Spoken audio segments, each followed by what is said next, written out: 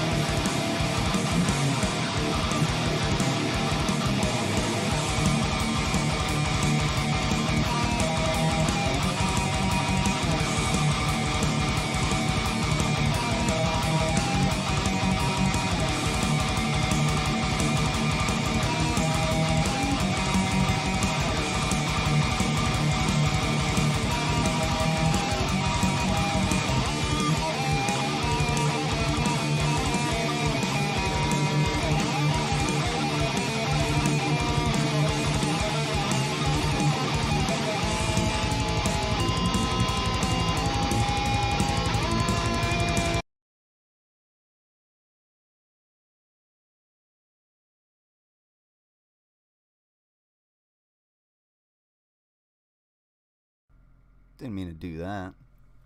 I was just clicking around Discord, and all of a sudden it went to the wrong thing, and music gone. I meant to fade it out. Sorry. Oh well. It's the best I could do. How you doing, Blaine? I almost called you Blair. Sorry. How you doing, Blaine? Real water this time. Oh, man. Oh, boy.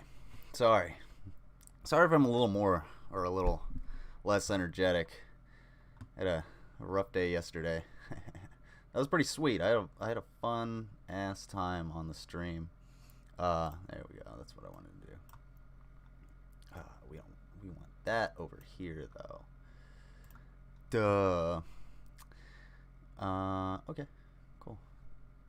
And then we want to do this, and then we want to get rid of that. Boyo. Excuse me. I'm doing pretty good. I'm a little tired. I was like dragging ass at work, unfortunately. I just been dragging ass all day. I got all my shit done. I had a lot of stuff to do on Monday, and a lot of the stuff was like really boring. And I didn't get to certain things. Like I didn't get to change out my blades or anything like that. So I got to do that Monday morning, which means I have to probably stay late Monday. Yay. Which means I might not do something on Monday. I don't know. We'll see. However, comma space, Blaine Hoover, I had a thought today, and FML did Monday Fun Day, and I had planned on doing Sunday Fun Days, but since you suggested the yeah, oh, it's our favorite. I'm hoping Rav will show up soon, cause yeah, meh. I'm glad you're good. That's what's important. I hope Rev shows up, because he's the one who wanted me to go over this, so I want him to give his input. We might go on to something else if he doesn't show up, and then we'll come back to it. But anyway, what was I saying? Something about work. Who cares? It's Friday. I did a lot of work. I got a lot of work to do on Monday. Oh, that's what I was saying. Sundays, I'm going to do the, what was it called? Streamstalgia Sundays is what I'm going to start doing. Because if I take Saturday off, I know FML and Underhaven do their podcast then. And I know FML's got his tonight, which is sweet. Go to that. If you don't know who that is, look up FML Podcast. You'll see. His name's Tav, the Atheist Veteran. Pretty cool dude, if you ask me. In fact, he's hooking me up with a computer, and I said this last time, it's fucking sweet. I got pictures of it today. It's fucking awesome. I'll post the pictures of the new rig, the coming rig in the Discord. Right. But, we'll see. I got a couple more videos that we'll get into before we get into spirit science, before to see if old boy will show up.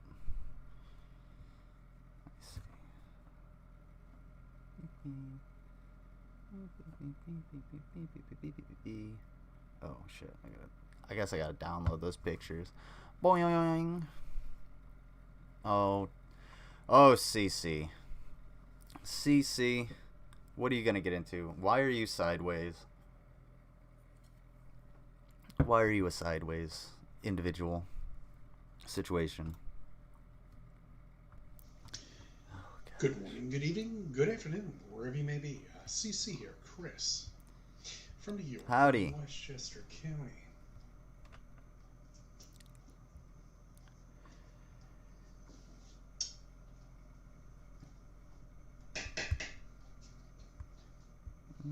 Yeah, that's probably the best picture. Actually, I'm not gonna post a picture. I'm gonna wait until it's done and ready and set up, because I want to actually like really promote everything about the computer. In front of you, the new rig. all of your lives, on a classroom desk, Escape to portrait. on a desk, I think this is an No, it's funny because artistic choice. there's I think the he's like, USA, I that's the country I live in. Is it? I'm You sure? located, right here. It's a little island. I think it's an artistic choice because Island. we'll see. If not, I wouldn't put It's it past funny them because to the thing I don't just kind of understand fuck is up like that a lot of the pretty easily. pictures that we see from NASA Oh man. don't really look Yeah. like this. America's larger. Brazil, where are you, Brazil? Oh, there you are. Okay, Brazil is taking up the entire planet, Yeah, right? that's because you don't know how map projections work. It's really hard to talk to you when you're sideways, CC. I'm sorry, but honestly, dude, the Mercator projection is the main map that we use, and it is like wildly out of proportion. Because it shows like Africa basically as big as Greenland when Africa has like 3 times the landmass. Yeah, landmass is the United States, so the same area, 3 times the area of the United States, and Greenland is like Greenland's like smaller than Alaska, I think. I don't know. But it's definitely not anywhere near as big as Africa, because if it were, you would bet that there would be probably a shitload more people living there, and our planet would be a whole hell of a lot bigger. We might be a lot, I don't know, shorter. How does it work with evolution? If you you'd probably be shorter if you were on a high gravity planet, unless the gravity was the same because the planet's not as dense. That could still work. Boom. Mercator projection globe theory fucking confirmed. Illuminati denied. Burn. Suck that, flat earth. Greenland is the size of Africa. Now we know. This is what you live on. And when you look at this globe, What do I look at? What am I looking you'll at? see it in a lot of shows. Mm-hmm. A lot of them. They are to enforce this fakeness, this bullshit, this nonsense that you live on. Interesting. Okay. So, one of the great shows that you can actually watch that will prove to you that the Earth is round is the NASA video file. The NASA channel on cable it's a government-run channel. It's government-funded, taxpayer-funded, and it just shows spacewalks and anything that NASA has put out in the last, I don't even know how many, who even cares how many, years since they've been working on the ISS. But it's like, you can literally just sit there and watch it, and they broadcast it 24/7. It's basically the same thing as C-SPAN, except less boring. Actually, it's actually pretty boring because spacewalks are very like technical and slow, and you got to be really interested in actually like a lot of the technical aspect of it. Plus, sometimes they'll just have like a projection, or they'll just have like a what do you call? They'll just have a still video of the outside of the ISS where it's traveling around the Earth, and you can see the Earth. Well, that's it. And you can see how round it is. And if you want to be like, oh, it's a fisheye lens, well, it looks the same when the astronauts are in front of it, and if it were a fisheye lens, then they would be distorted too, but they're not. So maybe you should kind of look into your fisheye lenses and how they work a little bit. Fucking CC. This ball. That's all it is. A ball. Not really. It's more of like a squashed ball. It's like an ellipsoid sort of.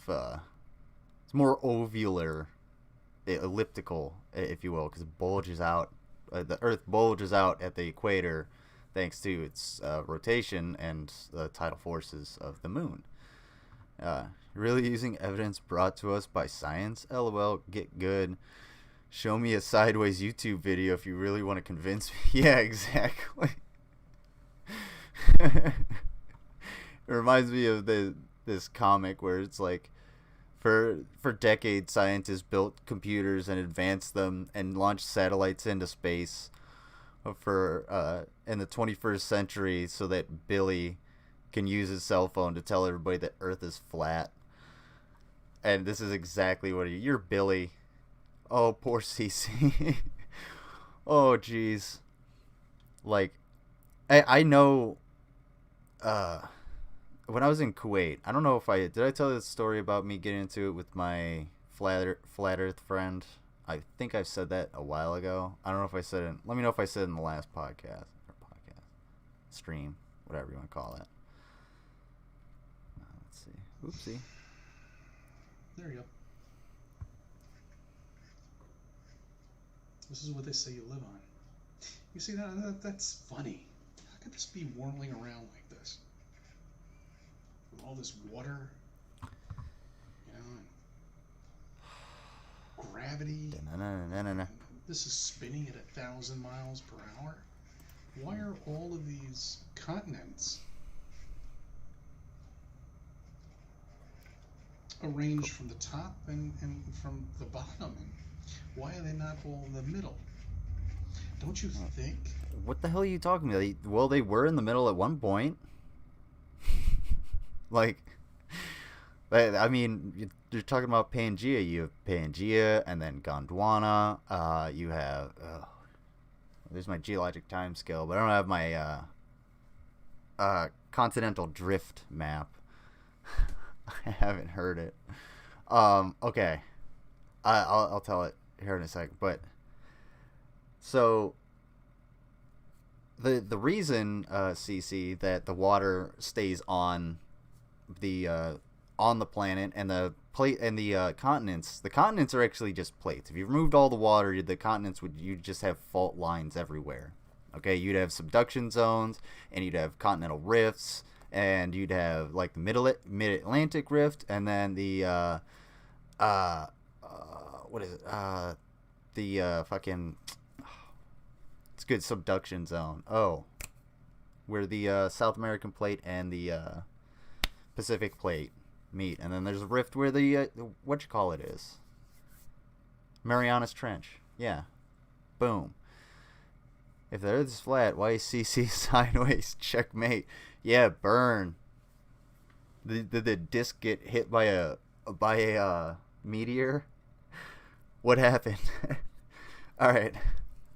So the reason all of this stays on the planet is because regardless of the fact that the Earth is spinning at 1,000 miles an hour, it has enough mass so that the gravity pulls down on all of that, on everything, on even the atmosphere. Okay, it holds gas together, and the gas spins with the Earth. That's where a lot of the wind and stuff comes from. That's why the ocean is turbulent, because the Earth is spinning. If the Earth weren't spinning, it would, the oceans would still move, because half of them would be completely, boiling, and the other half would just be, ice cold.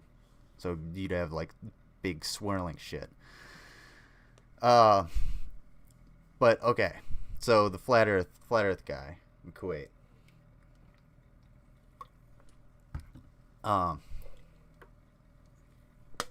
There was this cat that I knew back in high school. Not gonna name him, but he was like, he was always just like that kid who was just always full of shit, and it was really easy to call him on it. For instance, this one time we were in the lunchroom. It was a group of us, and he just happened to be there because he wasn't necessarily like part of my friends group or anything. But he was, he wasn't really part of my friends group, but I was friends with him. He and I were okay with each other. Pretty much up until the flat Earth thing. So, we were sitting in the lunchroom, and a fight happened, as happens in high school. And he goes over, and he's trying to get like a good eye on it because he's over there, and we're all watching him. And this one security guard just sort of like walks by him, and he comes back to the table after everything's said and done, and he's like, "Man, that security guard like grabbed me and pushed me down." And we were all just like, no, he didn't. We all just sat here and watched you. And it was probably like 7 of us. Straight up standing there watching this kid. So that's kind of the level of bullshit he's on. He is, as far as I know currently, last time I checked was a few years ago when this happened. He was one of those like sober life people, which is cool with me. That's however you want to live your life. That's fine. I don't give a shit. I'm not advocating for anybody to do drugs or anything like that. But he ended up like going flat earth on Facebook. And this is one of the reasons everybody should get the fuck off of Facebook, because it's just full of the dumbest people. You know, CC, this fucking guy. So he and I were having a back and forth, and he sent me a GIF, and yeah, it's a GIF. And if you want to argue that point, then I guess we can, you know, review the voter suppression going on in Georgia. Yeah. Put that one together. Anyway, so he sends me a GIF of a flat Earth with the sun and moon like spinning around, and the way their light would, I guess, work on this disc. But that's not at all how light works. It's just like beams of light from these objects, when in reality the moon only glows because the sun shines on it. That's the only reason the moon glows. If you know, the Earth blocked all of the sunlight constantly, the moon would constantly be, you know, in the Earth's shadow and, you know, red or whatever would actually happen, however the situation might be. But that's not the case. So he kept trying to say like, oh yeah, it's this and this, and he gave me this article, or no, he sent me to Wikipedia about this dude, and it was some like crackpot that was like, it was from the 1800s that was straight up there's grill, gimbal, graphics, checkmate, jiffers. Yeah, that's what I'm saying. What about Georgia? You don't pronounce it Georgia. Checkmate. King me. Fucking, you got snookered. Zip. Okay. So he sent me he and I basically had this long ass conversation going back and forth about, and I was just like trying to give all of this evidence and laughing at him and shit. And he was like, "You're being mean. You're being a huge asshole, and like trying to like get angry at me and like ruin my fucking, you know, cool vibe or whatever." Like, I guess he's trying to have like a good vibe his whole life, and it doesn't like angry people or whatever the fuck. I don't really know. Sidetrack. It's all good. That's a good. I like being sidetracked by the chat. It's fun. But so what was I saying? So he ends up like, well, this is while I'm in Kuwait. I'm 8,000 miles away from this motherfucker. No shit. And he's like, "Why don't you give me your address? I'll come over there and beat your ass." I was like, it's like, first of all, why would I give you my fucking address, especially if you know, threaten to kick my ass? Second of all, like, no. I definitely would have kicked his fucking ass, especially at that point, because I was a lot bigger at that point. But and like, lastly, oh no, sorry, lost my train of thought.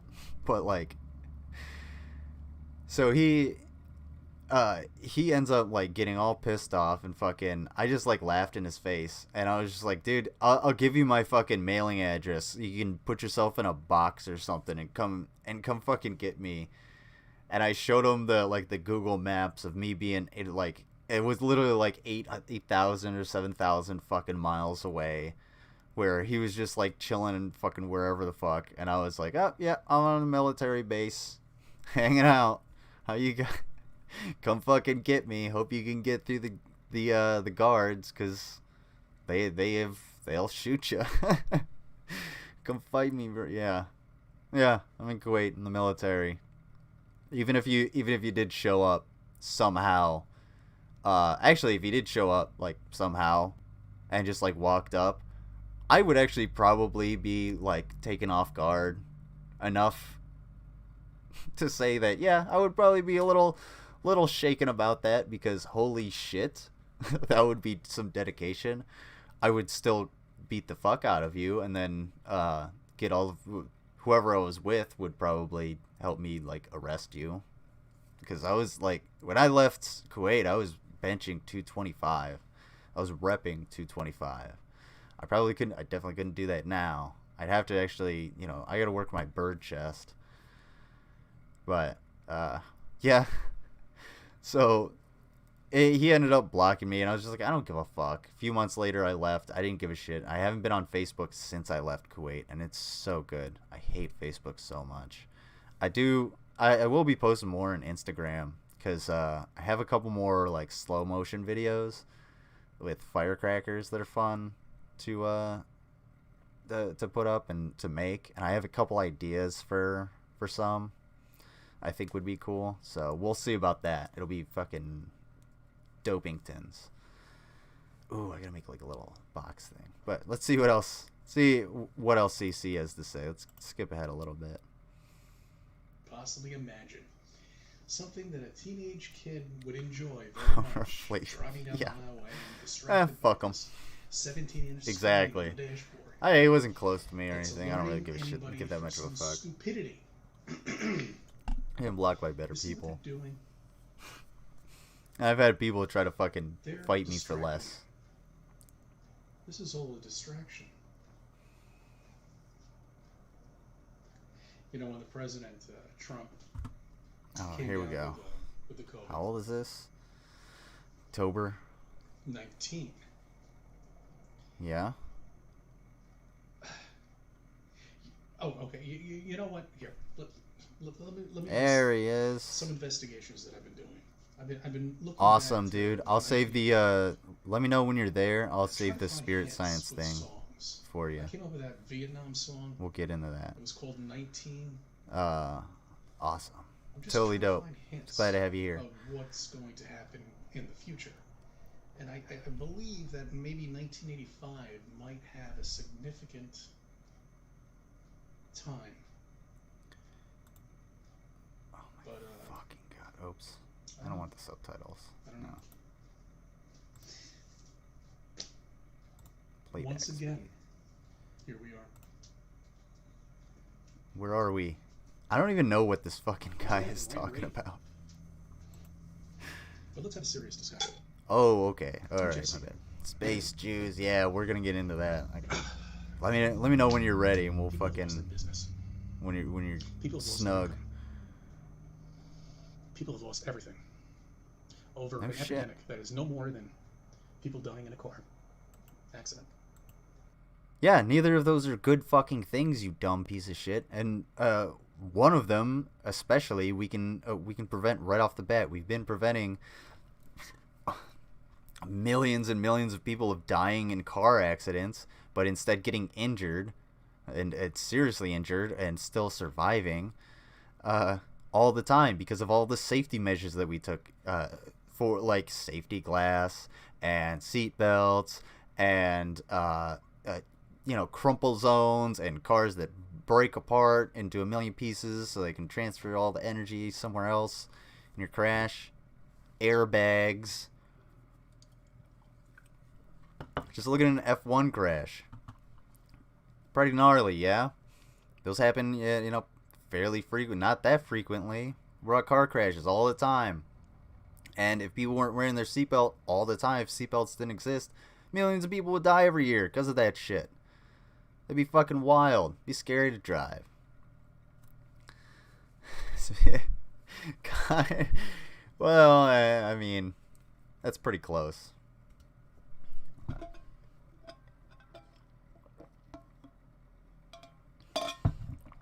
Oh, yeah. Spirit science. Can't wait. Oh, dude. CC, it's a pandemic, not an epidemic. That's one thing. An epidemic would be happening in one area. This is happening around the entire globe.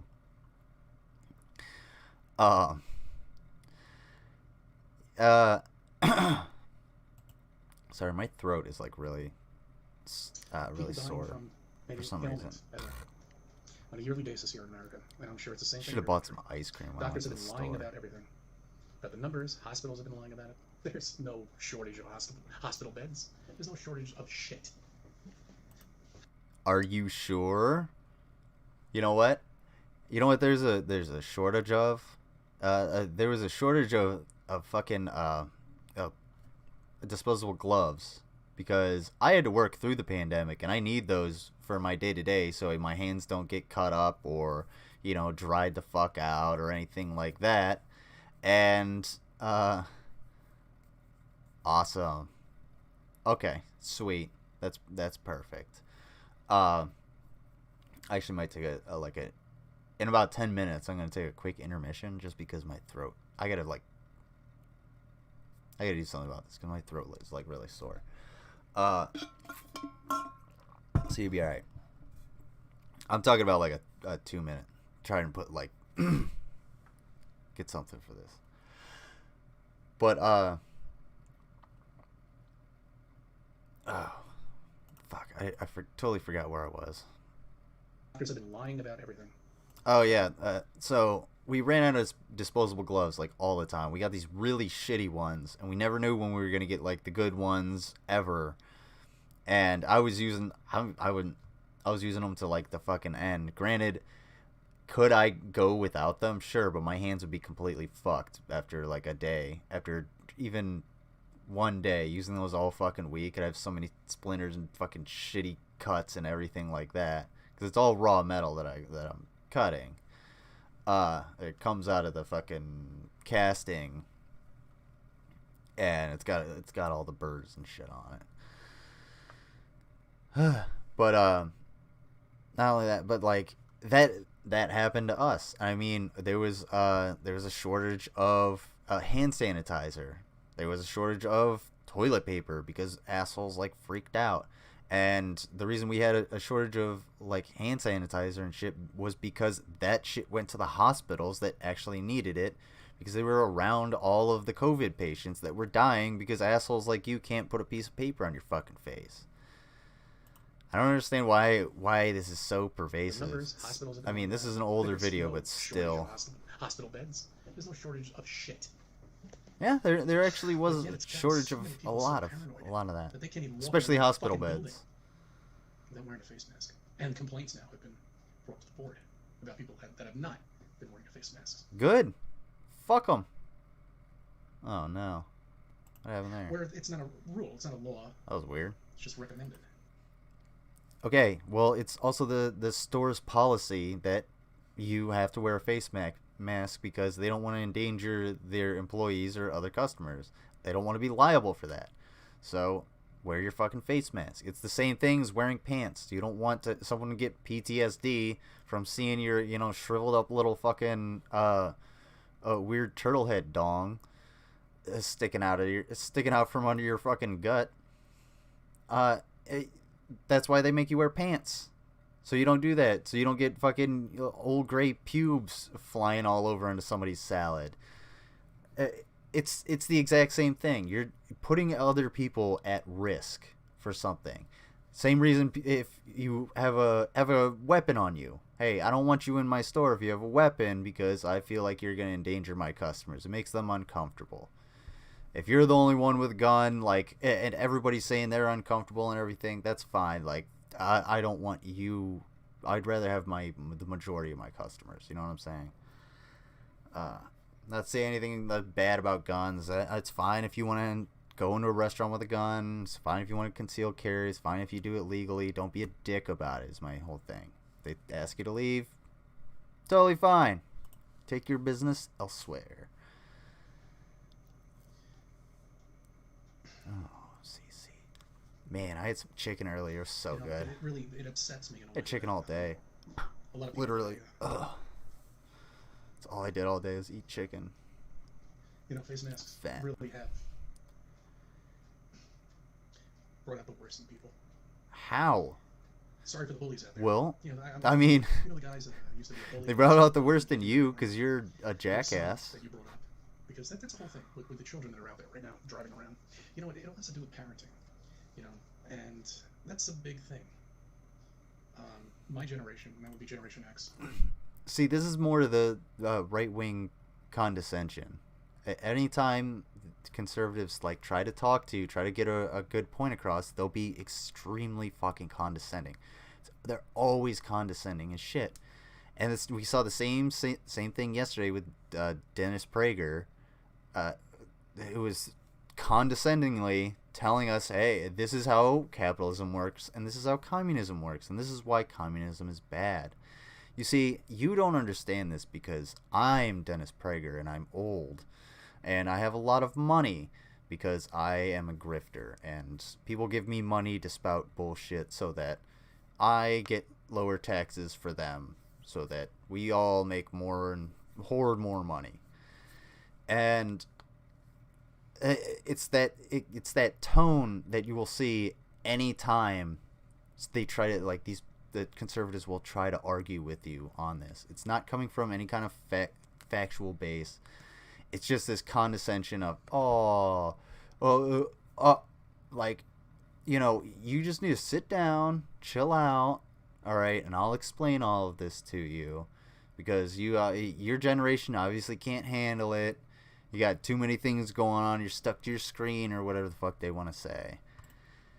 And we're gonna, if we watch it more of these videos, if we get into more, what's that thing? More like politics later, you'll see it more. They're really dropping the ball with the parenting. They're irresponsible. They don't even know what the fuck I got into this. All right, let me get back here. Oh, shut the fuck up. You're not somber or humble or anything like that. I just can't. I thought so. All right. I mean, I just don't understand why people buy this shit. Now, I mean, of course, the media, of course, is going to feed on to the people that are, you know, came out with this apparent flu. And they interview them now. They have them on the radio. And they say, oh yeah, you know, it's a flu, and I'm you know, my leg doesn't work anymore. I have a fever. I don't think I can drive anymore. This is going to last all my life. Yes, this should be something you should worry about. Is he talking about like long-term effects of COVID? Because isn't it like something? It's like 1 in 10 or 3 in 10 people will have permanent lung damage if they get COVID, if they don't die from COVID.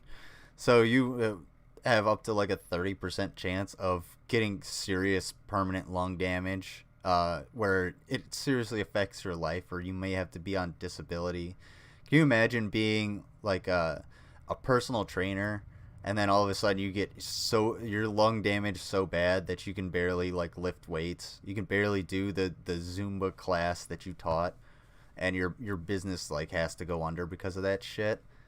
That's what affects people. It's not you know, the lockdown. It's you spreading the fucking virus. That's what fucked everything up.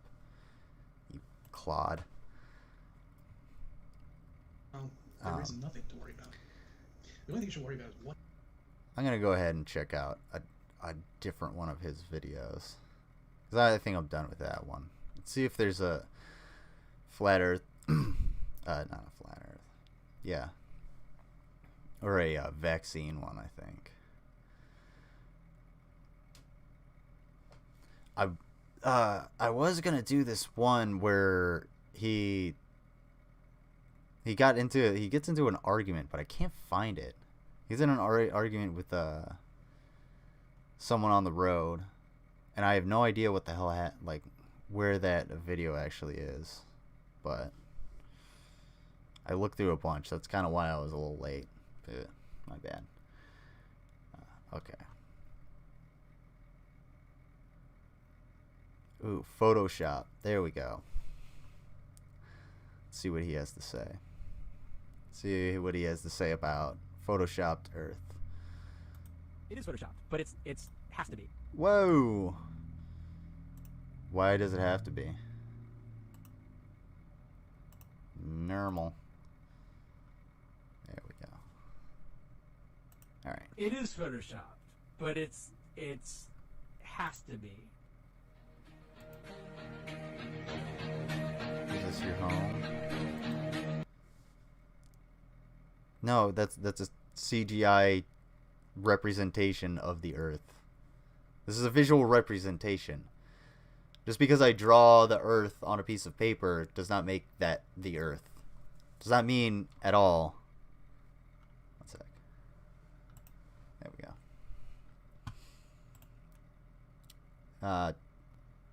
Yeah. Just because I draw the Earth on a piece of paper, regardless of how much detail it is, it's just a representation of the Earth. That's what it is. What we see is what it is. If you want a live feed of the Earth, you can see that. If you're just gonna use a cartoon, then yeah, that's what it basically is. We have pictures of the fucking Earth from the goddamn moon. Of course, most of these people probably don't believe that.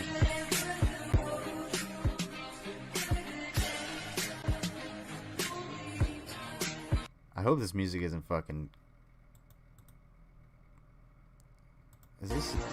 Okay, this is some shitty music video, dude. Is CC actually gonna say anything? No.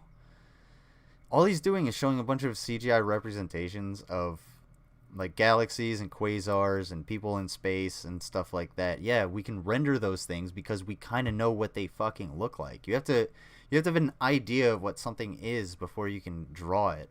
For instance, if you wanted to draw, even if you wanted to draw something that's fictional, like, say, if you wanted to draw like a new type of dragon or something like that, something that wasn't a dragon, like a new fictional character, yeah, you would have to have some elements of things that would be in there, like if it's going to be scary, it has to have big claws. If it's going to be nice, it's probably going to look pretty or something like that. Or you could switch it up. Maybe maybe it looks pretty and it's super mean, things like that. But you'll have elements that you've seen before. These things are what we understand and what we know because people have looked through telescopes for years and decades and been like, oh, that's what that thing that's been moving for the last decade is. It's a quasar. That's what we'll call it. Because we have this newfangled radio telescope that'll let us see. Imagine believing the Earth exists, right? Like some kind of moron. We live in a simulation. Clearly, that's why all of these.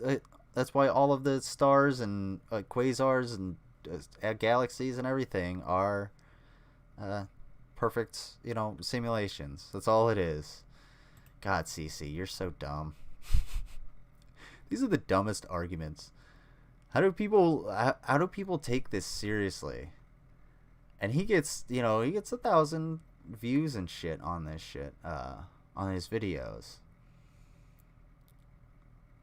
That shadow is always round on our flat Earth. What? Oh man.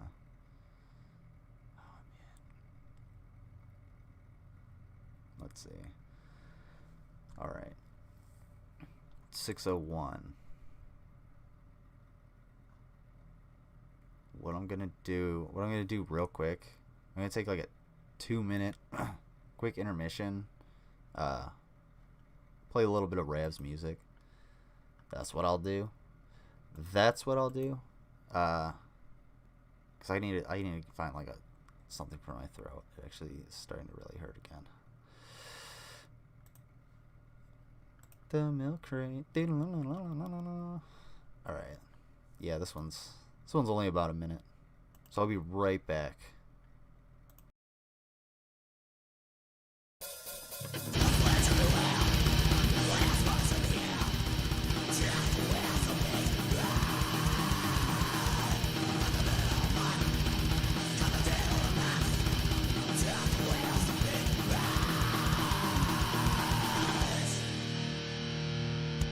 Sit down.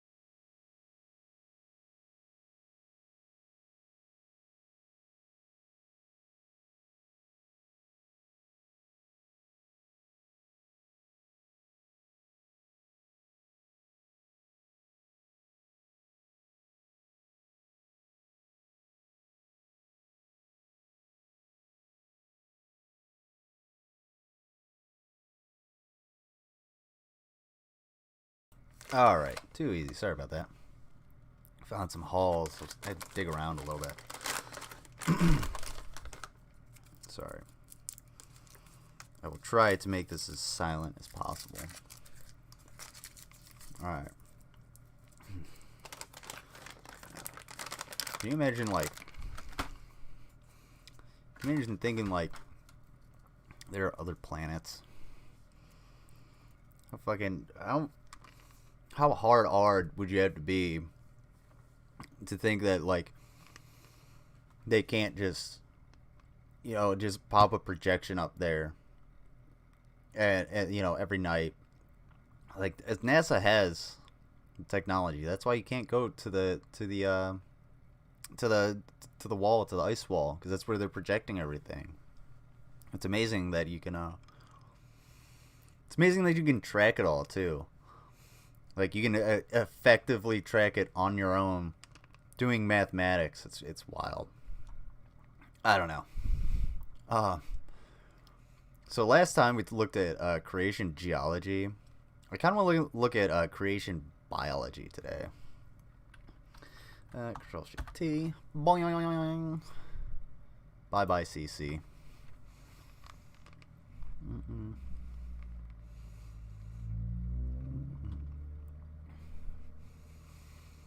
Oh man. Physical world exists. Let's see. So I'm not a biologist. I'm not you know, the most versed in biology or whatever. But I have a fairly good understanding, especially with like evolutionary biology and some of those aspects. Like I said, I don't have like a PhD or anything. Same with geology. I know a decent amount to make arguments, especially against these you know, clowns. But we'll see what he has to say first.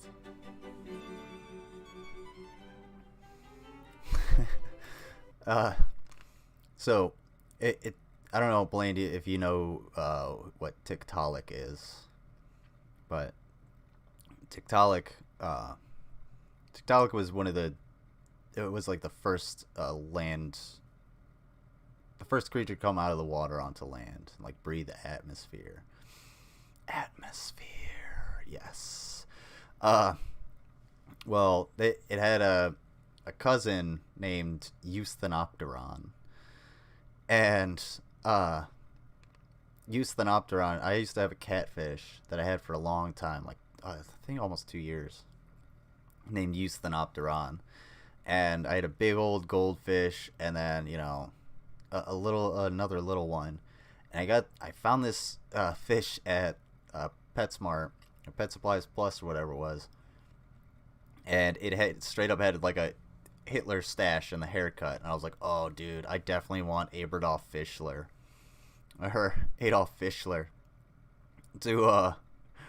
to like swim around in the tank. And he straight up genocided the shit out of all of those fish. All I have left are like the plecos and the bottom feeders and the snails and shit. The first animal to crawl out of the ocean. Hell yeah. I don't know if you have a field of study, or if you or you go to school or anything like that. That's what I'm trying to say. Because I don't know anything about your academic background. That's what I'm trying to say. So I don't want to talk. If I'm talking directly to you, especially, I don't want to talk down to you and insult your intelligence. But let's see what Kurt Wise, PhD, has to say. Ooh.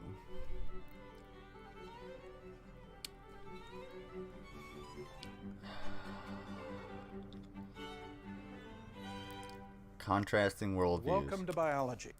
Yeah, yours, the wrong one, and the right one, which is ours. Amazing.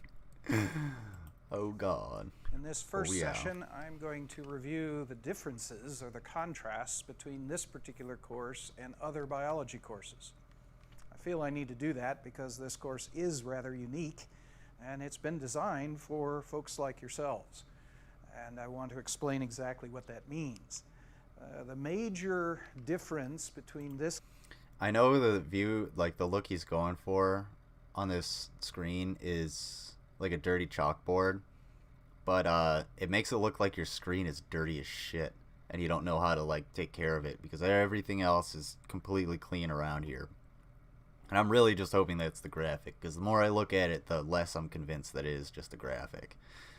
So, we'll see. This course's perspective and other typical biology courses has to do with an issue we call worldview. It is your view of the world. That perspective will change I already know where he's going with how this. you understand biology very much. No shit, for this real? Course differs from others because we look at the biological world awesome. in a very different way than most other people do. We see it, we view it in a very different, unique fashion. Right, kidding. In this particular course, for High school example, dropout. We of take 80s. a theistic A lot of worldview. informational content. Especially And love that animal means we philosophy. believe that there is a God. You ever watch anything by Simon Whistler? Simon Whistler's a fucking boss. I love that. I love anything that dude puts out, basically. He puts out so much fucking content on like 9 different channels or something. But yeah, you had me. That's okay. Education ain't everything, obviously. Obviously, these people exist and make God. Turns out money that probably somehow. more foundational than even your view of the world is the view of God that you happen to have. This particular course takes the perspective that God does exist.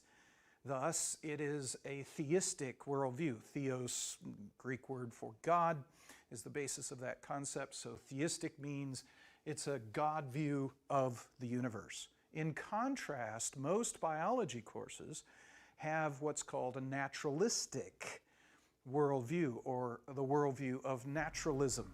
And what that means is that the only thing that exists in the world is, in fact, the natural world. By that they mean the physical world, and God doesn't exist. So let's contrast these two. That's really misleading, because that's basically conflating like mainstream scientific thought, like it's separating science, like the physical world, from the metaphysical or like the supernatural world.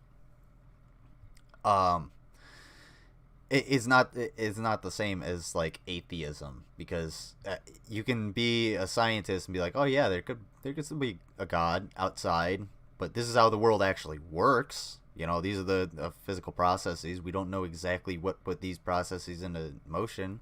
In fact, we know absolutely fucking fuck all about anything that regarding the universe in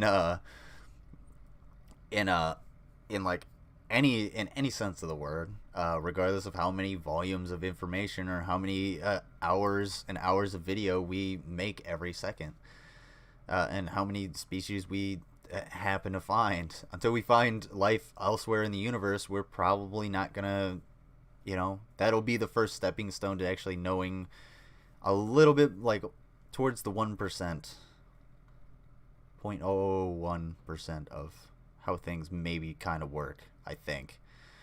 And I'll check out check that channel out. Yeah. Business Blaze. I love Business Blaze because it's fucking hilarious. Simon Whistler, he's serious in basically all of his other channels, and then in Business Blaze, he's got all of these running jokes, and it's funny. He points out the analytics. He's like, 80% of the people who watch Business Blaze are subscribed to his channel, whereas everywhere else it's like only 20% are actually subscribed of the people who watch. So somehow it's all backwards for him, but it is great. He's a big guy. Worldviews. Okay. First of all, theism, which you're probably more familiar with, more comfortable to you, believes that there are physical things that exist. There are things that you can see, that you can hear, that you can touch. The theistic worldview does believe that the physical world does exist, but in addition, The theistic worldview believes there is a non-physical world or a spiritual world that exists in addition to the physical world. In contrast, the naturalistic worldview, the perspective of most biology courses, in fact takes the perspective that the only thing... It should actually be the perspective of all biology courses that this is the natural world and this is how things work. It is the natural fucking world that view. Exists is the natural world, the physical world, the things that you can detect with your physical senses, the things that you can see. Maybe you need some help with a microscope or telescope, but those things that you can see with help or naturally, those things exist. If you can hear them, if you can see them, if you can touch them, if you can detect them with your senses, those things exist in a naturalistic worldview, but they don't believe anything else exists. Now, this might not be a comfortable way for you to see the world. You might be used to thinking God exists and angels and so on, but the naturalist does not accept any of that. And this is part of the demonization. You're making it, oh no, it's us versus them. So when they get stuck, they don't have anything to attribute it to, but when we get stuck, we know that it's God. When that's a horrible thing to do in any scientific field, regardless of what you're studying or looking at or researching, because if you just stop and say, oh, well, I know it was God that made those two things happen, and you end your research there, then what's the point? You still have to look into why those two things did the thing that they did, and actually do the work to figure it out, and then it gets peer reviewed all the fucking time, and it gets reviewed and reviewed and reviewed. And the problem that these people are going to face is they're going to reach that point where they put in the God done did it, and they're going to get their paperwork kicked back by, their peers, be like, no, we actually know because this is true. And especially when you're talking about, the Earth being 6,000 years old. No, first of all, it's not. So you can't go back. You can't have an evolutionary biology course thinking that the Earth is 6,000 years old. It's just not going to work. Evolution takes too much time. So this whole course basically just falls apart. This is a whole waste of money with just that simple fact. It's a perfect theory because it's totally unfalsifiable. Yeah, exactly. Theory, big quotation marks. Accept the fact that God exists, that angels exist, that souls of human beings exist, that the mind exists, brain exists. That's a physical thing inside the head there, but this thing we might call mind doesn't exist. Good and bad, good and evil doesn't exist, and all of that sort of thing. We'll get into a little bit more of that here. So, No, it's not that good and bad or good and evil don't exist. It's that there's no objective morality. There's no objective good and no objective evil. I said this last time. Killing people. ISIS thinks killing people is okay. Therefore, that makes morality subjective. If you're Christian, you think killing people is wrong, which is basically untrue. Almost. Excuse me. Didn't human societies begin more than 6,000 years ago? Fucking yeah. Humans have been, I think humans have been at war for something like, what is it? How long have humans been doing war? It's either 7,000 or 70,000. I think it's 70,000 years. Regardless, it would still be longer than 6,000 years.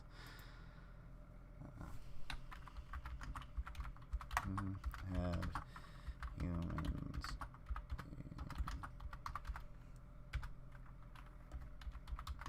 war? How long? Failures. Yeah. So you're in France, dating back approximately 25,000 years, show that some scholars perceive to be spears penetrating people, suggesting that people were waging war as early as the late Paleolithic period. So around 25,000 years ago, not 6,000. That's when people started going to war. Okay? That's just when they were at war. So we can only and that's what we know of. Mind you, like 97% of all human history does not exist. We have no record of it. Until we began writing stuff down, basically nothing existed. We had everything through voice and, you know, some paintings and stuff, but we don't have anything before any of that. Before we started to jot things down, there's nothing there except what we can imagine, like jewelry and bones and rituals, or what we can surmise what rituals might have been at that time. So, yeah. Specifically, when we turn back to theism, we don't just believe that there is a God. Theism specifically believes there's a personal God. This is going to be important later on, talk about the attributes of this God. This course believes that there is a God that exists and the God is personal. In contrast, the naturalistic worldview, in fact, believes that there's no God at all. By the way, I should say, this particular course is going to take a... Again, it's not that there's no God at all. It's that God has no influence on exactly how things work. It's figuring out how the processes work. If we get down all the way down reductionist to the point where it's like, oh, it's God did it, we'll get to that point. But until then, you can't just attribute shit to the Bible. And if you're going to attribute, especially to any holy book, it's going to be super flawed, and you're probably going to get laughed out of the classroom if you go to a real college. We have a complete history, actually. It's called the Bible Lizard. Yeah, silly me looking at fucking, you know, facts and, you know, thousands of years of records and scientific research and all kinds of whatnots and research papers. Yeah, silly me. Fuck. Should have just read the Bible. Too bad I was busy reading the Quran. Home and last. All right. A perspective Dope, on theism, and it's going to talk about naturalism. These aren't the only two worldviews that exist. This particular text, this particular course is going to focus on those two. It's going to focus on theism because the author, myself, is a theist. But it's also going to focus on naturalism. It's going to talk about naturalism because that's the most common worldview in biology. There are Here's the thing. You're going to attribute everything to God first and then go into naturalistic worldview of how things actually work. So you're putting forth the premise that, oh, well, God did everything, so that when you go further into the book, you have it already in your head that, well, God did that. God did that. Well, God did that also. And it basically nullifies anything else you're going to put in the book when all you have to do, if you want to attribute anything to, like, if you want to attribute to anything to God in your or religion or whatever in your biology book, then go ahead and put that at the end. Say you're a theist. Say you're a devout Christian. For instance, what was it? The I don't know, the guy that fucking discovered Pluto or something was a Catholic priest, and a lot of right-wing Christians and shit like to say, hey, you see this, they were a priest, that proves God exists. No, that just proves that they were religious and that they were very smart. Home again, I like to be here when I can. It's because there's whores in this house. There are whores in this house. We're not going to talk about those. It's my worldview. There are whores in this house. There are whores in this house. Views. This text is really only going to introduce you to two, but you will, in fact, get both worldviews in this particular course. Oh, you got dust on it. This course, however, is more specific than just theistic. It's also believing in something we call monotheism, believing that it isn't just that there exists God or gods. This course believes there's one God. So it is thus a monotheistic perspective of the world. The worldview of this course assumes there's a single God, a single personal God that I'm going to go ahead believe of this. Christians are use science and history. Wait, Christians are to science and history what that one kid who always added new superpowers to his character when you play lightsabers was to the rules. Yeah. Fucking, yeah, exactly. It's just moving the goalpost. Well, no, it's just like, you can't defeat me because now I'm over here. I have teleportation powers. I'm a robot. I came back to life. Or, you know, whatever. You got schwanked. Oh, no, I got anti-lightsaber armor. Screw you, kid. Get out of here. That's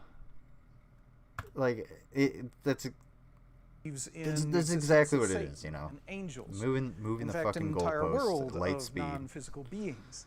Again, in contrast, the naturalistic worldview does not accept any of those things. It's going to be a contrast that will have some significance later on. Actually, in the second chapter, we'll talk about some of these things that become important. We also believe in this particular course, not just in the existence of God and angels, but we're going to be studying something called life. As we're going to see, life turns out to be non-physical. In the naturalistic worldview, they believe that life is physical, that it is not non-physical, but I'm going to be arguing in this course that, in fact, life is non-physical. Thus, it's totally physical. Take all of the physical water out of your body and see how long you live. There you go.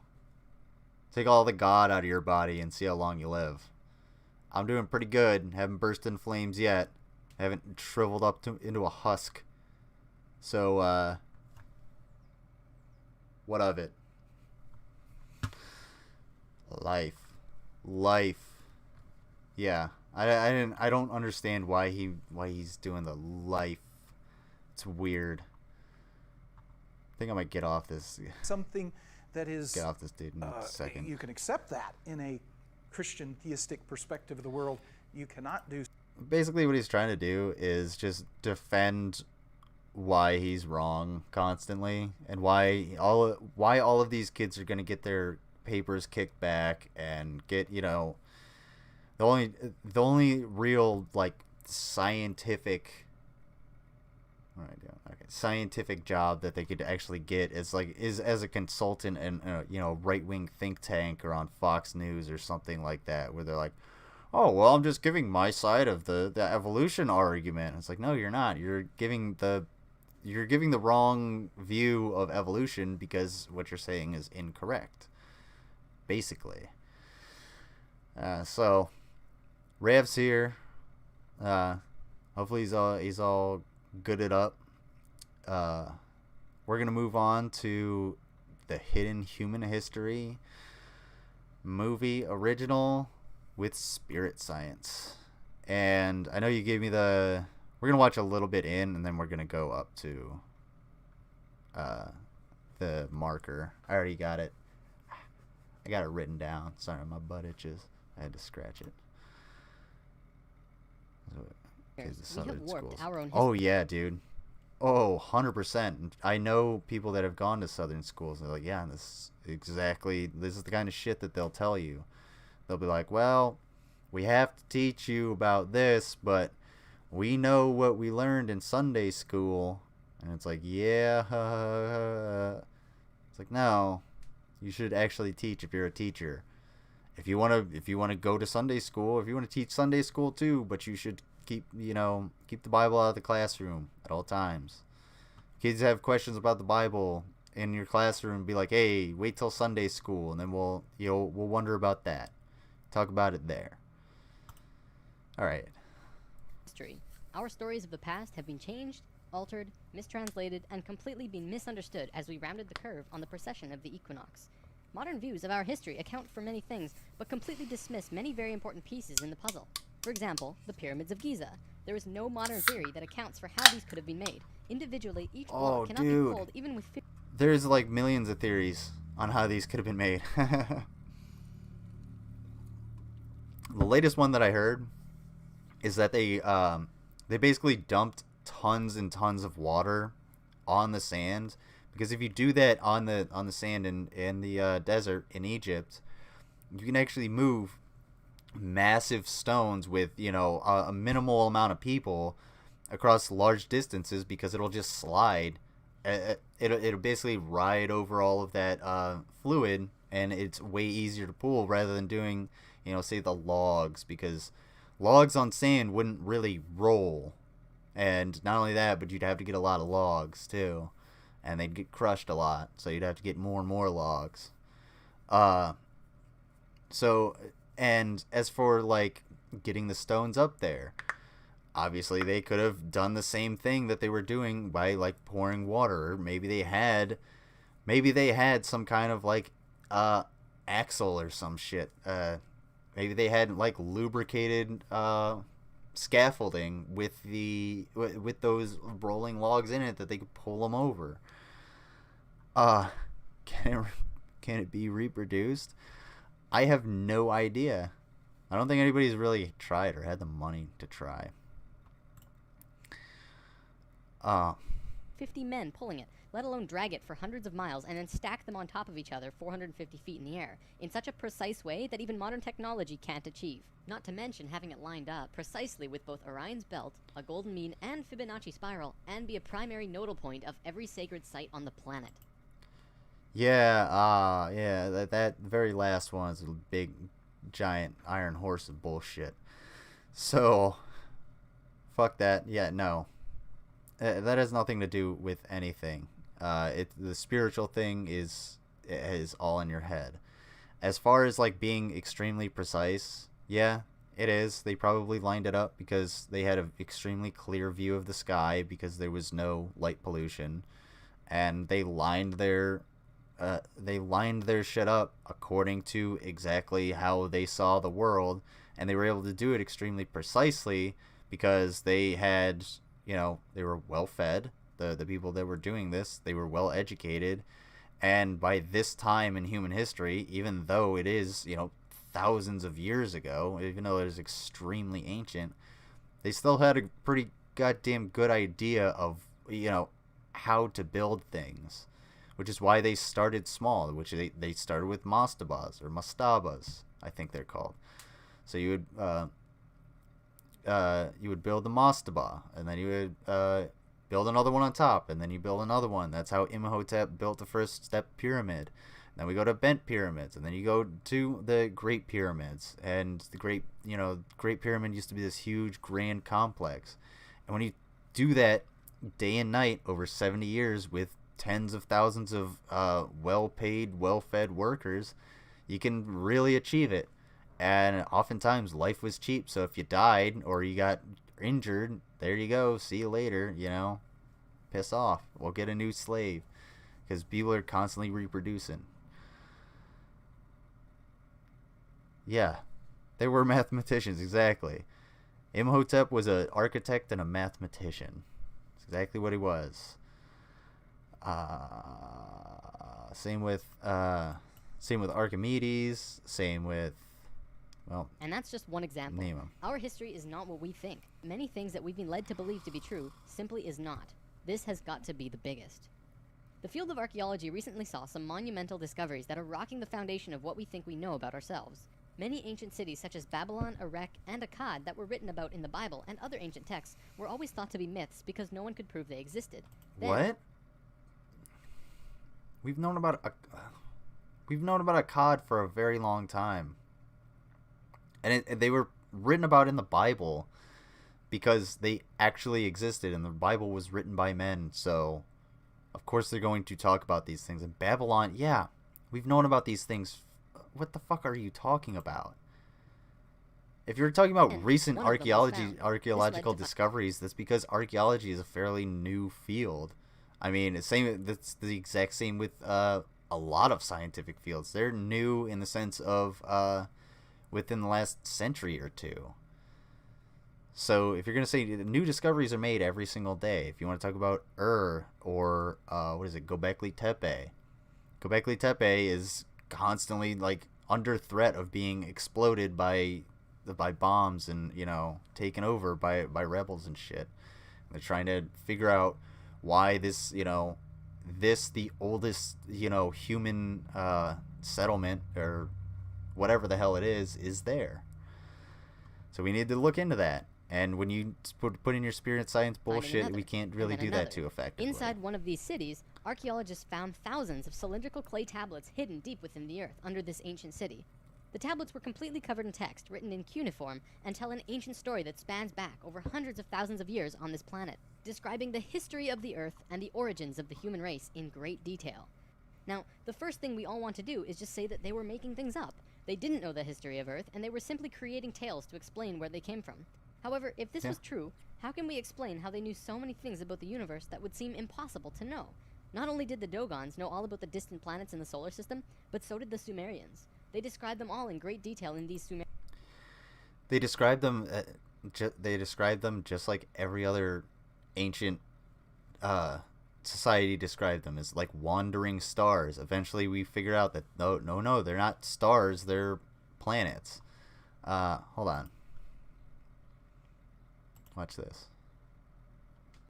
When were planets discovered? Let's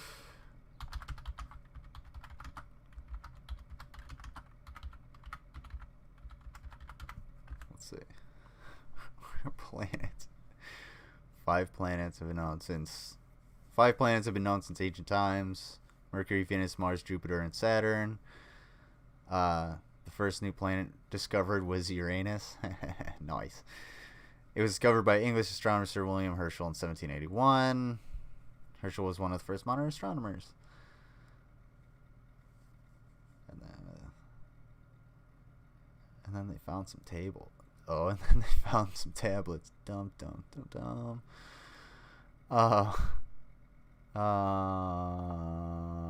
When were the planets discovered and named? No, I want to see all of the planets. Well, we've known about them since ancient times, because we were like, hey, let's look at them. We can discover these things. Hey, how's it going? How are the ducks doing? How's duck life? It's all good. I saw your construction. Good job. They also knew about the precession of the Good equinox. shit. That's a tough one for I a got historian some to shit I understand, gotta do on my because house. it I got takes a over hole to 2,000 fix. years of continuous observation to actually learn that the Earth has a wobble. The Sumerians had this information from day 1 of their civilization. A man named... No, it wasn't day 1 of their civilization. Like, by the time writing would have existed, by the time record keeping and effective record keeping would have existed, and people would have written down things that they actually thought might be important, that civilization had existed for an extremely long time. Probably like 1,000 fucking years, okay? I'm not an archaeologist, so don't quote me. But it existed for a while, and then they figured out, hey, we can effectively communicate if I press these forms into a piece of clay and then give it to you. And then you can hold on to that and be like, oh, yeah, oh, he told me to go fuck myself. That's right, yeah. It's a good reminder. Maybe I should. I'll use this stone he gave me to shove it up my, diseased, maggot-riddled fucking ancient ass. The past was the worst. It's true. Ducks are good. Introduction to current flock is going well. That's good. And it's good they have each other. Yeah, that's so sweet. They're such cute ducks. Quack, quack. Rachel's a what? Vet assistant? Yeah, right. That's what it is. She's got ducks. Check the Discord for the ducks. There is a new link for the Discord, so it should work. These texts and have put them all together in his books. But many others have also done the same, and the interpretations are always very similar. Not only that, but Thoth has also shared information about this with us, and his account matches the Sumerian records. Adamus and other channelings discuss it as well. If you see all of these records and sources, there is a huge connection between the stories. Now, this story spans back hundreds of thousands of years into... So wait, you're telling me 2 modern dipshits know a decent amount about ancient history, and then they were able to channel that, and now that's your evidence for the Sumerians knowing that how the universe came into being. What the fuck? That doesn't make any sense. Seriously, and again, I should just keep Google open. So let's see. Sumerian civilization. See how long they lasted. Was the first civilization? The Sumerians were the first earliest known civilization. Who's the oldest civilization? It's even about 3000 BC. How old is ancient Egypt? Stupid questions. Okay. For almost 30 centuries, from its unification around 3100 BC to its conquest by Alexander. Okay. So Egypt did form before Sumerians. All right. Into our Yes, past. bed It assistant. talks Awesome. about Tiamat Got and it right. Nibiru, the Nephilim, seeding the human race, Adam and Eve. Hey, if anybody has, sorry, I keep pausing, but if anybody has links to videos on Nibiru, I was trying to find some, but it's really fucking, I just really can't find anything that's good. Look like Planet X, but a lot of it is old videos of like bad predictions of, I don't even know what the hell. I think the earliest one I found was like 3 years old. So if anybody has links to things about Nibiru, Planet X, send them to me. Send it to the Discord, and we'll definitely tear that apart because I would love to go over that. And the children of Lemuria.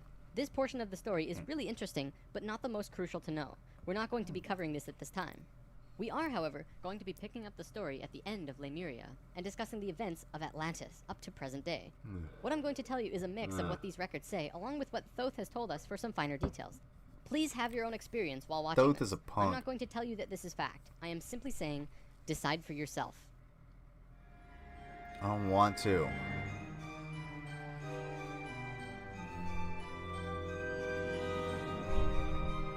I like how he just like straight up yeah, we're not gonna watch that. I like how he's just like, you gotta decide for yourself, and just passed off all responsibility. Let's see, I said space Jews. Okay, let's see. Atlantis. Yeah. I'd be more than happy to know that more than happy to believe that like Atlantis existed, but I know it's not some mythical place or anything like that. It would just be like an ancient civilization. If anybody knows, if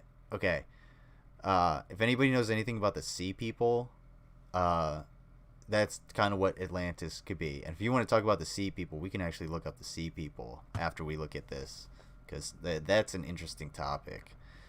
Nobody really knows, and this is one of those things that nobody actually knows. Nobody actually knows who the Sea People were. But they fucking ravaged people, ravaged civilizations in the Mesopotamian area throughout ancient history. What a cop-out phrase. Is that Give me the everyone ball. becomes very greedy. What's a There is cop-out no compassion phrase? for one another, and everyone Decide ends up for- fighting oh, yeah, until decide they end for up killing yourself, yeah. themselves. More than 1 million years ago, the beings on Mars Oh, yeah, joined exactly. the Lucifer experiment, and it failed dramatically. Basically, they cut themselves off from the unity of the universe and created a separate reality. Crap. When the Martians severed the love bond, they became pure male, logical beings with no emotions. What happened on Mars was that they ended up fighting. Mars became a battleground. Eventually, it became clear that Mars was not going to survive. They blew their atmosphere away and destroyed the surface of the planet. Nova recently did an episode on planetary magnetics, and they found some interesting things about Mars. The planet didn't have a magnetic system, however the surface was magnetized, implying that at one point it did, but that something happened. Now, we've been discussing the star tetrahedron before, and now I want to give you a brief understanding of the no. Merkaba. The Merkaba was known in ancient times as the Chariot Oh, of no. Ascension. It is the star tetrahedral energy field around the body. All around the world, there are references to this in ancient texts. When activated to its full potential, the Merkaba, which is both a tool and part of your being, can be used to do the impossible, included but not limited to changing dimensions and traveling through the universe. Before Mars was destroyed, they built huge tetrahedral pyramids. They built 3, 4, and 5-sided pyramids, eventually building a complex that was able to build a synthetic Merkaba. Wait. After a million years or so, it's been eroded, but the proof is there. Now, because the Martians were severed from the Unity consciousness, they couldn't create a living Merkaba. They simply used it as a tool. They created a synthetic Merkaba to Oh my travel in God. time and find a new Stop. home. A small group of Stop using that. Martians tried to get away from Mars before it was destroyed, and that No. place they found was Earth. About Oh, 65,000 years no. in our past. Oh, They saw this little no. vortex sitting there, just pulling in life with no one in it. They didn't ask permission. Spirit Being science, part of the Lucifer no. experiment, they just said, "All Do right, not. let's do it." You And were. they stepped onto that vortex. and in No. doing so, they joined and changed our evolutionary path. Thoth's father, Thome, Why are the Martian space Jews evil? What the fuck, dude? Oh my god. That was like not very thinly veiled, man, at all. You really gotta check yourself again, Spirit Science, cause holy shit.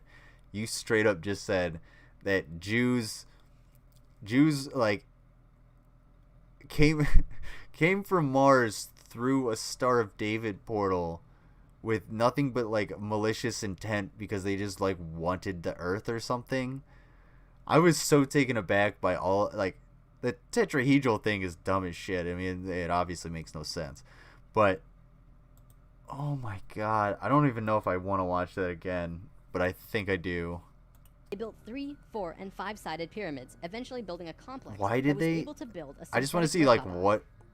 After a million Okay, years or this- so, here it's been we are. eroded, but the proof is there. Now, because the Martians were severed from the Unity consciousness, they couldn't create a living Merkaba. They simply used it as a tool. They created a synthetic Merkaba to travel in time Oh and my find a new God. home. A small Oh shit. Oh, he called the Star of David like fake. He's calling it like a fake religion. This is a fake Merkaba is what he's saying. Holy shit, dude. Oh, this is way worse than I thought, man. You did not prepare me for this shit. Holy fuck. I have never seen somebody straight up just like shit on the Jews this hard. group And of Martians tried to get I've seen some Nazi shit. I'm not talking about like not aside from the Holocaust, obviously, but I'm talking about like a video like this. get Oh away my from Mars before god. it was destroyed, and that place they found was Earth. About 65,000 years in our past. They saw this little vortex sitting there, just pulling in life, with no one in it. They didn't ask permission. Being part of the Lucifer experiment, they just said, "All right, let's do it." And they stepped onto that vortex, and in doing so, they joined and changed our evolutionary path. Because they were part of the Lucifer experiment. Oh my god, dude. What do you expect from the ATP's magic people? I didn't even know that was a thing. I gotta see that. Oh, dude.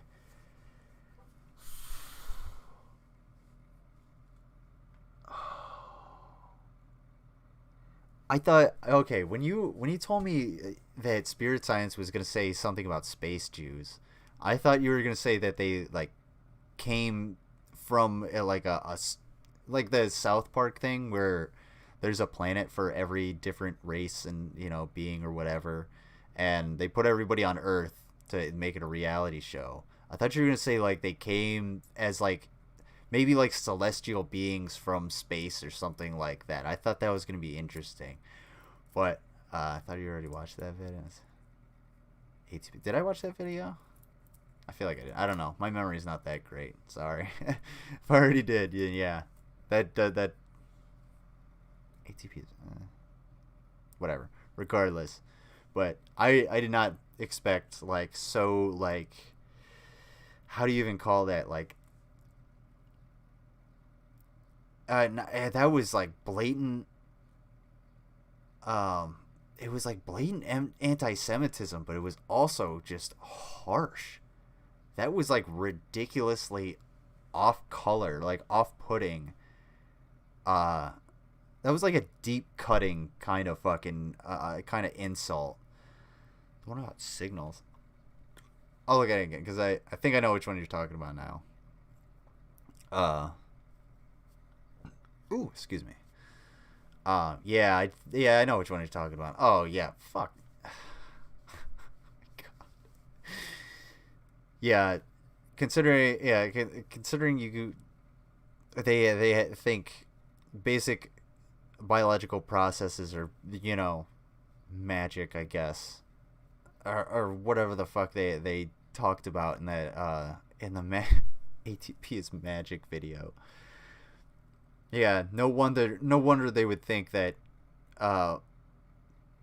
evil Jews from space, from the Lucifer fucking project, came down and are the reason why there's evil in the world. Holy, oh, dude,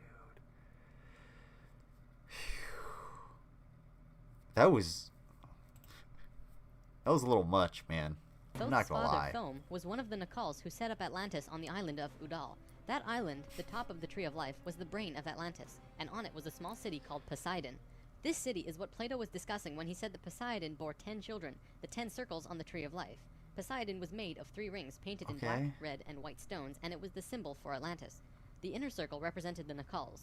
The middle circle were the priesthood, called the Maya, and the outer circle represented the regular people of Atlantis. We'll come back to this down the road. Why? There were only a few thousand Sounds Martians really who came to Earth stupid. through the synthetic Merkaba. The first thing they did when they arrived in Atlantis was try to take over the continent. They tried to those declare crafty war and Jews. invade. However, they were vulnerable See that? due to their small numbers. God, this compared is to the so millions of fucking bad, Atlanteans, man. And we finally subdued them. We were able to stop them from conquering us, but we could not send them back. When this happened on our evolutionary path, we now had the planetary consciousness of a 14-year-old girl. Oh, it gets worse. He's like, they tried to attack us, and then we tried to genocide them all. We couldn't send them back to their creator, so, you know, we had to keep doing it. Oh. The Martians were an incredibly male species, and also very old. So what you had was a 14-year-old girl being taken over by a 60 or 70-year-old man. We had no choice in the matter. The Martians just stepped in and said, like it or not, we're here. They didn't care what we thought or felt about it. Really, it was no different from what the settlers of North America did to the Native Americans. Once the initial conflict was over, it was agreed that the Martians would try and understand this female thing they lacked. This emotional feeling, which they had none of at all.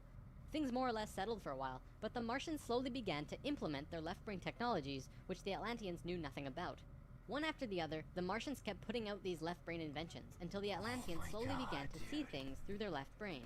We slowly began to become a male species. The Martians gained control, bit by bit, until eventually they had all of the power, as was their intention. Oh no. The animosity between Atlanteans and the Martians never subsided, not even till the end of Atlantis. Oh my god, dude. This video is bad. How is this still up? How does this have 4 million views? Oh, I can't imagine it gets worse. Holy fucking shit, dude. He's basically saying like, oh, the Jews and the Christians are gonna fight till the bitter end, and that's just how it's gotta be because of spirit science powers. Spirit science, dude. You are fucking killing me, man. This is so. Oh, we gotta keep going. Hold on. Everybody's, if you're not already, if you're not already, go ahead and subscribe to Ravenous Bean, because he's the one who gave me this video. Thank you so much. This is amazing. They hated each other. The Atlanteans were shoved down and treated like inferiors. It was like a marriage that the female component didn't like, but the male component didn't really care if she liked it or not. It remained this way for a very long time, until about 26,000 years ago, when the next phase slowly began. Before we continue, we have to talk about polar shifts. See, in the 1930s, Edgar Cayce was channeling information for a geologist when he stopped and he said, "There's something you should know. In the near future, the Earth's poles are going to shift. Casey was a brilliant man with a very strong connection to higher dimensions, where he communicated with other beings for the human race. Ultimately, it was because of his channelings that the belief system called New Age was created. This is again just putting what he was doing into boxes of understanding, because no one else understood what he was doing. Is that what you're at trying to that do? time. My bad if I Nevertheless, deleted when your Casey comment talked, and people listened. that's not what you're trying to Geologists do. began exploring the possibility of a polar shift, and they found something remarkable. A string of major pieces of evidence worked. came forth and lent tremendous weight to what Casey was saying, and they have now changed the world's view on the subject. Scientists believed that if there was going to be a physical pole shift, there would also be a change in the magnetic poles. Through studying lava beds, geologists were able to see where the planetary magnetics were when the lava beds hardened at certain depths. They found that the earlier magnetic poles were not where they were now, but in Hawaii. The last shift that took place was 13,000 years ago, and we will get there in the story soon. They did another test and found that it had shifted again. Okay. I swear to God, if he says we're overdue, I'm gonna fucking flip. We're not overdue for shit. That's not how geology works. That's not how any of the geophysical processes work. We're not overdue. They're not regular like that. The only reason Old Faithful is regular is because that's how long it takes for the water to boil, basically. He drew Edgar Casey like a monster. Did he? I wasn't even truly paying attention. Let's see. Kinda, yeah. Wait. Yeah, he did. That's a good... Oh, that's a good screenshot. I'm gonna take that. There we go. Sploip. I love it. Polar shift file. Hold on. Here. Because I don't know where it's gonna save to. I don't want to save. It's the wrong place to show you guys stuff. Anyway, so let's move on. Poles are going to shift. Polar Casey was a shift. with a very strong connection to higher dimensions, where he communicated with other beings for the human race. Ultimately, it was because of his channelings that the belief system called New Age was created. This is again just putting what he was doing into boxes of understanding, because no one else understood what he was doing at that time. Nevertheless, when Casey talked, people listened. Geologists began exploring the possibility of a polar shift, and they found something remarkable. A string of major pieces of evidence came forth and lent tremendous weight to what Casey was saying, and they have now changed the world's view on the subject. Scientists believed that if there was going to be a physical pole shift, there would also be a change in the magnetic poles. Through studying lava beds, geologists were able to see where the planetary magnetics were when the lava beds hardened at certain depths. They found that the earlier magnetic poles were not where they were now, but in Hawaii. The last shift that took place was 13,000 years ago, and we will get there in the story soon. The fall of They did another consciousness. test and found that it had shifted again 26,000 years ago as well. Scientists also learned that polar shifts happen very quickly. In a single day, the magnetics would do a complete flip. That's not, no. Is that no? No, that's not true at all. That is not true at all. A polar shift can take like tens of thousands or hundreds of thousands of years. It's not how it's shifting. I'm not 100% sure why or how it shifts. I don't even know if we know as humans know how it shifts. But that's not. It doesn't shift within a day. If the magnetic field shifted straight up within a day, that would, I mean, there are animals that rely on the magnetic field to travel. That would straight up just destroy entire ecosystems within, a second. Ooh, excuse me. So that's definitely 100% not true. And the reason you would find rocks in, say, Hawaii with, you actually wouldn't find a ton of rocks with magnetic properties in Hawaii because, well, it's kind of new. I don't think it would have gone through too many shifts over its lifetime. But if you were to find magnetic rocks in Hawaii that had a sideways polar shift or a sideways magnetic field, then that's because they were in that magnetic field for such a substantial amount of time that they were able to gain that magnetic property. And it would have to be, it would be, tens of thousands of years, because the magnetic field, as strong as it may be, is really actually pretty weak. That's why your credit card doesn't get wiped every time it exists. You know what I'm saying? So it's not true at all. You're totally wrong, Spirit Science. And within 24 hours, the sun would be rising differently than it did the previous day. This shift has happened hundreds of times over the last 100 million years on Earth, but it's speeding up now and happening faster and faster. Now only 13,000 years between each shift. A whole new viewpoint is beginning to be understood. From space, would this not appear as a pulse? Now, there's a lot more to talk about with polar...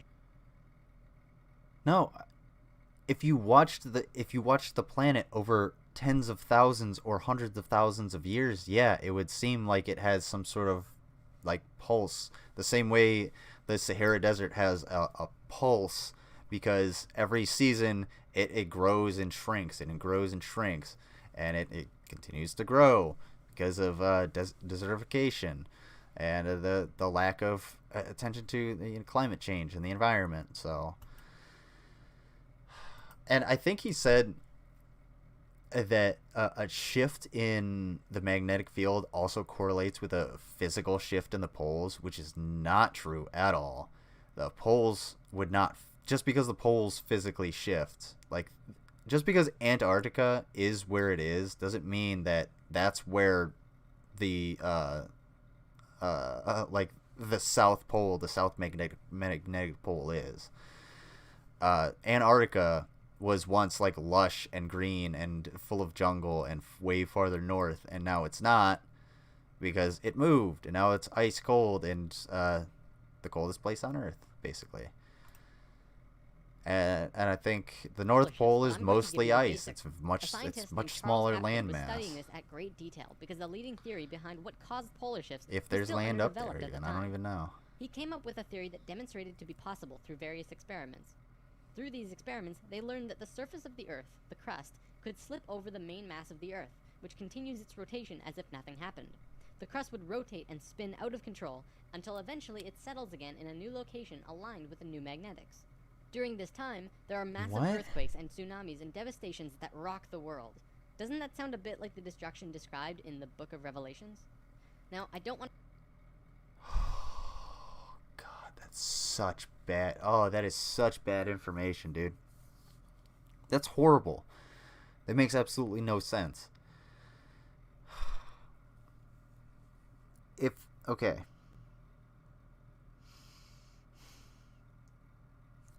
If you have mass inside the planet, right?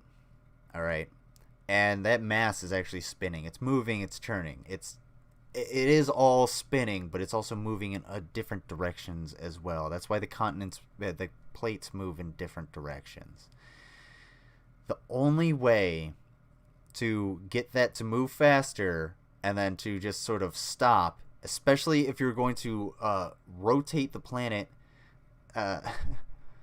on it, like, I don't even know how you would describe that, like on its axis, so that north goes south, and you would have to put so much energy into the Earth that, yeah, basically everything would get destroyed, because you would have to switch that over. That's not how it would work.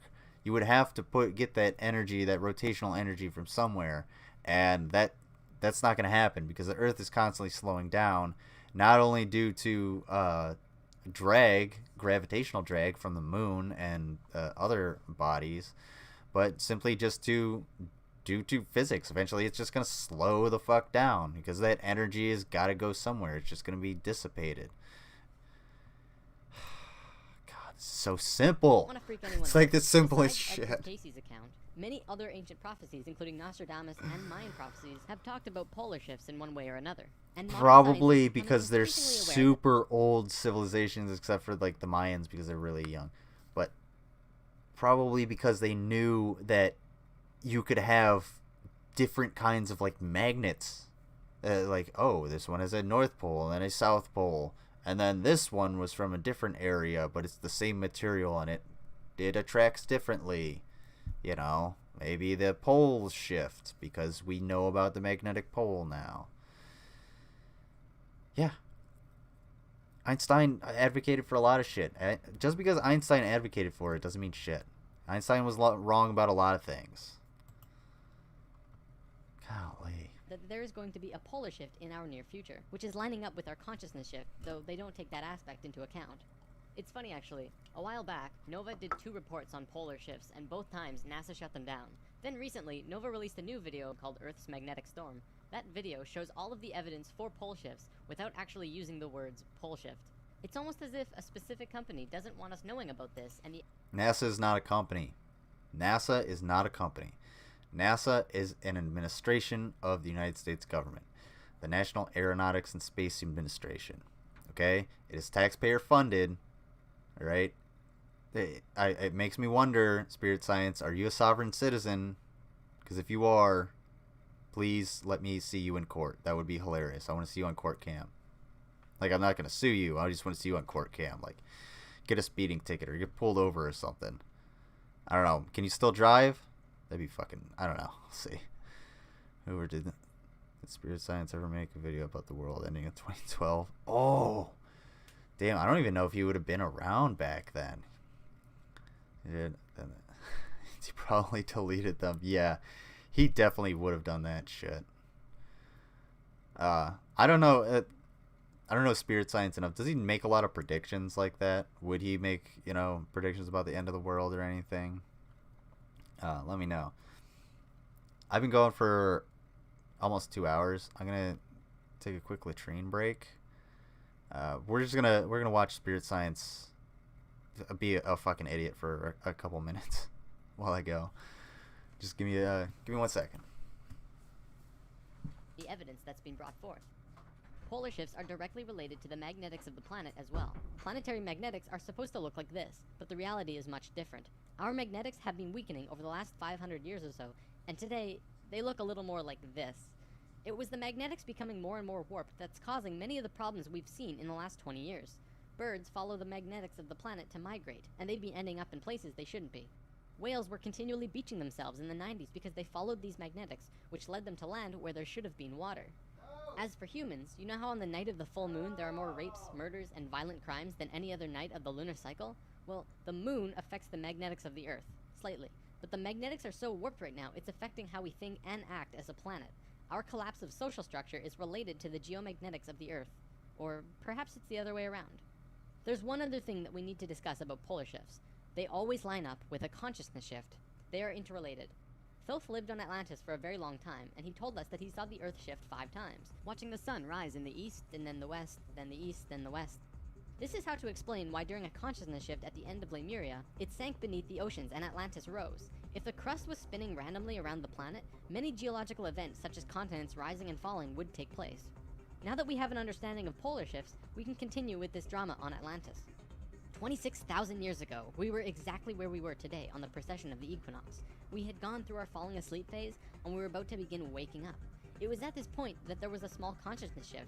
We actually went down in consciousness, not up. A piece of Atlantis about the size of Rhode Island sank into the ocean.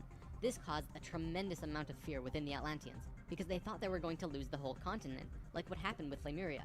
Because of the consciousness shift, one of the bigger things they lost was their connection to the future. They couldn't foresee big events such as the potential sinking of their home. After about 200 years, this fear began to subside. Now, in both the Bible and the Sumerian records, the accounts of Adam, Eve, and all of their children were recorded to have exceptionally long lifespans, like... Okay. Am I being detained? Are you detaining Jordan Lizard? I don't know if you could hear my wailing, but I was screaming about the whales. Okay. So I do know what he's talking about. Drinking beers. I know what he's talking about when it comes to like whales being beached in the 90s. Because a lot of bad environmental shit happened in the 90s and before that. So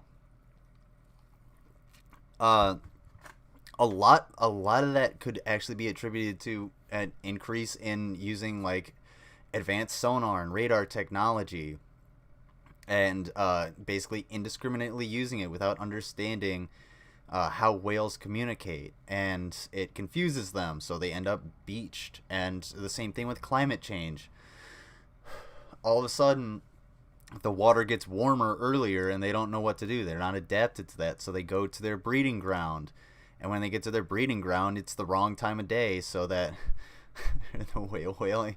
Yeah, I was he got me on that one, but it like they might go there and it's the wrong time of year, so there's nothing to eat, so maybe they go for something on the shore that they think they can get, or they can possibly get to eat, because it's a whale, it has to eat a lot of food, and then they end up beached. These are simple things to attribute it to. You don't have to attribute it to a sudden shift in the magnetic poles. That doesn't make any goddamn sense.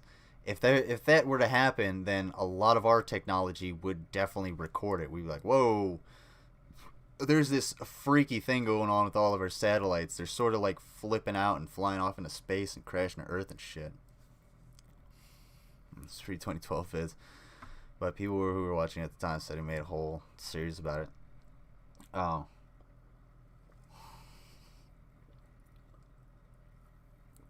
Yeah. If he did, like... These are the kind of people that really need to stay away from fucking predictions and stuff like that. Because they're always going to be wrong.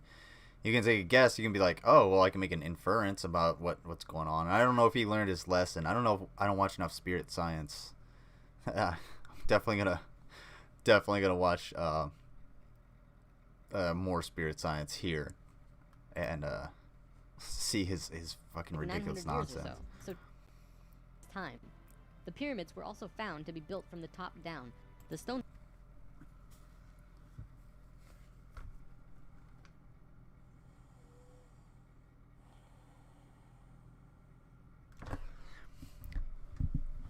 This motherfucker just said the pyramids were built from the top down. Are you fucking kidding me? What the hell kind of nonsense is that? How do you build anything from the top down? You literally can't.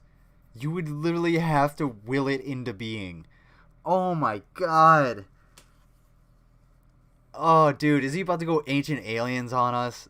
Holy fucking shit, man. Spirit Science. From the fucking top down. You already explained that the pyramids, like, basically couldn't be built. Now you're saying they were built in the most impossible way possible? What the fuck? What kind of Swiss cheese is your brain made out of, dude? Is it made out of that one, like, Croatian cheese that still has the maggots in it or whatever that, like, only people in the hills eat? Oh, jeez, dude.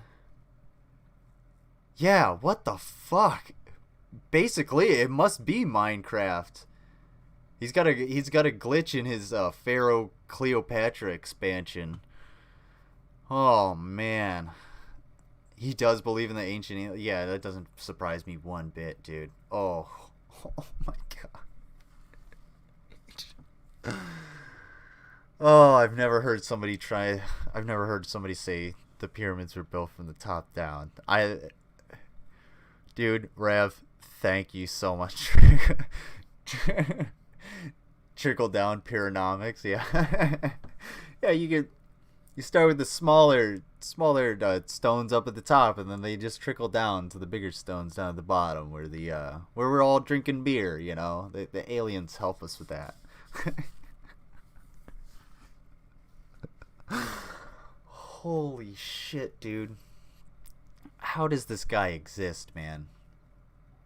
Oh, Spirit Science, how do you tie your shoes? Like. Stones on top were placed first, which has baffled researchers ever since. Every time more is learned about the pyramids, we move further into... I know what he's doing. Dude. Oh, Rav's the fucking... Rav is the best. Oh, man. Fucking... I think I know what he's doing. So he's conflating maybe a paper or report that says that the stones on the top were less weathered, probably because it was harder to take down the, hang on. That's good enough. Oh. And built very quickly. These pyramids were aligned precisely with both Fibonacci and golden mean spirals emanating from out of the where's solar that cross. picture of the Interestingly pyramids? enough, Edgar Cayce also channeled the consciousness, so whatever they thought happened instantly. It was that simple. According to Thoth, he built the Great Pyramid. There we go. Okay.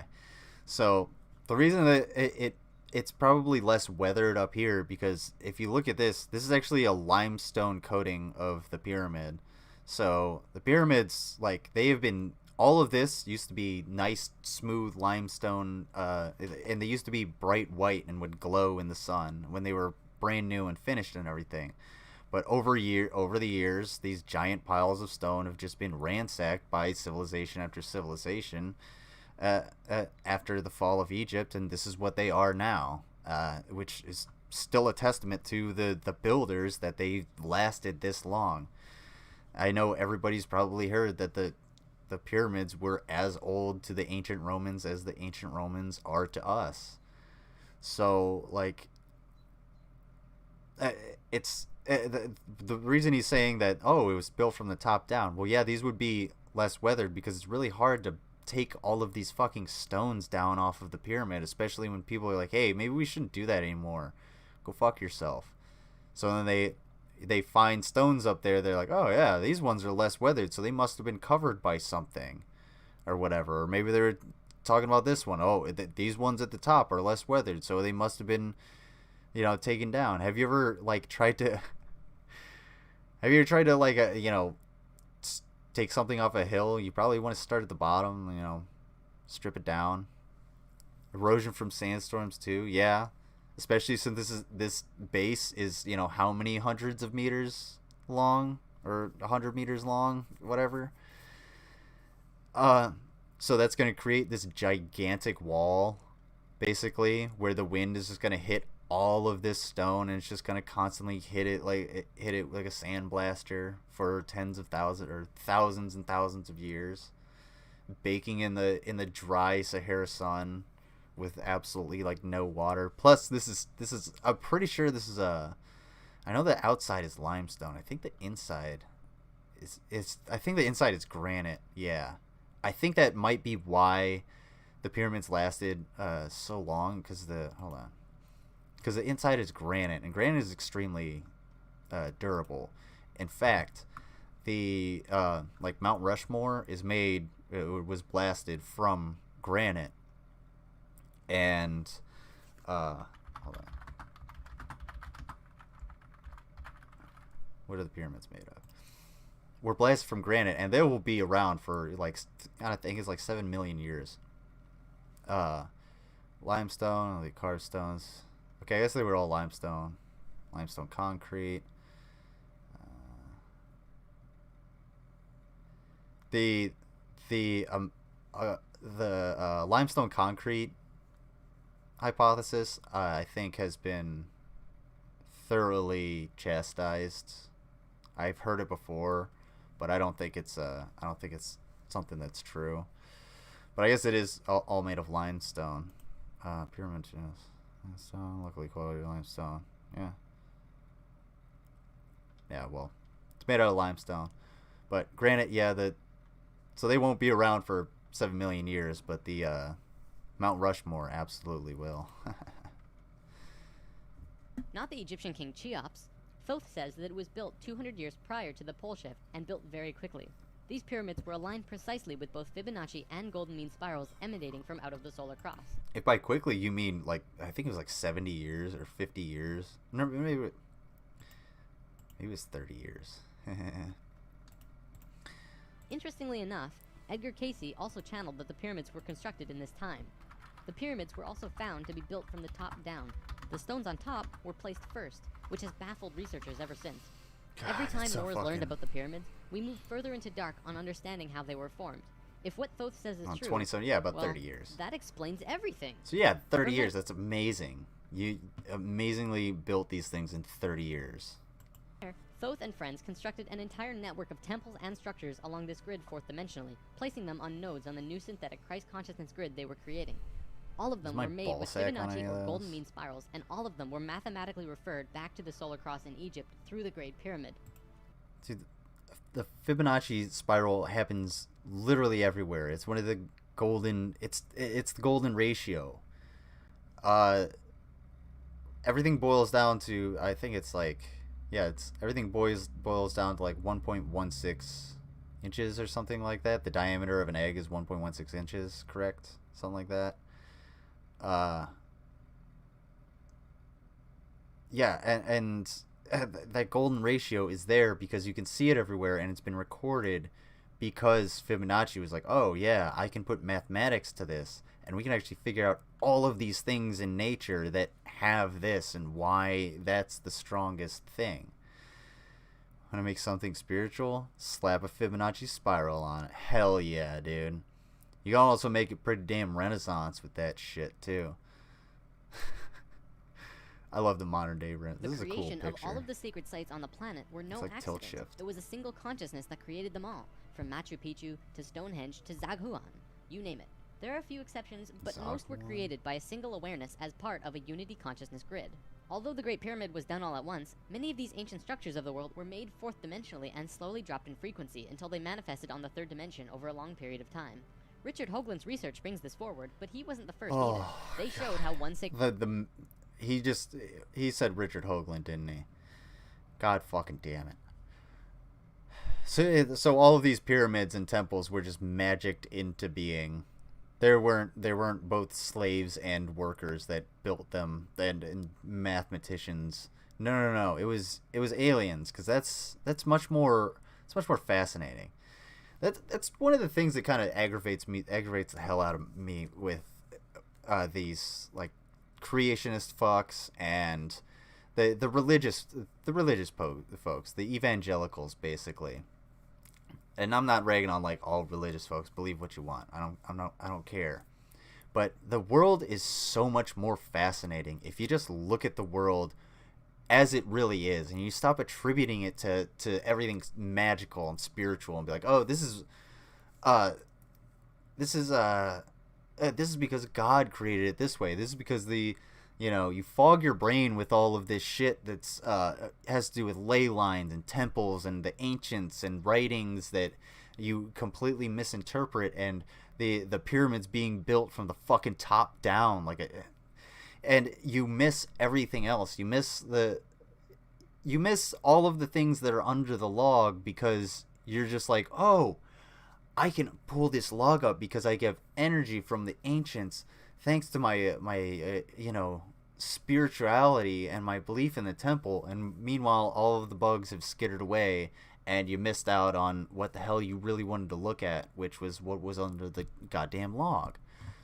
Richard Hoagland is like let's see. Richard Hoagland is, I think he's like a creationist fuck. But he's basically spirit science Richard Dawkins.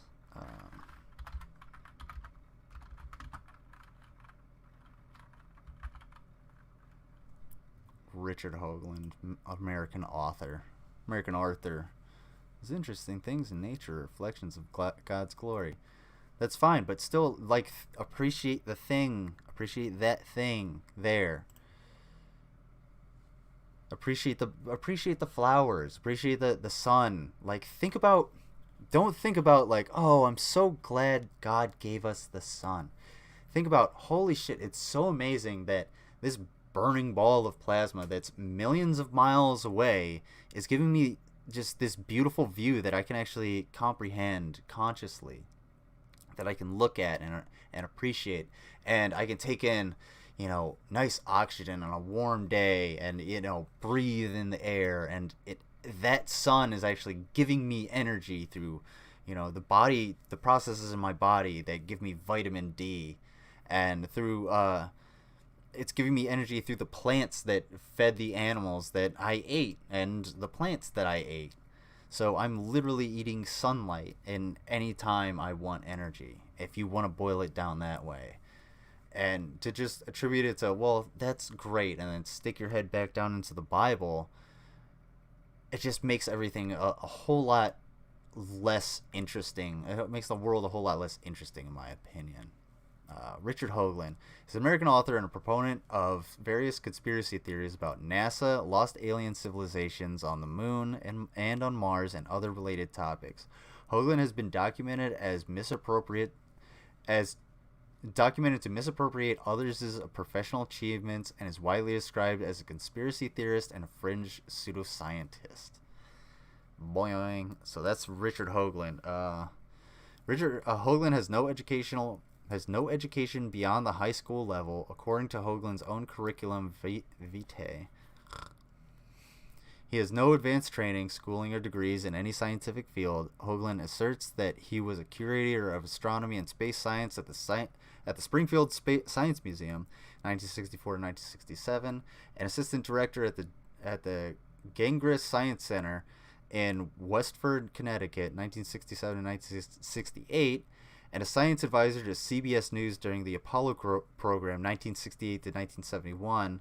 In July 1968, Hoagland filed a copyright registration for a planetarium presentation and show script called The Grand Tour.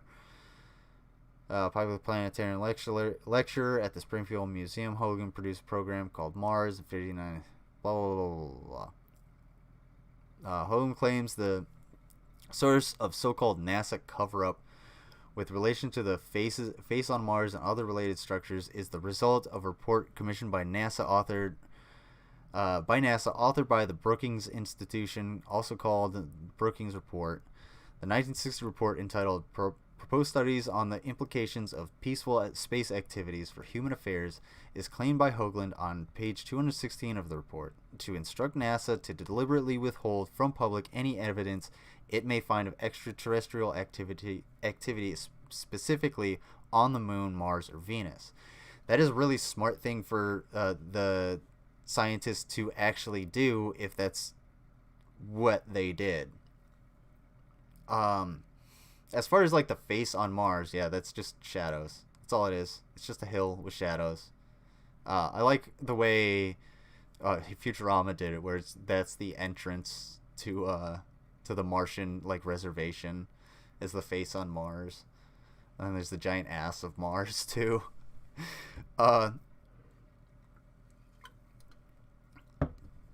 Damn. But if NASA were to actually find real life, especially at that time, are you kidding me? That would throw the entire world into an absolute panic. So it is important for NASA to be like, hey, if we find life, because Earth is literally the only place in the entire universe that we know that life exists. That's it. This is the only place we know that life actually exists. As far as those like fossils, the fossils that came from Mars that were found, in the 90s or whenever in Antarctica, no, those were mineral deposits. That's been determined for decades now. So we don't know of any other life in the universe. We don't know how common or rare life is in the universe. So if we were to find that, especially if we were to find some kind of complex life, for instance, if we were to go to like Europa and go under the ice and actually sneak a camera in there, and we see something else looking at us, well, are you kidding me? We can't just... I don't think NASA could just show that to the public. People would lose their minds. People like Hoagland and people like Spirit Science would lose their absolute fucking shit. They would be like, oh my god, we're all gonna die. They're gonna think that they're evil creatures, and you'll have people like CC who are just gonna absolutely deny it and whatever, until we bring back one of these space fish and, slap it down into some wet market and get space COVID. So, oh god. So yeah, Richard Hoagland is not somebody to be trusted at all. He makes a lot of claims that are not based in fact, and he's a wannabe scam artist, I think, a wannabe liar. Exceptions, but most were created by a single awareness as part of a unity consciousness grid. Although the Great Pyramid was done all at once, many of these ancient structures of the world were made fourth dimensionally and slowly dropped in frequency until they manifested on the third dimension over a long period of time. Richard Hoagland's research brings this forward, but he wasn't the first either. They showed how one sacred site is extrapolated from another to another to another. A hot topic of discussion right now are ley lines. These are simply geometric relations between sacred sites. Archaeologists are now finding these huge connections between major spiritual sites in the globe. So, basically, ley lines, for anybody that doesn't know, ley lines are fucking retarded. Ugh, it's so stupid. Alright, hey, Blaine, take care, be safe, have a fun Friday night. I know you said you got plans, so I hope you have fun, and I hope you'll be on the Streamstalgia over on Sunday. And yeah, have fun, be safe, and if you need a ride, call a cab. I can't drive you out there. I'm a little bit myself. But be safe. Have fun. Yeah. I forgot what he was saying. And now we know why they're connected. These sites had to be built physically so that the Christ consciousness grid could manifest. No. In a way, think of the Oh, physical... ley lines. Ley lines are basically just... That's what these things are. They're just these weird-ass... People you try and use dowsing rods where you have rods, like metal rods, iron rods that are bent in an L shape, and you can walk around, and they'll move in your hands, and they'll line up. A lot of that has to do with like wrist motion, oftentimes, or if it's actually going to affect anything, it's going to be just like the magnetic field, or in the area lining up, because the Earth's magnetic field isn't a perfect thing. It has you'll have, like, if you have a high magnetic area, if you have a huge deposit of iron somewhere, you're gonna get a different magnetic reading. Luckily my plans are digital. Awesome, dude. Yeah, take care, and I'll see you then. Thanks for the name, by the way. Thanks again for the name. But yeah, ley lines are basically bullshit. As the wiring of a giant wireless electrical... You'll hear ghost hunters talk about ley lines. It's like, oh, they're places with spiritual activity and stuff. Which I could go into a whole thing about my thing on ghost hunters, or ghosts in general, but maybe we'll do that if I get to like a ghost video. System. Somebody's got any good ghost 13,000 videos. years of continuous energy flow for it to actually turn on. And just so that you're not left in suspense, yes, the grid was completed. It came to life and is now active, though not really used. Congratulations, Earth. We actually survived. Not only has Thoth told us this in person, that's but he's why also we written it down survived. in the Emerald Tablets. These tablets were left in the Great Pyramid thousands of years ago. There are 12 tablets in total, formed from a substance created through alchemical transmutation. They are imperishable, resistant to all elements and corrosion. That's weapons grade bullshit. Because if we had those, do you not think that like the military wouldn't take that? Wouldn't be like, okay, well, we could definitely analyze this with like spectroscopy and modern technology, and we're gonna make armor out of this thing that is completely impervious, and we're gonna put it on our soldiers, and then just coat them in it, and then they're just gonna win everything, and we're gonna take over the world. No, this shit doesn't exist. If they're emerald tablets, they're gonna be made out of emerald, and not only that, but of course they're going to be in some kind of tomb or something like that. People are going to make very flashy things for tombs and temples because they want that thing to be special in that area. They want it to be a special token of whatever, whether that be like holiness or remembrance or whatever it is. It's the same reason it's the same reason you have a painting in a cathedral. Same reason you have, the Sistine Chapel. There's nothing mystical about it. It's just a pretty thing that's there. It's very nicely well crafted. It's a piece of art, and it's there as a piece of art specifically. And that's a lot of what things are.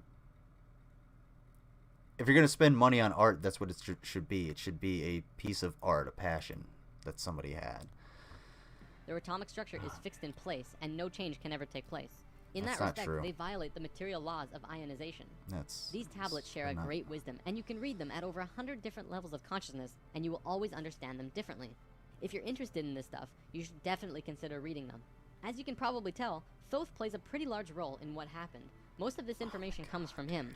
Thoth also provided most of this information about the flower of life and its geometric relationship to consciousness with us. And this stuff Just is tied pretty intimately geometric to the shapes, geometry of dude. the universe. Circles fit Considering together the quality sometimes. and quantity of information that he has shared, it makes you really start considering that Oh this my next God, part dude. can be true. The Great Pyramid has a legendary missing capstone. According to the Emerald Tablets, deep under the Great Pyramid there's a room called the Hall of Records. This room was not built by Thoth and long predates the Atlantean civilization. Within the Hall of Records, It wasn't built by Thoth or the Atlanteans at all. It was built by workers, if it exists at all. For a Hall of Records, it would probably be like the Book of Death, which is just, it's not like some mystical thing. It's just like their religion, basically. It's just ancient Egyptian religion, and they also had the Book of Life. And these gods didn't actually build anything, and to deep under the Great Pyramid there's a room called the Hall of Records. it's so hard to like focus on what to be mad at with this asshole. I really want to keep going because we're gonna go till at least 8, and then we'll see where I'm at there. I kind of want to check out. Definitely consider reading them. I kind of want to see something else. Because I really don't want to I don't want to see any more Spirit Science because he's so fucking bad. God, dude. Like, it's one thing to believe some shit. It's one thing to believe some crazy shit. It's another thing to turn on your camera and just be like, wow, I am going to spout some of the craziest bullshit right now. I am going to say the pyramids are coming from the top, built from the fucking top down. Oh man. Oh, this poor kid. Hang on. I know something I can look at. You pulled through, my guy. Yeah. Yeah, I'm gonna go all the way to 8 just because I want to see if the stream actually like shuts down. So, what I want to talk about is fucking.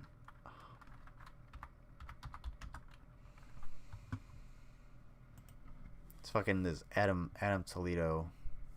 Hundreds rally in Logan Square to demand justice for Adam Toledo. Let's see. Let's see what we got on video. Updated published 36 minutes ago. Updated 1 minute ago. I mean, I'm not gonna watch the video because it's just that's disgusting. Ghosts, yeah. Send me a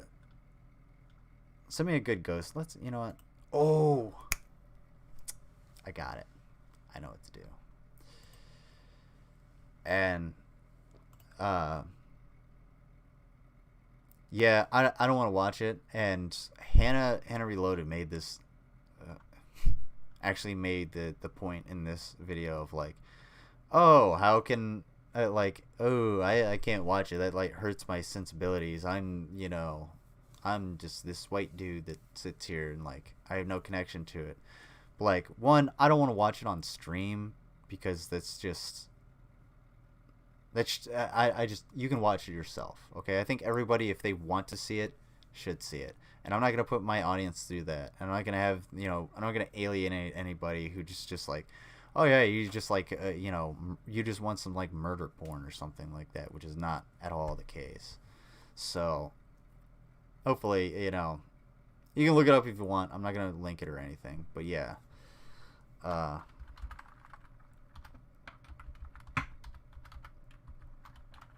Unexplained mystery. Ooh. Let's see.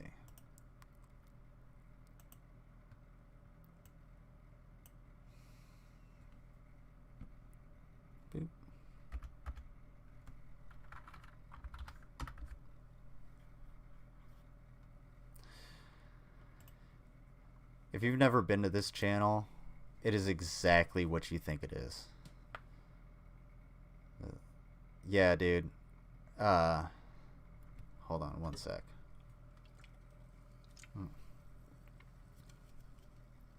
So, do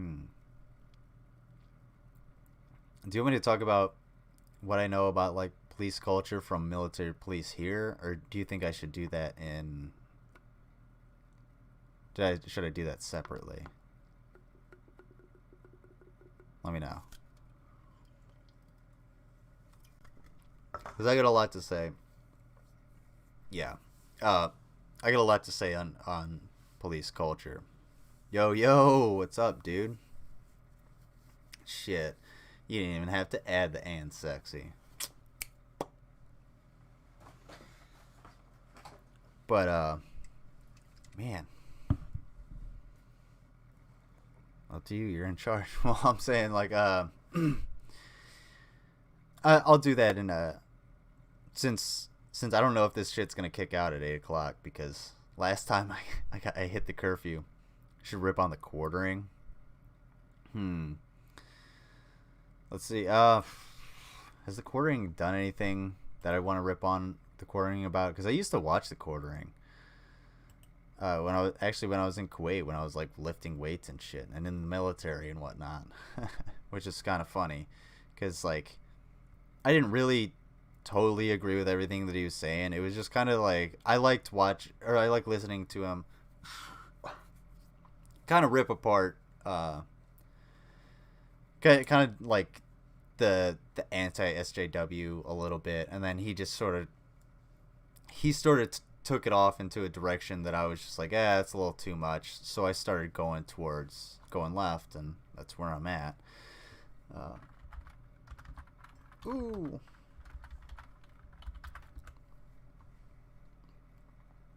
I'm basically at your guys' mercy until this thing kicks out, because I had plans and I went through all of them basically, which is awesome.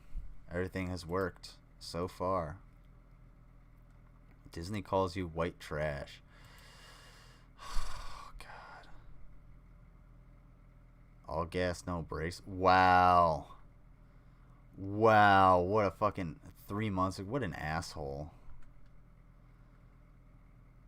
Gonna steal all gas, no brakes from the dude that got... Damn, dude. And I've never watched All Gas No Brakes, honestly, but from what I know, from the little bits that I've seen of...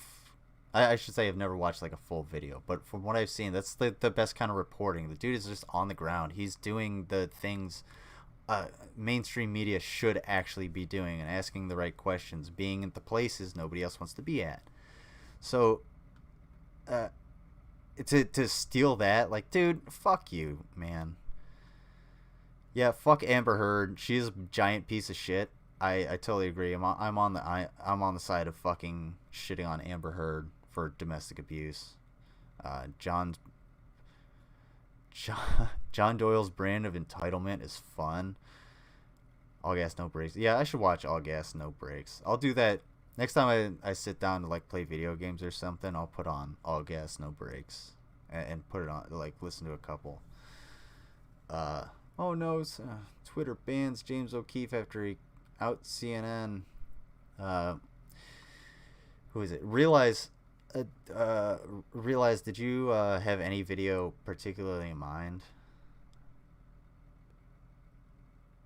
for any of this? Because again, I'm gonna have to go to the bathroom again. Cause Amber Turd, yeah, for real. Okay, domestic violence is bad regardless, but she's definitely in the wrong. And I'm not saying that. I'm not defending the quartering at all. I'm defending Johnny Depp in that. If it turns out it's the other way around and all the evidence comes out and I happen to be wrong, fuck yeah, I'll be like, well, fuck Johnny Depp. Maybe he's a huge liar. But, let me see. Black enough.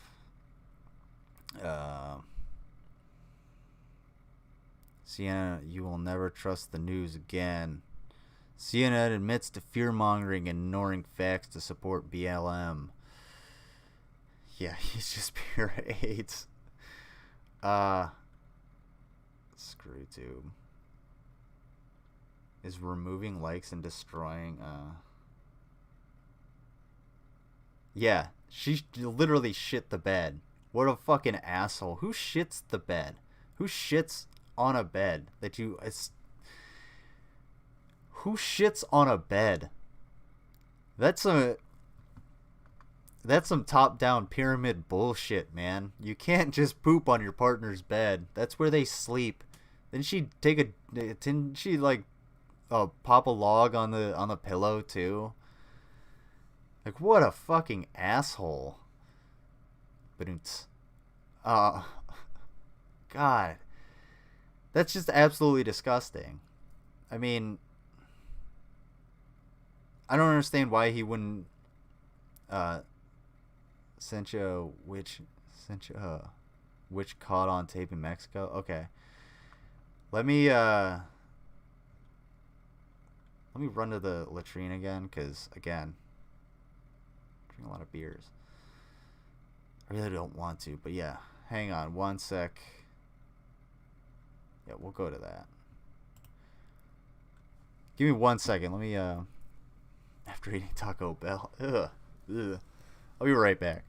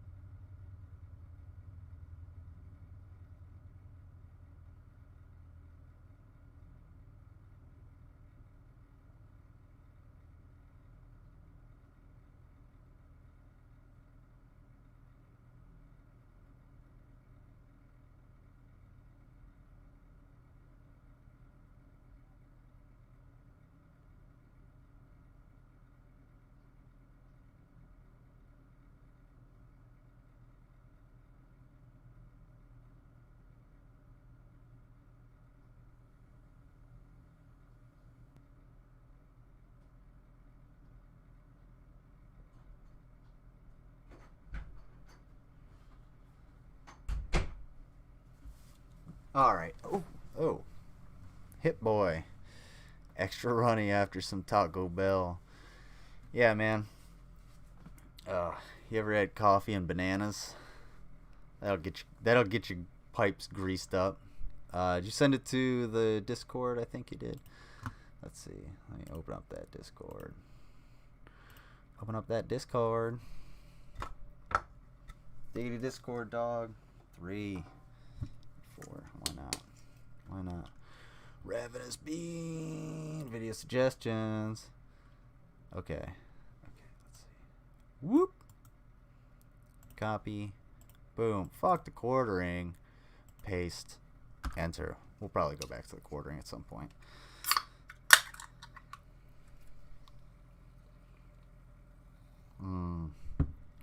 Oh. See. Now, right off the bat, you can definitely tell it's a witch, because her witch powers are making the video extra blurry and grainy. It's the same kind of like psychic magic powers that all cryptids use, like Bigfoot. They always hide in out of focus areas and in only come out when you're least prepared, and they have that fear. That fear response where you just don't know what it is, so you just freeze up. It's like, whenever you played Zelda and you run into one of those the mummies and it just goes and you like freeze for a second. That's the same power that these things have. Where do you think they got it? Like, a lot of video games are based on real life. Like I was saying about art before, you have to take elements from real life in order to put it into art. That's where that comes from. So like 2006. Yeah, the audio's on, by the way. It looks like a hot air balloon. Jesus, keep the fucking camera still. Oh my god, dude. Get a tripod.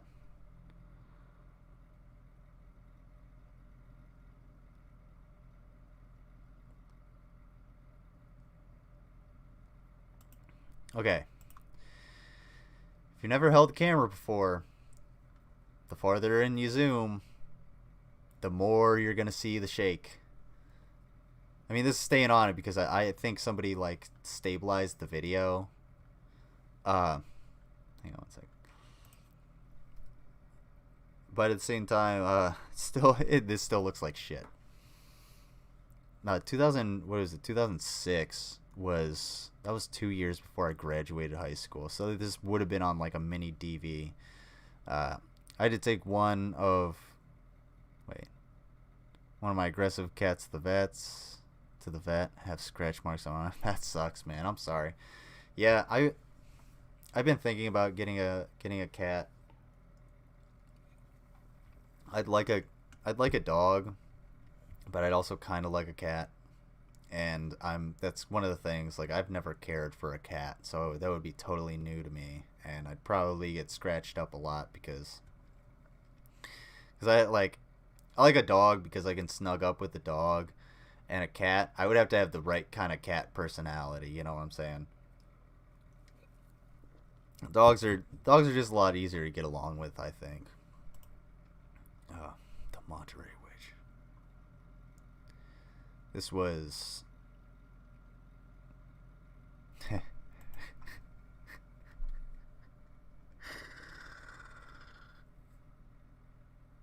Hey, you guys want to know a fun fact? The,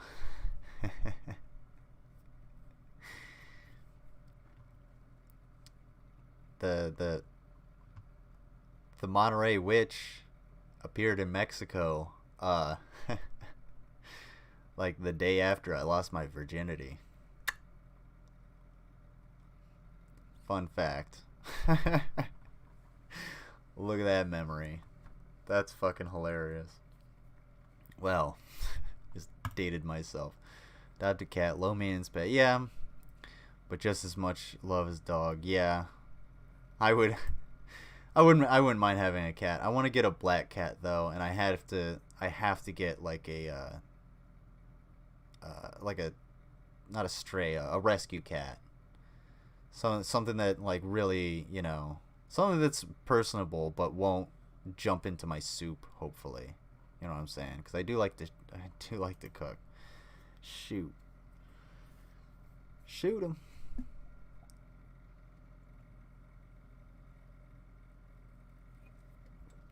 I don't even know what this is. It looks like...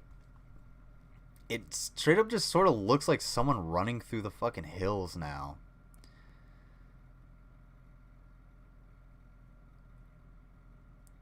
Well, how do you know it's a witch? I guess is the main question I should have asked. Because there's no... It just looks like a blurry-ass video. And the problem with this is you're going to see this happen more and more and more. People are going to keep uploading these, and it's media. It loses a little bit of information every single time you reproduce it. It's just like playing telephone. You're going to lose a little bit of information. So it's going to be harder and harder to get, unless you have the original video, it's going to be harder and harder to up the actual quality of the video and get a much clearer picture. Granted, if you want a much clearer picture, it might be super tiny, but at the same time you'll be able to like see more detail in that, and that's why, and that if you reverse that, that's the whole reason that the picture of the black hole was like blurry as shit, because we had this tiny ass little picture that took forever to actually render into something we could actually see. Fucking love Wendy's. Did you get 2 spicy chicken sandwiches for $5? Because spicy chicken sandwich is pretty much the only thing I get. However, nuggets there are so delicious, and their chili's pretty good. That's about it. But yeah, they had 2 spicy chicken sandwiches for $5, which kind of sucks, because the spicy chicken sandwiches that they're doing 2 for $5 are like the chicken breast actually cut in half, and then both halves are fried. So you're only getting really one, when back in the day they used to have like a real like chicken breast. That thing was substantial. Black cats are killed more at shelters than any other type of cat. Will want to get a black cat either as a stray or as a rescue pet. The Amacan, the AMI can have a playmate. I was like, then AMI. Yeah, Rachel actually told me that too, that black cats get killed more, which is really unfortunate. Because don't put your human bullshit onto other animals. That's not, they're just trying to live their lives. Poor kitty cats. Hey, I'm definitely gonna get a black cat. Yeah, yeah. Aww. Yeah, I'd also go for a Siamese cat if there were no black cats. That's the only thing. I would go for a... Oh, I did get a spicy chicken sandwich with the combo. Oh, God. Damn, dude, that sounds so good. I ate all my chicken that I cooked earlier. I don't have any, like, chips or anything. I think I want to order a pizza, but I don't want it delivered. And I'm not driving. There you go. Spicy nuggets. Oh, spicy fries would sound so good too. I think Arby's has the best fries to me. I only eat McD, Taco Bell, Burger King, and A&W. I did McDonald's the other day, but that's only because I needed food. It was the day I got my shot, my vaccine. But I really won't do McDonald's. Usually if I ever do fast food, it's Wendy's or I've never been to A&W, and there's one right up the road from me. I'll do Chipotle. I consider that fast food, but I'll get like a huge burrito. I'll spend like $12 and get a gigantic burrito. Both you and Rachel know what's up with the spiced chickens. Fuck yeah, dude. That's the best. That's like, I would say that's almost the only good thing at Wendy's. It's definitely one of the best things at Wendy's. All right, we're getting close to the 8 o'clock curfew. I don't know if it's going to shut off or not. I hope it doesn't. If it does, I am sorry. And I appreciate everybody for stopping by. And I thank you for supporting the stream. And hopefully I will see you in the Discord. And maybe I'll probably be listening to FML and FML's podcast later. So if you're there, I'll be probably in the chat at least with that. But we'll see what happens in the next few minutes. Anyway,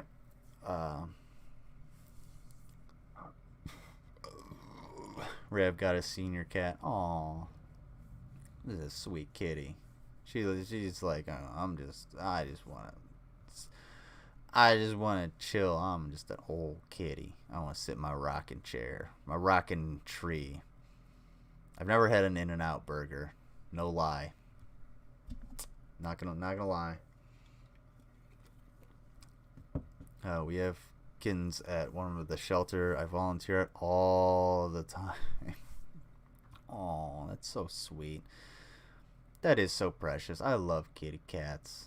They're so adorable. I love animals far more than I love people because they're the best. I got a senior black cat when she was 16 and she was deaf with kidney and thyroid problems, and she lived 4 more years. That's awesome. I'm glad she lived, and hopefully she wasn't in like a ton of pain. Glad you cared for her at 16, especially. Yeah. I only have those places close to me. Yeah, that's about what's close to me too.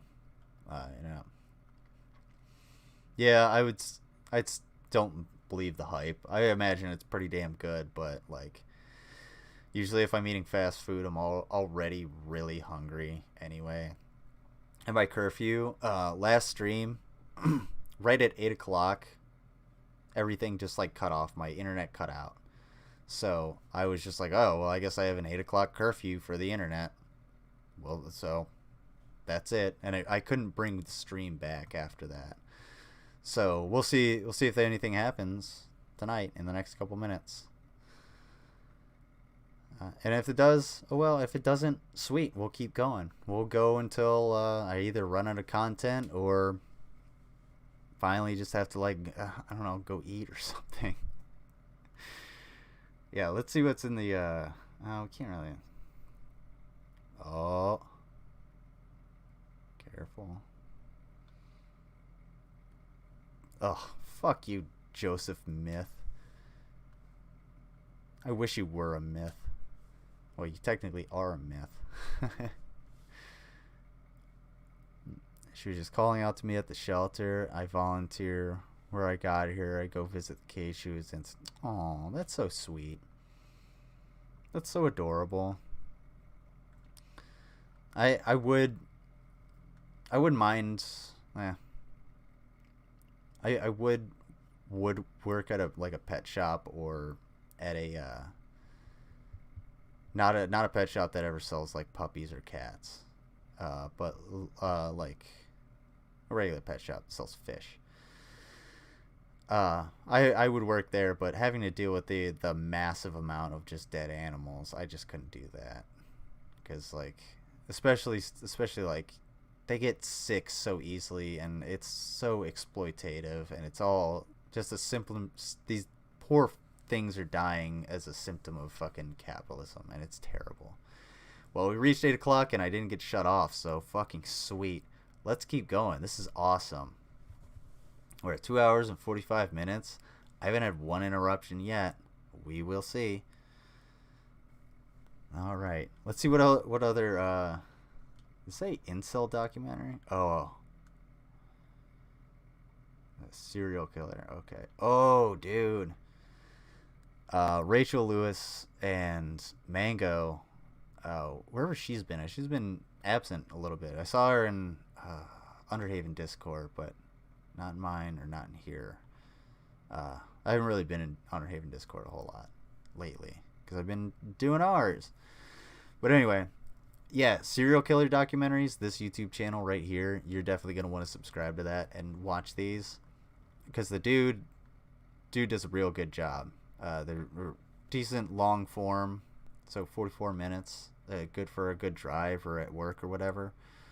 But yeah, definitely worth looking at, because detailed, goes over not just the famous ones, but some of the less famous people from not just North America, but Europe and elsewhere in the world.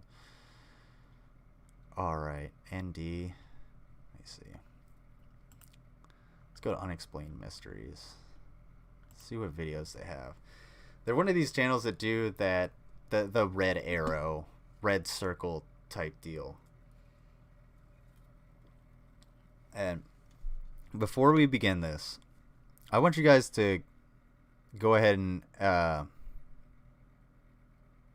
take a guess if you've never seen this. What do you think this guy's voice sounds like? What do you think the narrator's voice sounds like?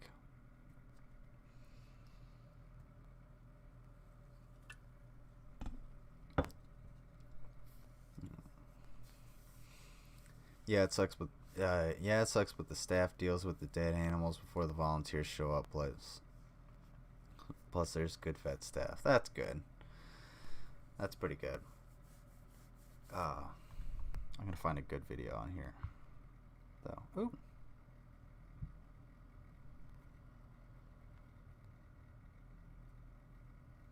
I was about to say. Let's see what this is. It's going good. Streaming's going good. It's sorry for all the dead air. My bad. I don't mean to be on my phone. Excuse me. I don't mean to burp in the thing. I need a pop guard. I need a pop guard really bad. I've been saying that basically since I started streaming. This is another thing a lot of these red circle, red arrow channels will do. Retired Air Force colonel. Just because you're like a high-ranking person in the military doesn't mean you know shit. You could be a colonel in the Air Force, but all you did your entire career was admin. So, for instance, what was it? No, it wasn't 46. It was like, yeah, 42 Alpha is administrative assistance in the Army. That's your MOS. And all you basically do is you file a bunch of paperwork for everybody. That's what you do. You file paperwork, you print shit out, you handle all of everybody's administrative stuff. And it is a very difficult job, and those people definitely know what they're doing, and they're one of your best friends. Don't fuck the 42 Alphas, because they will fuck your career. They'll lose your paperwork. They'll make you get pepper sprayed again because, oh, I guess you didn't have the certificate because you were a dick to me at the gym, you know. But this Air Force colonel could have been that. Pushing papers and shit. That doesn't mean he's top 15s. Oh my god, dude. I can't believe you said that channel name in my fucking chat.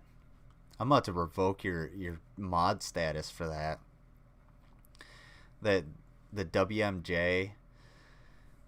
I can't. Oh.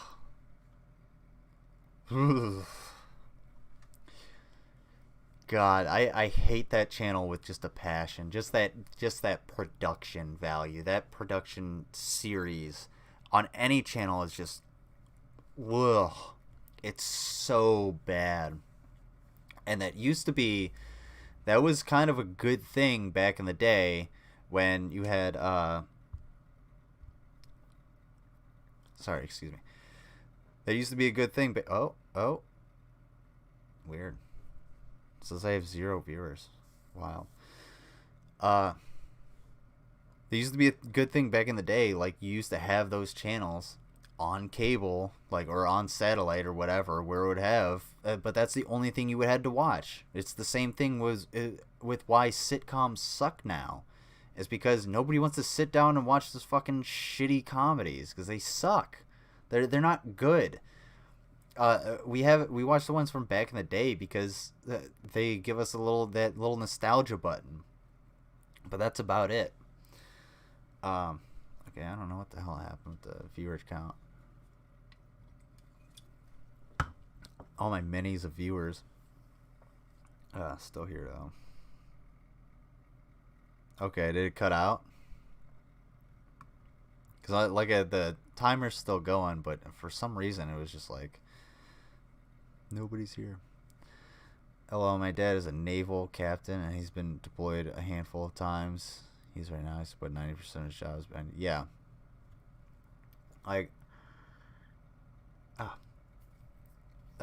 Your dad has rank in probably some sense where that he's in charge of soldiers. Like, he probably can have legal oversight of soldiers, you know what I'm saying? So he can tell them what to do. I'm not sure what your dad's job is. If you actually gave me the job description, I'd know a lot more. Okay, cool. Sweet. Glad you guys are still here. Okay, so like yeah. So basically he could have legal the legal ability to give them orders. Okay, he may not be telling them, hey, you're gonna be, he's not gonna have a cigar in his mouth, all right, load the cannons, boom, fucking launching shit while planes are flying over, and you got zeros slamming into the side of your ship. It's basically, he's just gonna be like, yeah, okay, so I have these soldiers, I have this crew of 8 soldiers that are in my charge, and these people are actually active duty, or they're reservists or whatever, and they're in a certain title position within the military, and he's just like, yeah, well, I'm actually a civilian, but I can tell you guys what to do because I'm in charge. I'm the one who's been put in this position.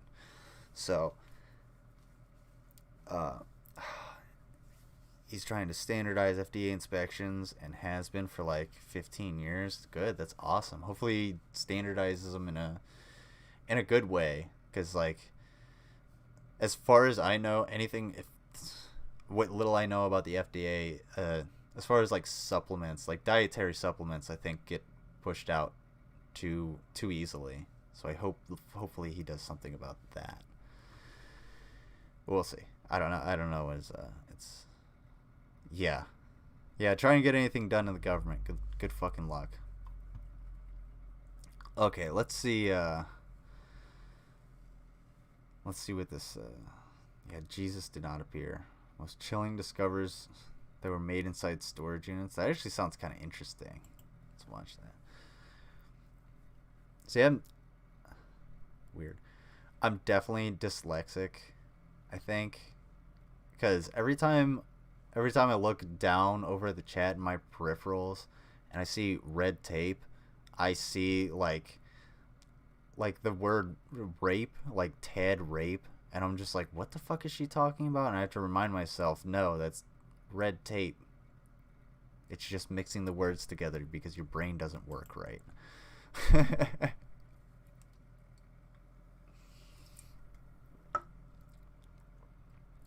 Hold on. Wait. Okay. Okay, what does this guy's voice sound like? What does his voice sound like, guys? We're moving through the box.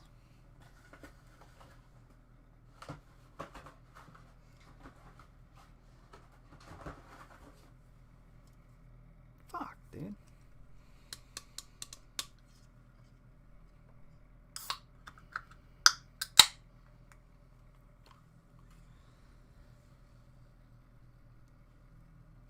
I got a huge amount of lag. Sorry. So you're gonna have definite pauses. Well, I'm gonna try and minimize that. Nasally. It's more for food production places. I'm not sure. Oh yeah, he's trying to make it easier to get information necessary. The current method is still old-fashioned, pen and paper reports, no standardization or anything. And also, I think it's more for yeah, that's good. I mean, like I would have to actually know what the fuck he's working on to give a good determination. But yeah. Oh man, dude, Rav, you're close. Not snobbish. That may not be the proper word, but you're in the right ballpark. Also, I think it's food production place. Like, hopefully he's trying to like make them safer, you know, because especially with COVID, I mean, they should be prepared for the next pandemic. They should be prepared a century ahead because it's gonna happen again, and we're gonna have the same idiots that kill a bunch of people because they can't put a piece of fucking paper on their face. Don't be an ass. Buy a fucking mask. Link in the description. Go ahead, try it, do it. It's awesome. They're great. Mine has to be washed because it's got my face dirt on it. Alright. He's actually not condescending. He's actually very objective. That one you're actually somewhat wrong. He's he's not really objective. He's more like questioning. But you're gonna see. He has fairly good production quality too, so I appreciate that. Storage units are usually simply receptacles for unwanted items that cannot be thrown away. Boxes of documents that have outgrown a filing cabinet, or large equipment that does not have a place in the house. However, some time is more. This is actually a different dude than the one I was thinking of. Let's go back a little bit. Let's go back into his channel a little bit. Not a week.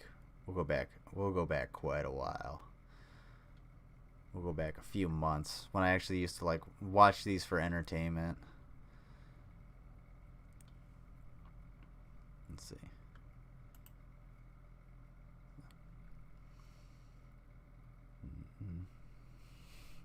Inspector is no guy. Yeah. Shittier news. Yeah, you want. That's why OSHA inspectors are like so good at what they do, is because they have a guide. They're not afraid to reference it. And yeah, for food production, absolutely, we should always increase the safety. We should always be trying to improve safety measures for any kind of food production, because you could kill people very easily. We all have to eat food. This job title is project manager. Oh yeah, projects manager. Yeah, he's not on the front lines. Someone Shaquille else O'Neal curious. is best known for being a former There American we go. basketball player. This is the voice I was looking for. However, a few days ago he shared an interesting video that got people talking. The video in question shows Shaq driving around at 3 AM, and in the background is what looks like a mysterious beam of light. He then uploaded the video to Instagram asking his followers what they thought it was. It then sparked various theories for what he had captured, ranging from UFOs to more mundane explanations like a light show.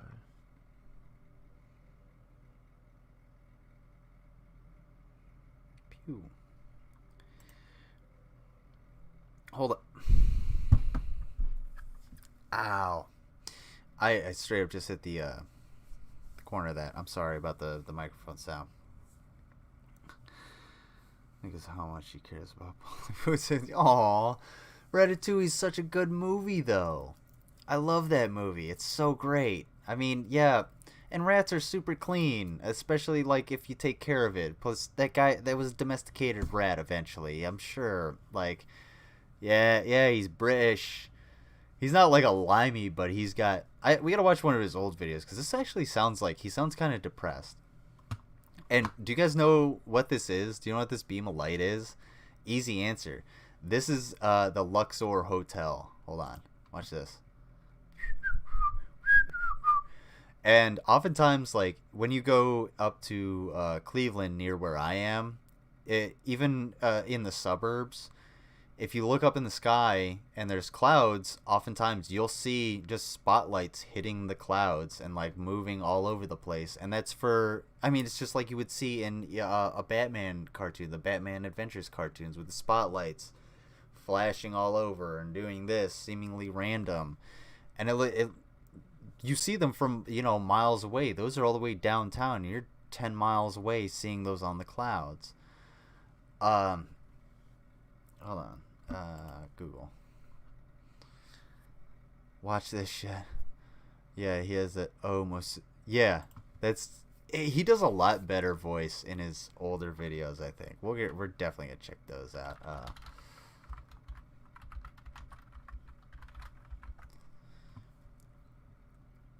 Luxor Hotel. Watch this.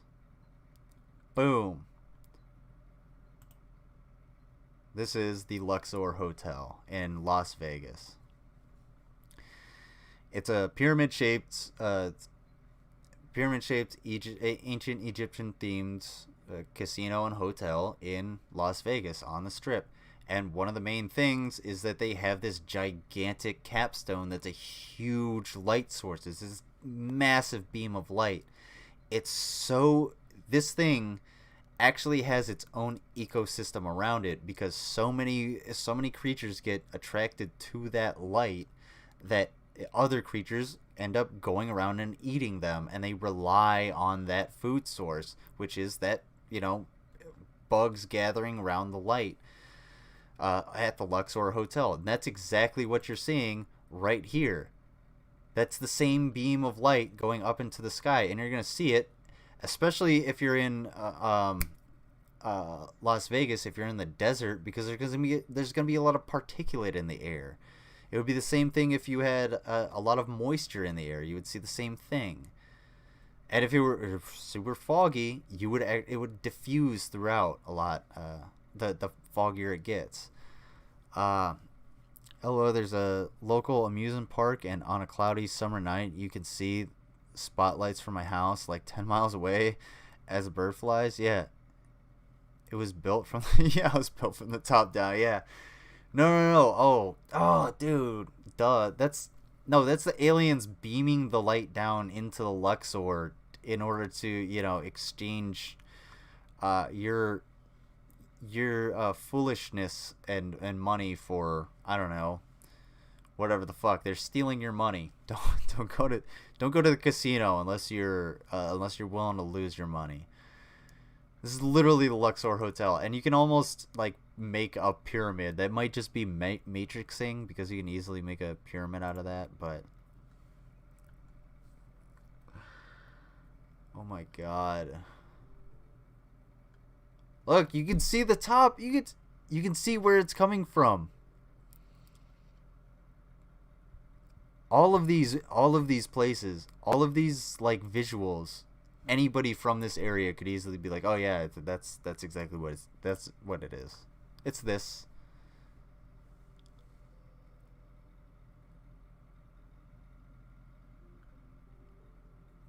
Yeah, it goes really high.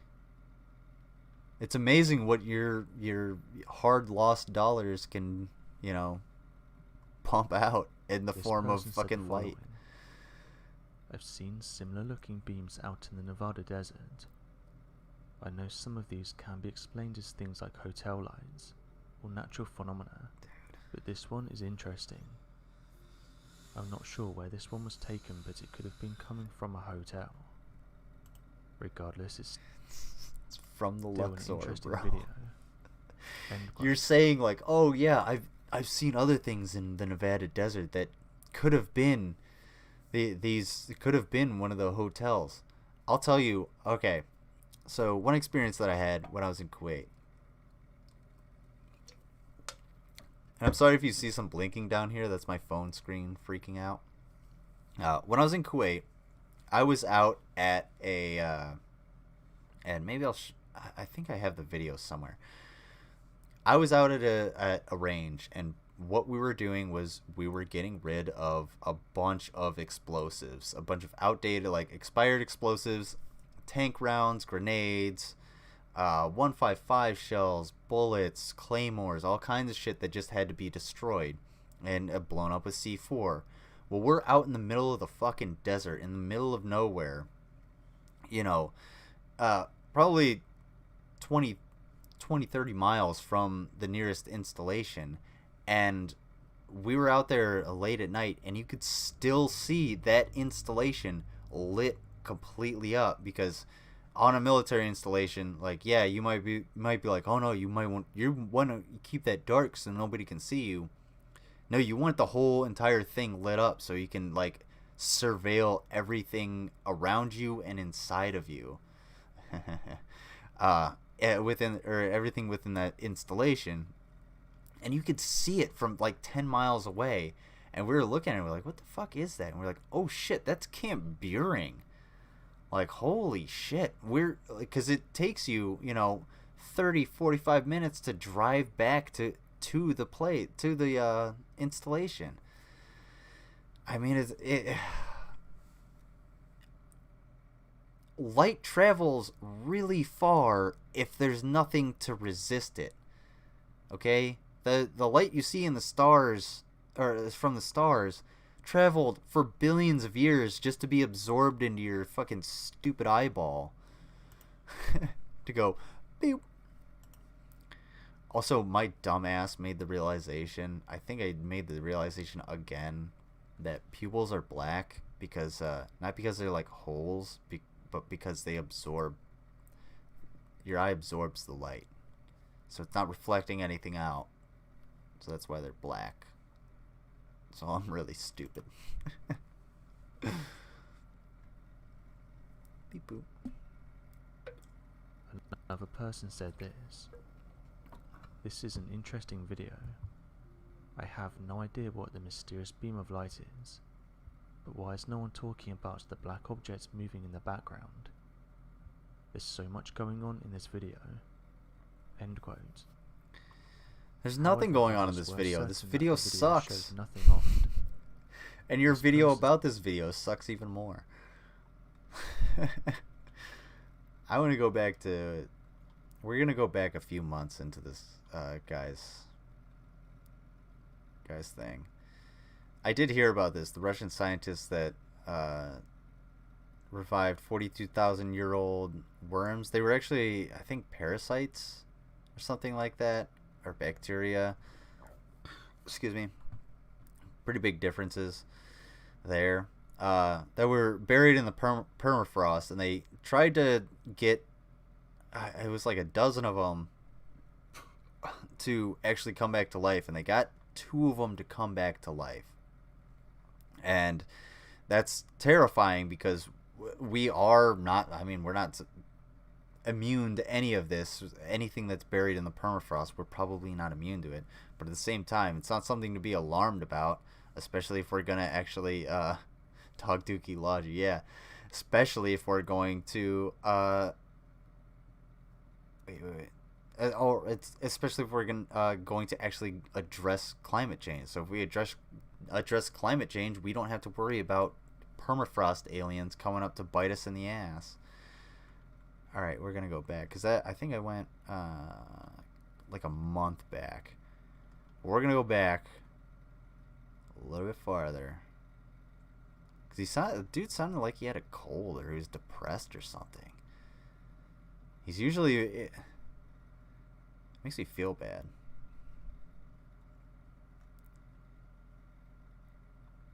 Let's see.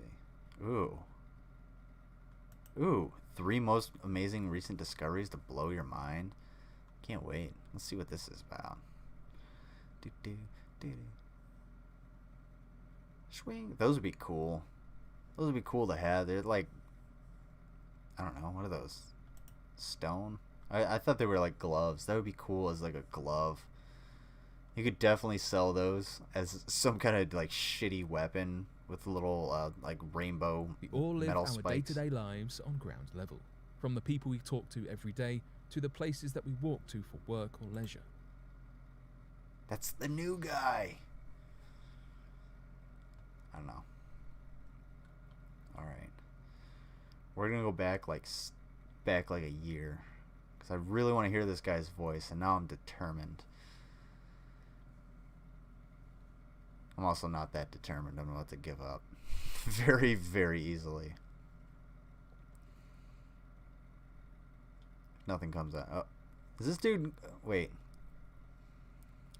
Police couldn't find the man that was. Yeah. You know why? Because he took off his costume. He was probably walking near his house and just walked inside. And then they didn't ask the neighbors because it's fucking stupid. Yeah, he's wearing a plague costume. People do that, and people were filming him. Because he's wearing a plague costume during the plague, you turd. Oh god, this is so bad. Those who've seen a costume of a plague doctor have said it looks menacing. I feel like he's The main trying a feature lot of the harder in costume this was one. that of a mask that had a beak attached to it. Inside here would have been burning herbs. Fuck no, there wouldn't have been burning herbs. You wouldn't have burned shit in there. If you burned stuff in that mask, not only would it catch your face on fire, but it would have choked you and killed you. You just put a bunch of herbs and flowers in there because they thought everything would travel through the air like miasma. Granted, this would have worked a lot better during if they had COVID rather than if they had the plague, because the plague was, I'm pretty sure, was transferred like fleas through blood and through like fluid contact. But yeah, no, you wouldn't burn them. You would burn your fucking face off, dude. Easy.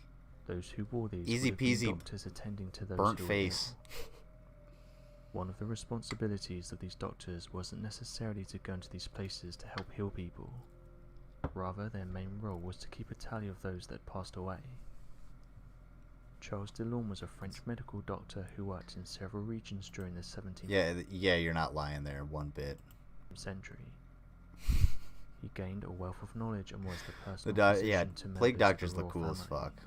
I wouldn't. The main one being that of If I ever win the lottery and get shitloads of money, I'll splurge on a plague doctor costume and just strut around. Go to my enemy's house, just show up and stare at them. Give them a death note. My asthma. You say it like my asthma. So my asthma. Yeah, it helps my asthma. Putting all of that pollen into my lungs helps my asthma. I actually don't have asthma. I have okay lungs. I got a good lung. Anybody? Oh, you guys ever heard of spontaneous pneumothorax? Yeah. Anybody? Instant, like, randomly collapsed lung. Louis XIII, who was the king of I know France. 2 people in my life that have had that Charles happen is to also them, known for being and it's behind the fucking creation of the terrifying. costume worn by plague doctors. He said the following about the invention. The nose is 1/2 foot long, shaped like a beak filled with perfume. That's a lot longer than... hold on. That's definitely like about 13 inches. That's longer than a foot. 6 inches would be like right about here. That's about a 6-inch beak. Okay. You're not that... no. Poor representation. So if the beak were longer, and I understand these are costumes, so they're probably accentuating a lot of it, and over time it would get accentuated, because back in the day they would have used as little material as possible in order to create the mask. So these things may have had a smaller thing, or maybe he's talking about like the diameter, 6-inch diameter, which might make a little bit more sense. Give me 1 second, we'll be right back. Cotton gloves also made of the same skin, with spectacles over the eyes. End quote. Historical researchers have said this would have been a terrible time to be alive. Those who lived during this era thought they were suffering because they angered God. This meant that some people would ask the doctors to hit them with the wooden sticks they would carry around. It's suspected that one of the worst things about being alive during this era would have been the smell. This is behind why the doctors would place flowers and herbs inside the beaks, saying that it's likely the smell would have been unbearable. One of the problems with this suit though was that in order to breathe properly, holes were poked into the beak. Although this meant that an airflow was created, it also meant that the doctors were not protecting themselves. This led to the majority of them catching the plague and passing away shortly after. The doctor's uniform has become a staple from this era, but now police have said they're on the lookout for one of these doctors. Residents close to Norwich have said they've been seeing a plague doctor walking the streets, with some saying that the individual would place their beak on the window and then look inside. When the news broke, it caused a variety of different opinions to be put forward. Some said that the dark humour was funny, and that perhaps the individual was just trying to make people smile during everything that's gone on, while others have said it's not funny, and whoever is behind this has been worrying the locals. Police have come forward and said words of advice to the individual. It's actually the first one. It's not an ideal. It's actually pretty funny. Yeah, it's scary. Like, to... Ow! Ooh! Jesus Christ. Yeah, that would be scary, like, if somebody, like, knocked on your window and all of a sudden you have a plague doctor right there. If that should happen to me, I would instantly know it's somebody fucking with me, and I would go from, like, oh shit to, like, pissed off, and I would figure out who the fuck it was. I would definitely figure out who it was, because I don't like that. Especially in my own house, but I'm cool about it. I'd be like, that was cool, I just want to know you weren't trying to harass me. But ow,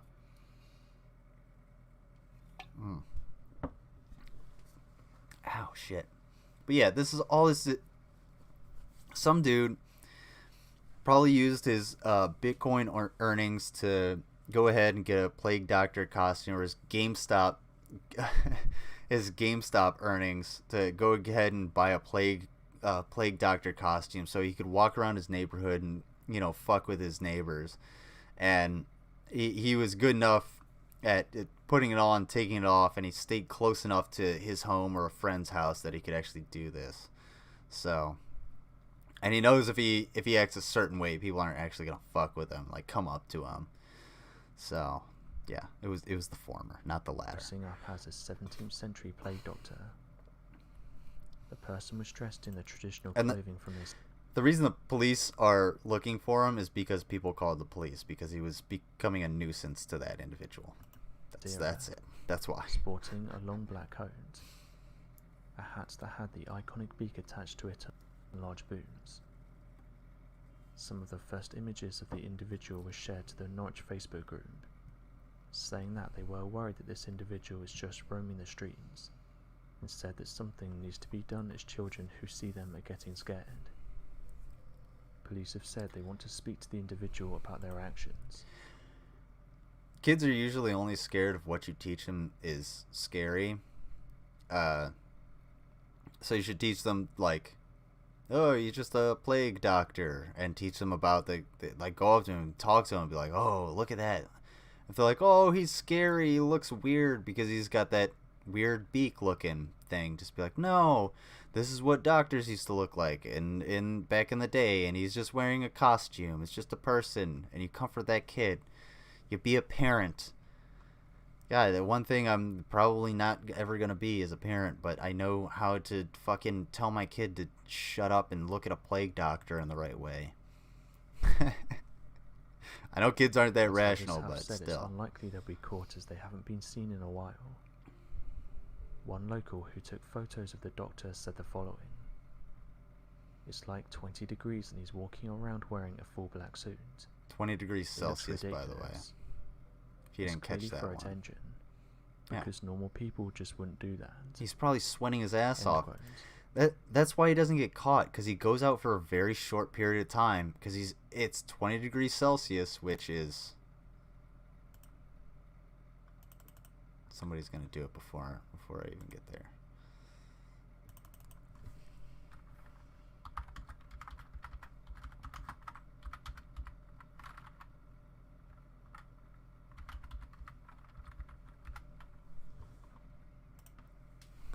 Yeah, I knew it was an S, not a C. 68. So yeah, it's like 70. It's 70 degrees out there, and he's wearing an all black heavy leather costume it seems professionally made with a hat. Yeah, he's going from one place to another and then taking that shit off. I mean, I wear less than that during the summer when it's like, 70, 80 degrees in the shop, and holy shit, do I sweat my ass off. Another local said the following. I was just sitting there and I was getting angry as my mum has a phobia of masks. I know that even in the daylight, if she was to go around the corner and bump into him, she'd be scared. I bet you she's that same asshole at the what was it, Tesco's or the what do they got over there? The Sainsbury's. That's like, oh, I don't need a mask. I'm scared of masks. They make me terrified. I can't go into the Sainsbury's because they make me wear the mask, and why that just upsets me. And I need my Sainsbury teas because that's where I get my teas. And if I go elsewhere, I'll just get different teas and it won't taste the same. And this mask thing is just crazy. I just don't get it. That's probably the person that's coming in, like, probably the person that's complaining about this being like, I have a phobia of masks. Not many people have a phobia of masks. They probably have a phobia of, like, people in masks because they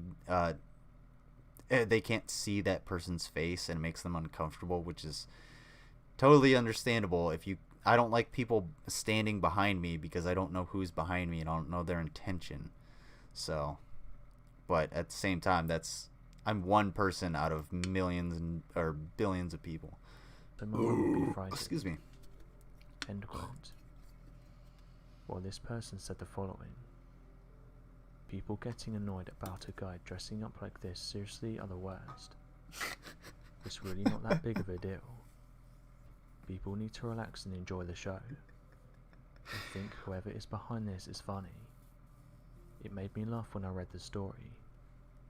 It's not that deep and people need to relax. Yeah. End quote. Yeah, straight up lighten the fuck up, bro. Like, that's about it. That's probably the best quote I ever... People need to lighten up. Like, it's just a joke. Deal with it, guys. Come on. Guys, he's being entertaining. Not only that, but this is happening in what, Britain? Or in what did it say? I don't know where the main feature. I forget what they're saying, but I think this is in like England or something. It's in Europe, and European countries actually did lockdowns. So like this dude's probably just barely skirting the rules. Like, oh, I can go out with a mask, so I'm gonna wear a plague doctor costume and walk around my neighborhood while my neighbors have absolutely fuck all to do because Netflix doesn't, is out of shows. And their VPN is down, so they're gonna look out the fucking window, and what are they gonna see? A plague doctor. Ooh, yeah, lighten the fuck up, guys. Come on. Oh man, this is too much. People shouldn't be laughing at them. Poor as it's plague not doctor funny, guy. saying that if she sees the doctor again, she will get into contact with the police and work with them in finding the individual. Oh, if A Norfolk police spokesman this were what was it? said the following. Wait, Norfolk. Officers have been made Is it aware Norfolk, of an individual England, who or- was seen I walking don't around know. wearing a plague outfit. Although no offences have been committed at this time, officers are keen to trace the individual in order to provide words of advice about the implications of his actions on the local community. Should any further information come forward about offences being committed, we will act accordingly. End quote. Another person spoke out about this, saying the following. I think this is hilarious. I heard about people getting annoyed about this, but I think the person is probably just trying to make people smile. Perhaps this was the Halloween costume they didn't get to wear You this gotta year. love him delivering this shit in a somber tone. Not only that, but he keeps cycling through like the same 3 or 4 pictures. I think 1 or 2 of them are just crop zoomed in pictures of the same picture. And it's like he's got this somber tone, and he's reading quotes that are like, "Yeah, dude, this is fucking hilarious, man. I can't believe this dude actually put on a plague costume and he's walking around. Like, knock on my window, man. I'll give you... Oi, knock on my window. I'll give you a spot of tea. Come round. We got crumpets and bangers and mash. We got... Is that racist? I don't know. I don't give a fuck. I can rag on... I can rag on the British because I'm American. I'm an American soldier. It's true. Sort of. At least they made the news. End quote. Yeah, at least they made One the another news, person unlike said your the following. ass. Like you're complaining, can see why your people mom laugh at complaining this. about her fucking inability to go to the damn Sainsbury's. Oh, I need some beef so I can boil it up, and then make me some boiled beef and what? Mysteries in space mysteries. I can deal with space mysteries. I don't want to watch a 15-minute video. I want to watch something other than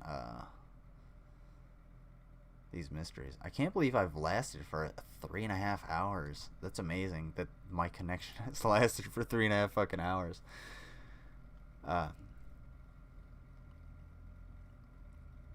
Ooh, that's what I was... I'm gonna take down the quartering a little bit, I think.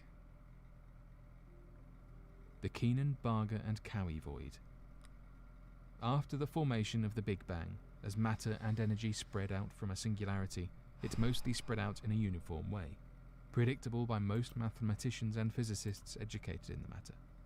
However, in recent years, it has come to the attention of many academics that though this might hold true for everywhere else in the known universe, this does not happen to be the case for the area around our immediate galaxy. It appears that our home galaxy, the Milky Way galaxy, is at the center of a vast desert in regards to the universe, existing in the middle of one of the largest observed voids in all of the observable universe. Wait, This void is... hold on. Whoa, no. The Milky Way is not in a void. Yeah, well... The Milky Way is part of the local group. The Milky Way is not isolated in a void by any means. I mean, there are voids that are millions of light years larger than the distance between the Milky Way and Andromeda. We don't exist in a huge void. Not at all. I mean, we are very close, relatively. And I mean, if you're thinking in astronomical terms, yeah, we're really close to other galaxies. Really, really close. So, what the fuck are you talking about? Now I'm interested. Is referred to as the we'll get to the KBC quartering in void, a second. after its founders and lead researchers who came across this peculiar anomaly in each of their independent studies, using various methods to prove the existence of this void and the lack of matter. Given the fact that the universe will normally disperse energy in organized filaments, it seems incredibly odd that our galaxy would find itself formed in the middle of essentially nothingness. Though these findings were made back in 2013 and the research data surrounding this information... Space is extremely vast and open, but there's a lot of shit out there. So, for instance, not too long ago, Betelgeuse, the star in Orion's belt, that's been... it's likely to go supernova at some point. It dimmed quite a bit, and scientists were like, oh shit, that might be the supernova event of Betelgeuse. That would be crazy to see it in our lifetime. That would be amazing, which it absolutely would. But it was probably just like a cloud of dust moving in front of Betelgeuse that dimmed it a little bit. So, no Betelgeuse supernova yet. It was just a cloud of dust. And how did we detect that cloud of dust? It moved in front of a star we observe all of the time. We didn't see it any other way. And that dust and all of those gases are all over space. So to say something is essentially void is a very technical term. Actually, like voids. There's literally nothing there. There's no discovery.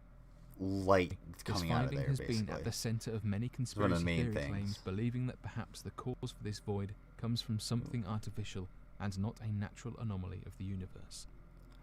This can be further supported by the fact think it's that Friday, the strange so I got my KBC curfew void switched appears to to be 9. almost perfectly spherical in nature, almost as if our galaxy was at the center of a massively growing explosion that spread out evenly in all directions. You asshole, According we're to not the Nikolai center of the Kardashev, fucking the universe. Russian astrophysicist. No, we're not.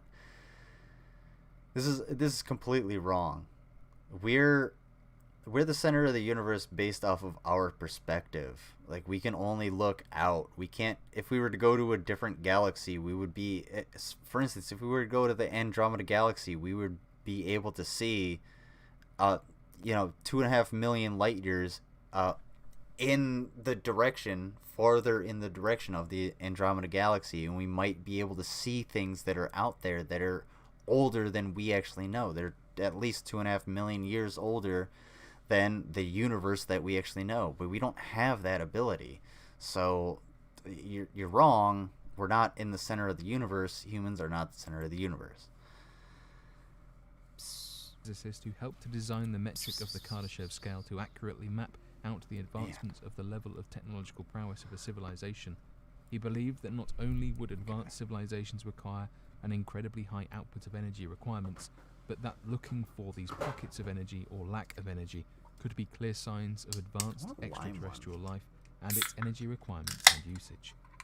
This could mean that the void we find ourselves to be within could be the substantial amount of evidence required to prove the energy requirements of a surrounding advanced extraterrestrial Basically, everything fell civilization. apart when you said we were in a void.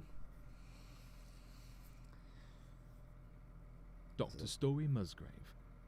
Our second bizarre story is that of the strange objects captured by Dr. Story Musgrave in space. Franklin Story Musgrave, known as Story Musgrave, was born in 1935 in Stockbridge, Massachusetts.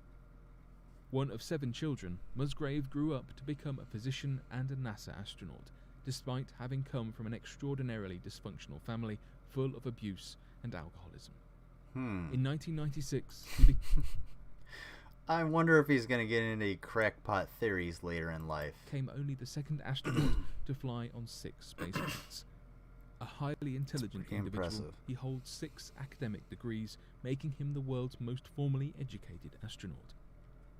In 1998, Musgrave held the record for the oldest person in orbit at age 61. I feel like With I a knew huge his name variety of for interests some and reason. a highly diverse range of career experiences, Musgrave has obviously had a very interesting life.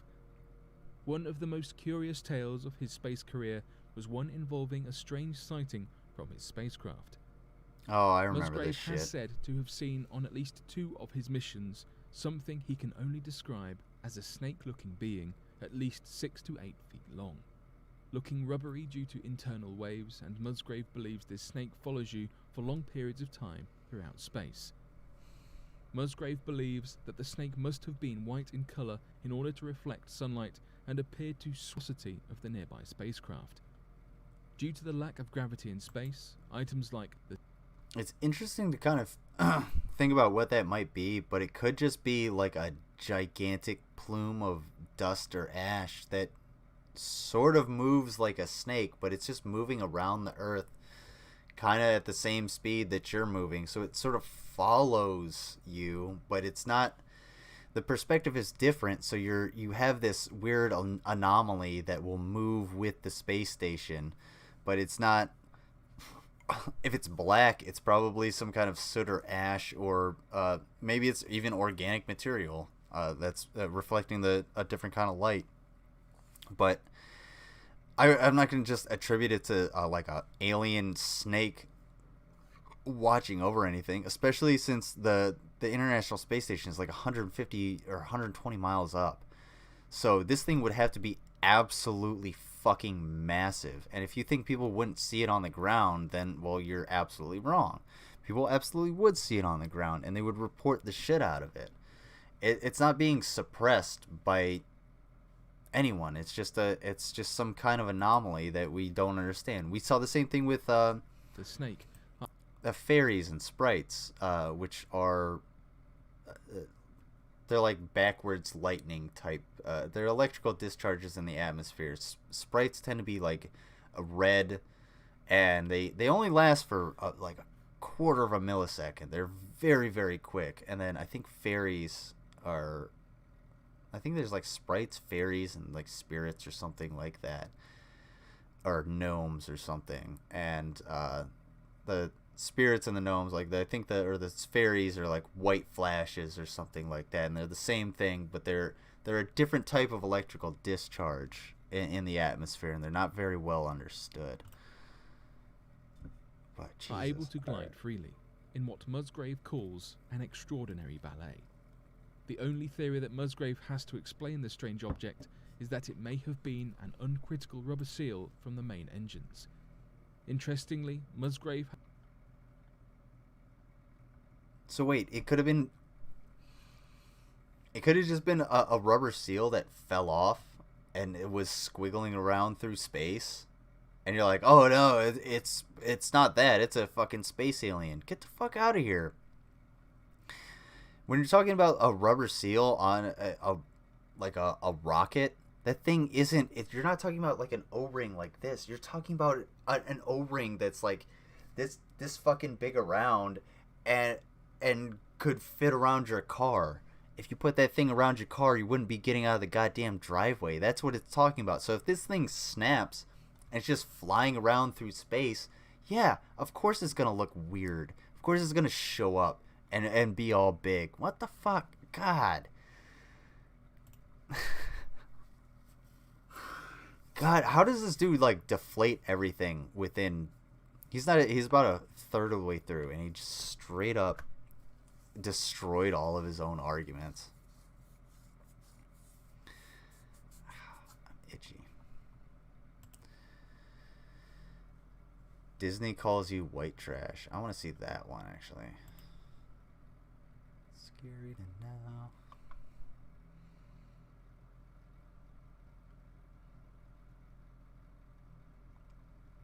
Let's see. Disneyland gets woke. Oh, people use woke unironically are just the worst. It's like only the right uses woke. Seriously, like I seriously think only the right now uses woke unironically, because when I think woke, I think of like shitty right-wing memes, and they all fucking suck.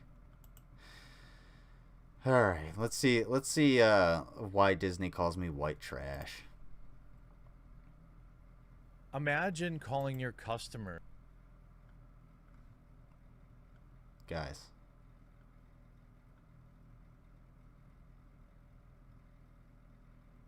Does Jeremy really have that set up right here?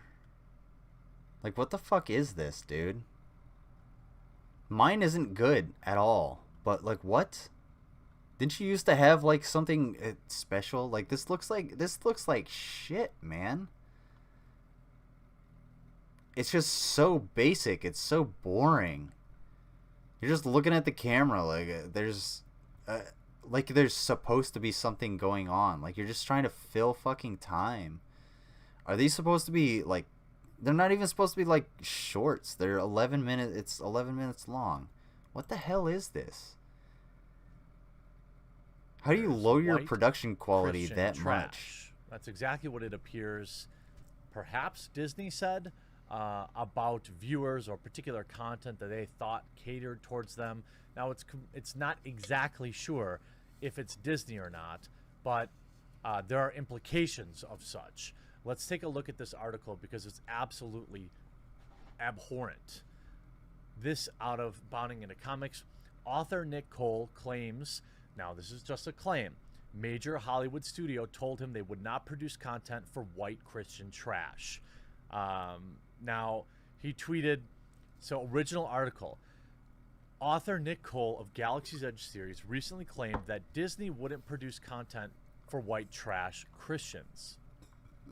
Cole's comments came in response to recent statements made by Walt Disney Television's chairman of entertainment, Dana Walden. According to The Hollywood Reporter, Walden appeared on a panel put on by Chapman University. Guys, I know anybody that's watching has been a little bit absent from the chat. Do I speak this slowly sometimes? Because I know I have a lot of mental pauses, but when I'm reading, do I speak this slowly? Because, like, it seems like he's having a hard time actually, like, reading this article as it is. And even if he read this before, like, even if he's reading this off the cuff, still, like, I don't know if I'm comparable. Let me know. You seem a little bit slow there, Jeremy. You're slowing down. Glamour with Amazon Studios chief Jennifer Don't Care. During the panel, slowing Walden down, referenced ABC's new affirmative action policies that the company rolled out back in September. An email announcing the policies was published by The Hollywood Reporter that claims the new guidelines are intended to make our content and our sets as inclusive as possible and will serve as a further catalyst for real and sustained change. The guidelines include 4 affirmative action areas.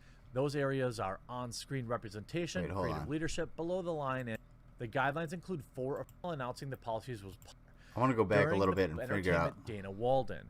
According to The Hollywood Reporter, Walden appeared on a panel put on by Chapman University and Glamour with Amazon Studios chief Jennifer Don't Care.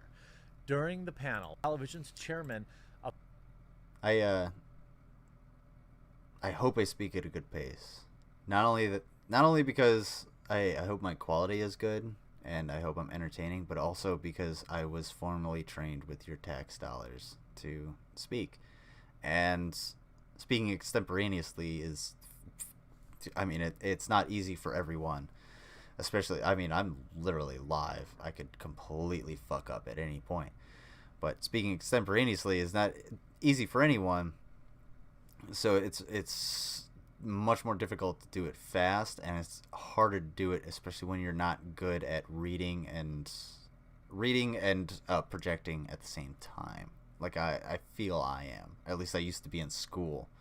I used to be that kid that was like, that took like 5 minutes to read a page because I was so nervous about what I actually had to read.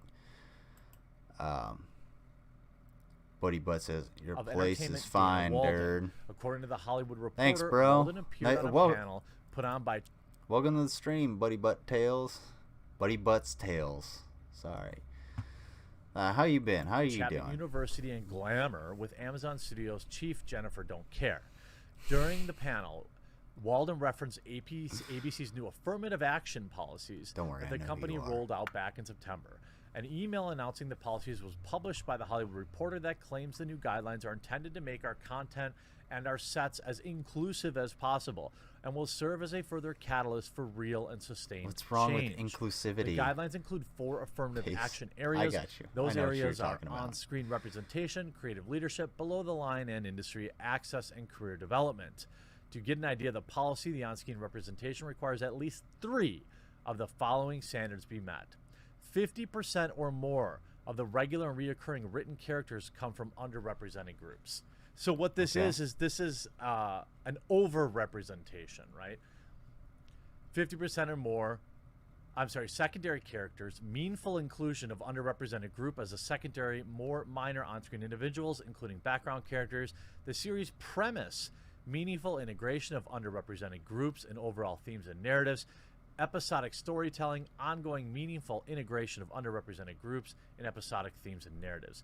Now, But before, okay, let's see what there's he obviously thinks it nothing means. wrong with having a diverse cast.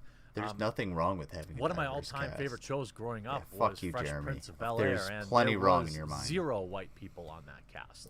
I also liked Saved by the Bell, and there was, other than Lisa Voorhees, 0 black people on that cast. A show can be good without like a hand-picked diverse cast. It just has to have good writing or hit at the right time. Now, I suppose Saved by the Bell writing was a little, not as good as Fresh Prince, but that's neither here nor there. A show like Roseanne, largely white, had a few black reoccurring characters, Dan's poker buddy, but they had diverse orientations on that show. But again, none of that felt like it was trying to meet a quota. When you have a quota, you put that first and foremost. Otherwise, guess what? You don't get paid.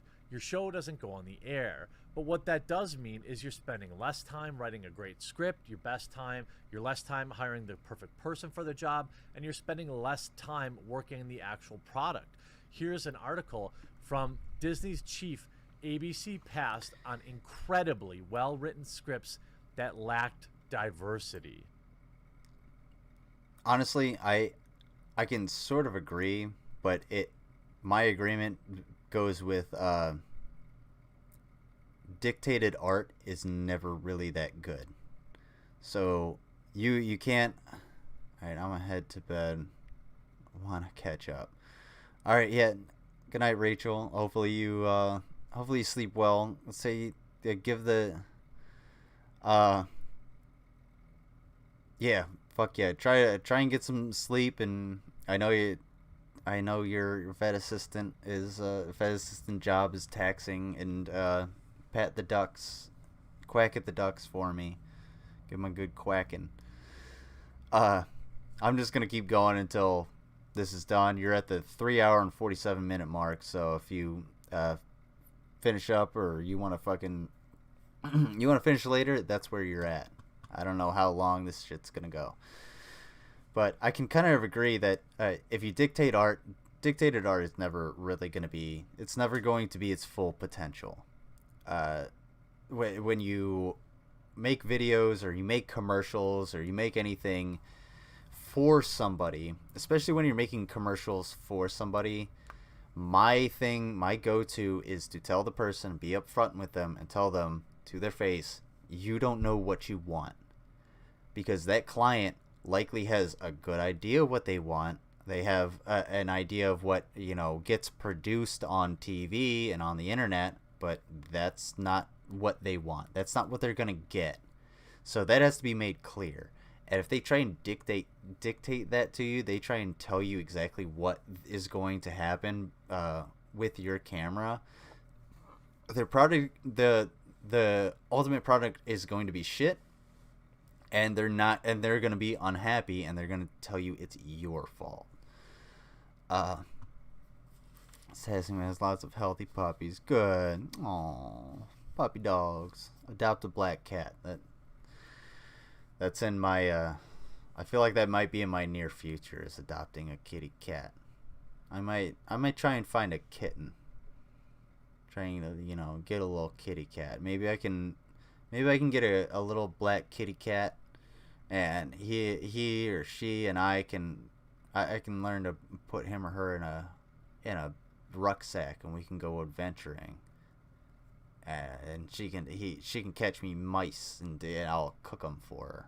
That would be so cool. I would love that. But the problem with what Jeremy is saying here is that, like, yeah, I disagree with forced diversity. However, what they're trying to do here is this isn't about forcing diversity on anybody. It's about employment, basically. Employment and representation. So you want to hire these people so that they provide the representation for minority groups, whether those yeah, my bad, bro. So whether or not you're talking about or what was I saying? He threw me off. Dang it. So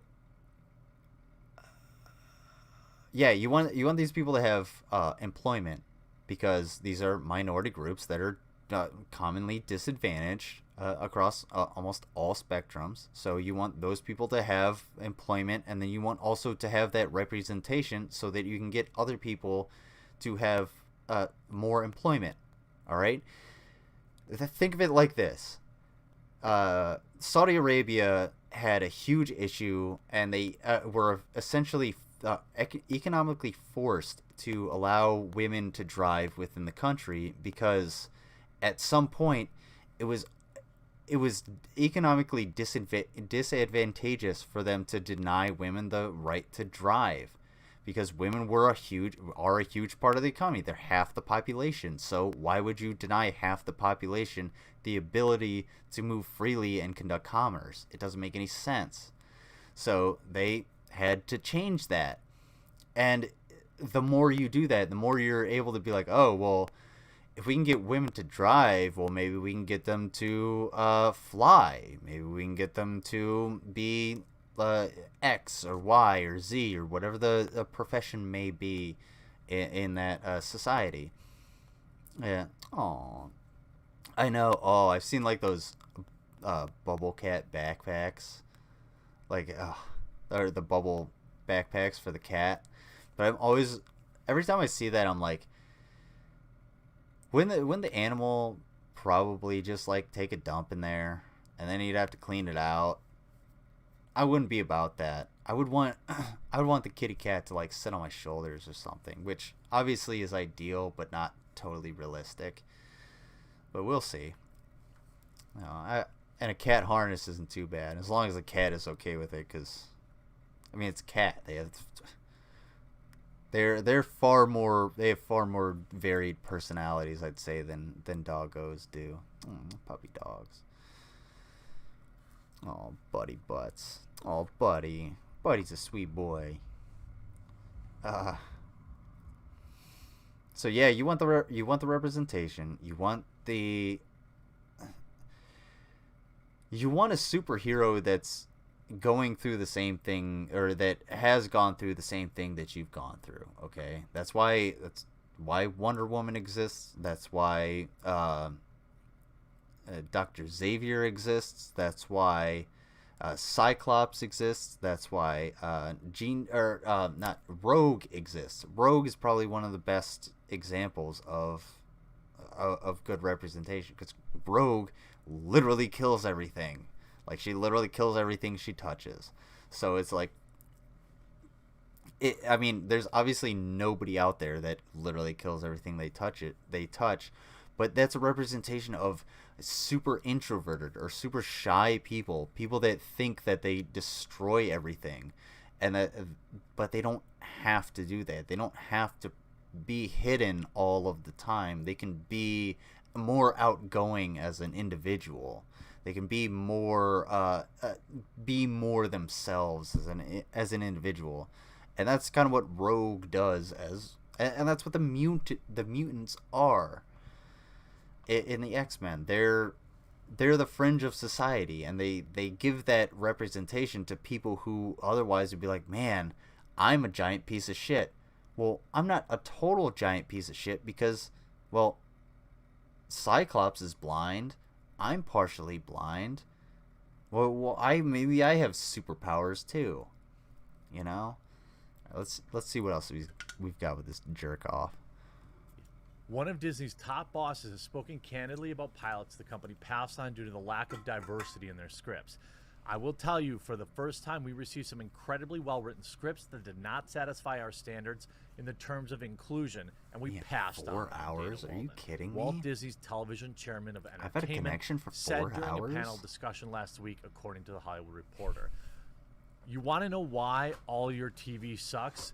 This is exactly why. They are openly telling you that they're not providing you the best entertainment. They're providing you the right entertainment. As an example, Walden cited a script that told the story of a white family whose diversity of characters would likely come from neighbors. Pass, Walden said. That's not going to get on the air anymore because it's not what the audience wants. Is that true? I would argue that the audience just wants a good program. I guess I would argue that too, but at the same time, that's not 100% true, because a lot of people consume media in order to have an opinion on it, and if that's what's driving the market, that's what's driving capitalism, then yeah, that's what's going to happen. It's going to happen over and over and over again, and the market is just going to drive in a direction that makes these people the most amount of profit. This guy's thinking ahead with his wallet. He's not thinking ahead with any of the viewers or sensibilities in mind. He's not thinking about Jeremy, and he's not thinking about whatever, you know, the Jeremy's polar opposite, whether that would be, you know, Ghazi Kodzo, whatever the fuck that weirdo's name was back in the day, or anybody else. It's not about you. It's about the money, dude.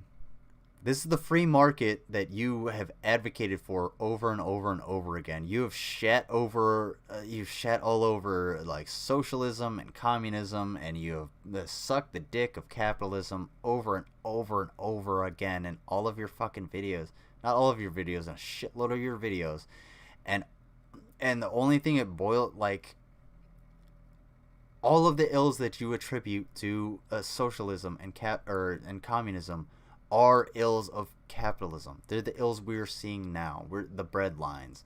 This shit, you being disappointed, this is the whole thing that you wanted. This is everything that you wanted. It's just not going your way, and you need to suck it the fuck up. Sorry, sweetheart. Buck up, buttercup. But you got yourself into this. Play stupid games, you win stupid fucking prizes, bud. Damn, dude. Like, it's amazing how fucking dumb and disconnected these people are. Television program, you know, I'd like it to be good as kind of like a general rule. I don't really care about the skin color of the General characters. Hospital. Now, are there people that do care General about this? interest? Yeah, we know them more by their more common name is morons, but they're a very small but loud minority group. Later last year, ABC announced a set of inclusion standards on screen. As THR reported, we already talked about that. Again, you see here, I've said it before, I've said it again. Forced diversity and inclusive leads to mediocrity since it overlooks the best candidate for any position in favor of their Why are you reading the comments? He's spending half of the video reading people's comments. Last time I did a stream, I read one comment because I read one comment on like fucking, it was a PragerU post, and I just dismantled it, and that was it. If you're gonna spend that much time, if you're gonna spend 5 minutes on comments, get the fuck out of here. That's half of your video. These are the place. This is the place you should not ever be. You should not ever go into the comments on anything on a video unless you're going to dip down and be like, "Hey, this specific thing that I saw earlier, that that somebody happened to say that was either a good point or a really bad point, and I want to point it out and fucking laugh at it. God damn the quartering. You suck, dude. The quartering really is basically just like, he's just like an AIDS blanket.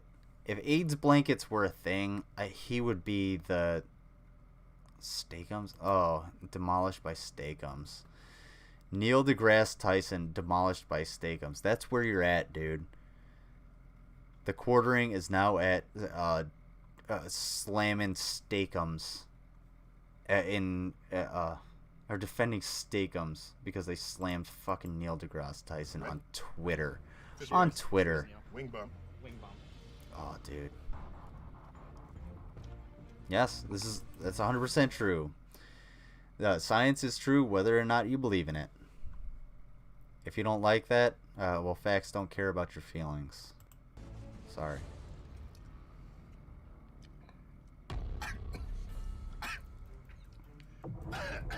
Please don't tell me that was the comeback. Because it was just a tweet that said, log off, bro. Don't tell me that's the comeback. Just sick of Neil's games. No. Right.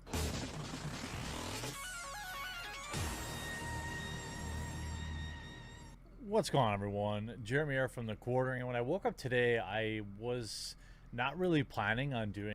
You were like hungover and groggy and looking for your glass. Been there. Don't worry. I know. You know what? I won't get into that. But hey, the quartering. I know a problem when I see one. So I think you need to drink a little bit more water. And you got a decent focus here. However, comma space. Let's focus on the H2O instead of other accoutrements. Is all I'm saying. Takes one to know one. You dig?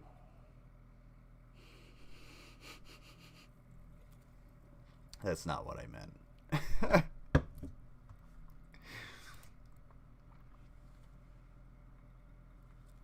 Doing a in-depth breakdown of Neil deGrasse Tyson versus Steakums. How does he do it? But I thought, with all the heavy topics lately that we've had, why not? I mean, it's just as real as any other news that I've been covering. Apparently, there is a long-going feud between Steakums and Neil deGrasse Tyson over science. Steakums company. Sorry.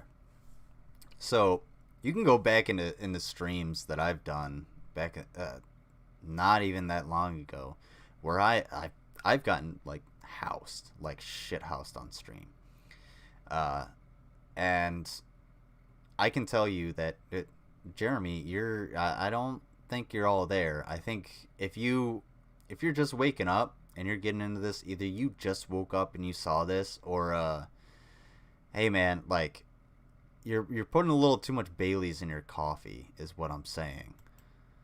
Because he's moving a lot slower than he was in the last video.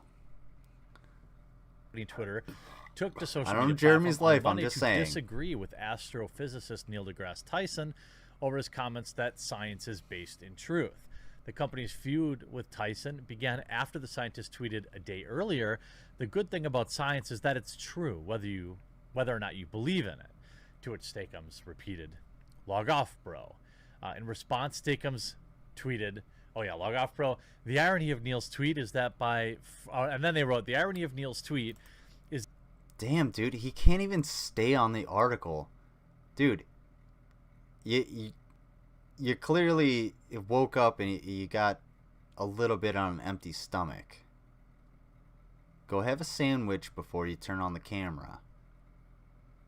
Like, obviously, I'm sitting here actively drinking beers on stream, but I ate a decent meal before, and I've been eating food all day and been working all day and been doing things, and I'm kind of pacing myself. I have water right here. I'm not totally housed. I'm not here at this guy's point, but I know what this point looks like. And dude, it really looks like you fucking woke up in the morning and picked up what you want to call the wrong glass. I don't know, man. Is that by framing science itself as true, he's influencing people to be more skeptical of it in a time of unprecedented misinformation. Science is an ever-refining process to find truth, not a dogma. No matter his intent, this message isn't helpful. From Steakums. I'm not exactly sure. Is that like it's like dude, frozen steak bites? I don't. If you don't know what it is, why are you covering it? You're just covering it to shit on Neil deGrasse Tyson. Is 8 minutes the new cutoff length for like a mid-roll or something? I mean, I got the ad block on, so fuck Jeremy. But seriously, what the fuck is going on here, Jeremy? Why are you... If you don't even know what Steakums is, why are you defending them in any way? Because they're not... who the fuck are they? It's like the nation of Jeff coming up and being like, oh yeah, well, I think the earth is flat and you're being a dick about it. Who the fuck is the nation of Jeff? I don't know. They live next to the Steakums factory. The quartering, man alive. This is getting bad, dude. No, the company's tweets. This is on par with that like space Jews thing. After one Twitter user wrote, "You must have changed your social media personnel." Steakum added more fuel to the fire. Nope, science itself isn't true. It's constantly refining process used to uncover truths based in material reality. That process is full of mistakes. Neil just posts ridiculous sound bites like this for clout, and he has no respect for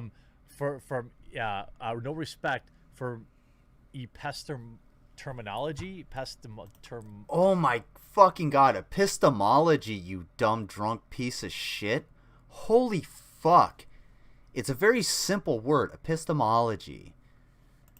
I can't even pronounce that word.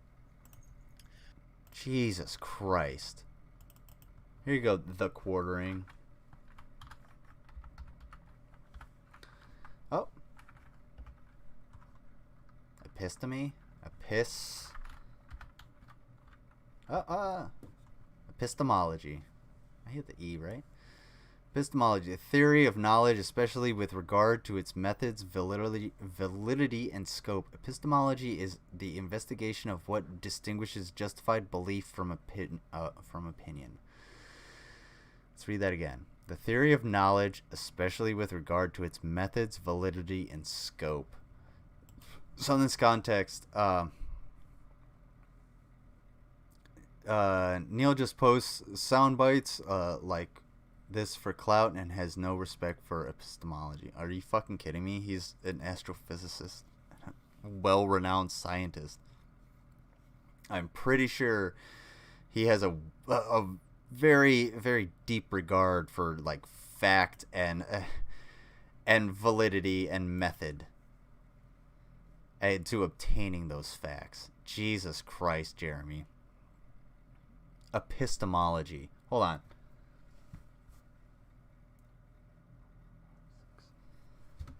This is number 7, and I can say epistemology right off the fucking bat. This seems like it is a feud rooted in hate.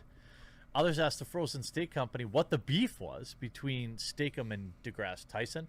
The company fired back, just sick of Neil's games. Steakums also added on Monday an obligatory thread to remind people that we're a brand selling products, and stated that everything it tweeted, it's based in self-interest to promote the company's products. Steakums then acknowledged that voicing political or controversial opinions is not new to it. It's been participating in self-described tweet storm rants on topics including scientific literacy, critical thinking. Bruh, Steakums. You ain't Wendy's. No. Wendy's is the OG of Twitter clapbacks. Nobody's going to be Wendy's. Whoever's running the Wendy's Twitter, yeah, you got it. You got it on lock. You're done. You said it. Steakums, fuck off. You're not doing shit, especially not to Neil deGrasse Tyson. Memes, cognitive biases, woke brands, polarization, conspiracy theories, and more.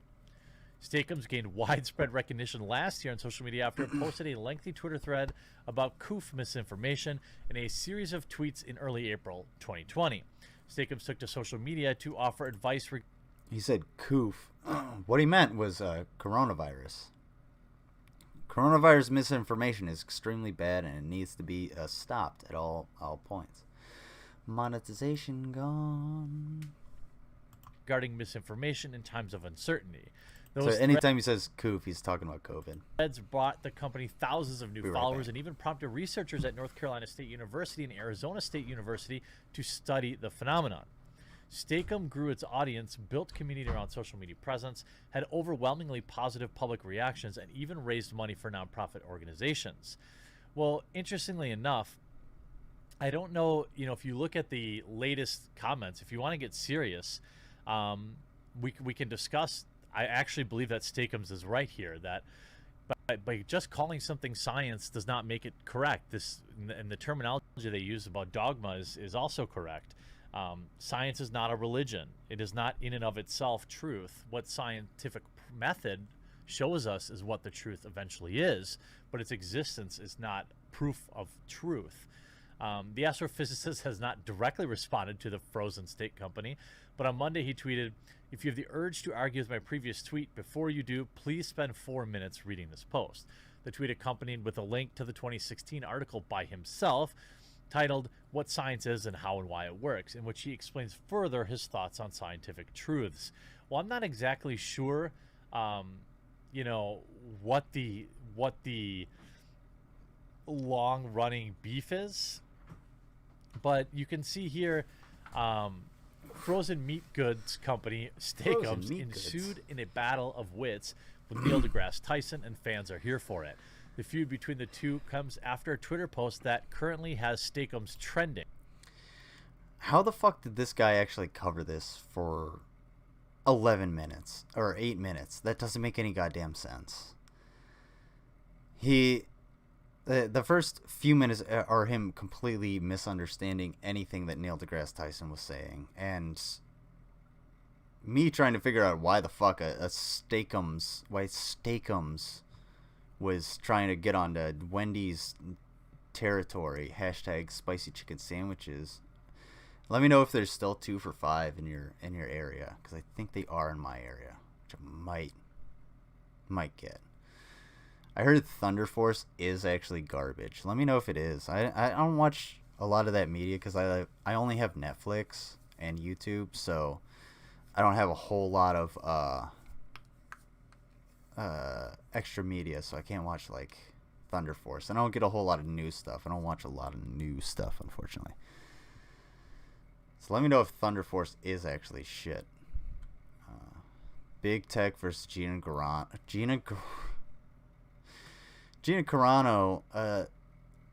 is a jackass, okay? I don't care if you're a woman or not. It doesn't matter. And I like how he, like, sexualizes Gina Carano and get the fuck out of here. Yeah, she's hot, but wait till she opens her mouth. Then she's not doing so hot. Hell yeah. Let him go pee-pee. Let him have some poops. Go peas and poops. And the zoomies. What was I gonna say? But yeah, Gina Carano is hot. She's a very attractive woman. She's very accomplished and everything like that. But wait till she opens her mouth, and then she's really dumb. And the Big Tech versus X, Y, or Z, whoever the fuck it may be, blank. That's all basically just it's again going back to the free market. Maybe people just really just don't want to hear your shit. And not only that, but don't violate the community guidelines. If you don't violate the community guidelines, then you won't be kicked out. Easy example or analogy. I own a public theater, and I know I've used this analogy at some point before. I own a public theater. So, if you want to come in and do a play, I'm like, yeah, you can do a play, and you have to abide by these guidelines. This is my theater. It's a public theater. It's like privately owned theater, I guess you could say. I'm not gonna say public theater. I own a stage, and you can go on that, and you can go. Anybody can come on the stage. You can come on at any point, but there's certain guidelines. So if I say you can't do anything, you cannot at any point dress up as Hitler. I don't care if you do anything regarding the Third Reich or whatever. You just cannot have a character that is dressed as Hitler at all at any point. It doesn't matter. If you want to do a whole play for 6 hours on Nazi Germany and the Nazis and everything like that, just don't have Hitler there. And you do a 6-hour play with Nazis and the Germans, and portraying them as the good guys, maybe, which is totally within the rules. I didn't say it wasn't. It wasn't allowed. And all of a sudden, and the very last thing, at the very end of it, you have Hitler come out as like the big guy at the fucking end. Yeah, you're gonna get banned from the theater because I told you not to portray Hitler at all in any aspect of the play. Fuck you. You were not to have a visual representation of Hitler. There you go. You got kicked off. Now you can't come back here anymore. And if you want to petition people, fine. I'm gonna tell your petition to go fuck itself, because you can't be trusted anymore. That's what's going on. These big tech companies, there is an argument to be made to say, hey, we really need to treat big tech and these communication services and these platforms as public utilities. And if we treat them as public utilities, not only would they run on public infrastructure, but they would be the infrastructure we pay for by taxpayer dollars, and they would fall under like constitutional law, so you would have the right to freedom of speech. And there's a lot of hoops to jump through on that, and I'm not the one smart enough to actually put all of the put the sticks in the right holes to find out what exactly we need to do to figure out how big tech and free speech can both exist in the same space. We don't have a whole lot of time to do it because, well, technology advances way too quick for us to figure out, why Grandpa can't pass legislation to get big tech, not unionized, but federalized or nationalized or something like that. Not nationalized. What am I looking for? Set as a public utility. Let's say that. What's going on, everyone? Jeremy here from the Court Ring. It's been a little Hi, while Jeremy. since I checked in with Gina Carano, and it would appear that she's engaged in an active battle with big tech, now censoring almost all of her Instagram posts that I'm seeing. I'm also, by the way, a few weeks ago, noticed that she was shadow banned on Twitter, and if you direct name searched her, it was labeling her account on Twitter as potentially sensitive. Like the lime ones. And I'm not surprised. She's posting a lot of information that is inconvenient or on topics that, well, big tech doesn't want discussed. This isn't me saying it's correct or not, but anytime absolve you see yourself, data Jeremy. or information Absolve yourself. shared that is You'll then be okay. actively suppressed by somebody or something, it indirectly adds credence to it, and also is very concerning to me why that might be. You can see this article back from April 9th Instagram begins automatically labeling Gina Carano content with warning labels. Earlier this afternoon, Twitter user that Tug Life posted that there was something peculiar about the Instagram app, particularly surrounding posting Gina Carano related content, the posting of it. According to the screenshot, Instagram had placed warnings on a story post made by that user, which featured a completely unrelated promotion for the upcoming website launch of essentially a Carano fan site, GinaCarano.net or Gina Carano.net. Yo, Instagram, you need to chill out, they exclaimed. Please explain to me where at all in the story there's a single mention about the coof. At first, you're flagging all posts about Gina was hilarious. Now it's beyond absurd and pathetic. Get a grip.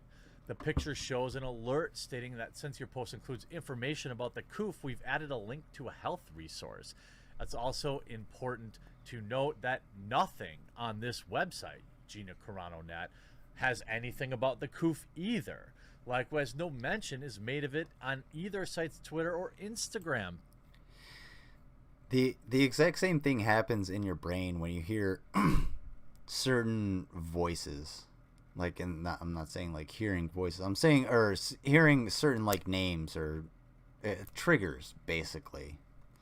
Yeah, they're just building the algorithm saying, "Hey, Gina Carano spouts off a lot of dumb bullshit, so maybe you shouldn't listen to her. Maybe you shouldn't. Maybe you shouldn't always like keep her in your feed or anything like that." So to say that they're simply throttling her because she's spouting off a bunch of shit about COVID and whatnot.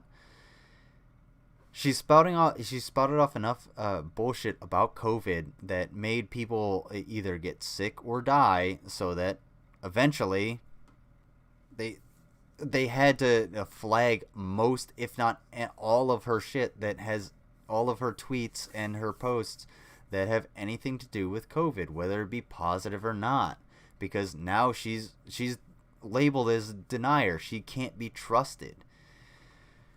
Jeez, dude. Pages. Then the author writes, I was genuinely curious to see if weirdness was actually happening, so out of curiosity, like I did with the Twitter forced quote unlikes of a J.K. Rowling tweet, I tried it out for myself, and wouldn't you know, it's actually a thing. The image is what I had originally posted on my Instagram. As you can see, nothing mentioning the coof, just information about the upcoming Gina Carano fan site. Also, I did not post it to my story, but I posted it to my main feed. About 2 minutes later, I got this notification. Since your post includes information about the coof, we've added a health resource link. Shortly thereafter, I found a little link attached to the bottom half of my post for the upcoming fan site, like some sort of disclaimer. What a bizarre thing. By the way, I'm going to leave a link in my pinned comment. I'm really loving Telegram. There's about 5,000 of you over there right now. I'm telling you, if you give it a try, you'll like it. I talk directly with you guys, and you all can have conversations. And I find it so important to be able to talk to my viewers. It's an app. They have a desktop app. Obviously, I'm not getting paid to this, but you can chat anonymously. And I don't have anybody obfuscating my relationship with you, my viewers. So please join that. Jeremy is really fucking boring.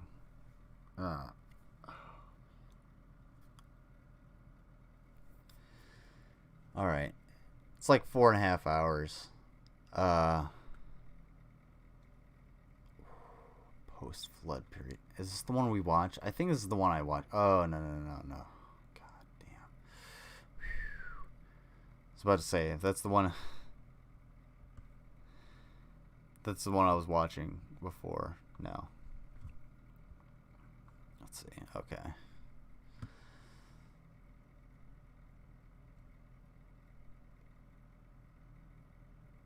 Oof. Dude, dipping tobacco, like chewing tobacco, is... I find, like, if you're chewing tobacco, it's different than dip or like the pouches or anything you put in your cheek. So that's just fucking disgusting. Cause like chewing tobacco, the only time I've ever seen anybody use chewing tobacco was my buddy Tim, and he would actually like spit it out on the ground. Like it would be like a spittoon kind of type deal that he would spit out. But those little it's like a water bottle. That's fucking disgusting, dude. And the worst thing about it, like me as a straight dude, seeing women dip is fucking absolutely disgusting. It's the worst thing. Instant turn off. No, get away from me. Smoking is one thing, and I'm very particular about smoking with women, but dipping, no, not happening. Not a thing that's happening. Finally explained. All right. We recreated. Oh, I was about to say we recreated it. I was like, what? Why would you do that?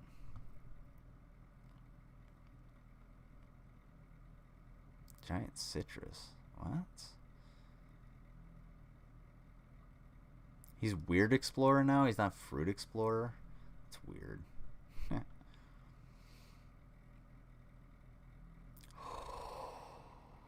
Oh, how are science and biology based on the Bible?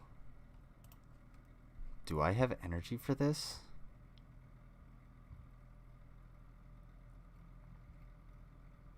Oh, you didn't answer.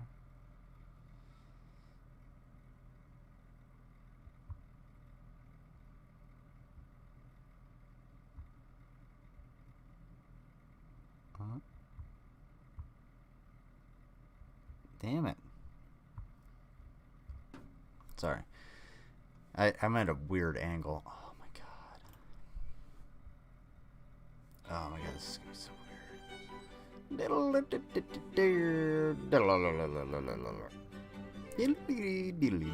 weird. Super pretentious music. One of the consequences of the claim that God designed the universe in such a way as to provide physical... I feel like this lab is a little bit too clean because these desks should be marked up.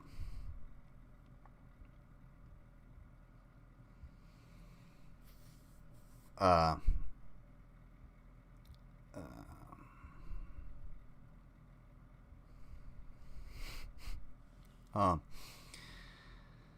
feel like these desks should be marked up a little bit because every science desk, I don't know what this material is, that every lab desk that I've seen has always had some kind of marks in it because people make mistakes and you're going to have those kinds of marks. And if you don't have that, then why is this all new? Is this a brand new lab?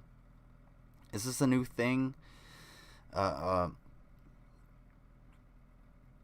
It's disconcerting. Yeah, no. Okay. Oh. Okay.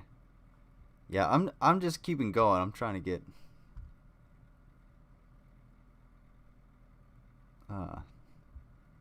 just trying to get content. I'm surprised I'm still going. And I'm kind of just trying to keep going until I stay up for the FML podcast. Hold on, I know who to fucking...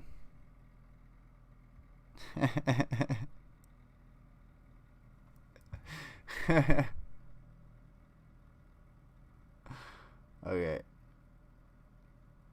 I don't feel like I can stop streaming.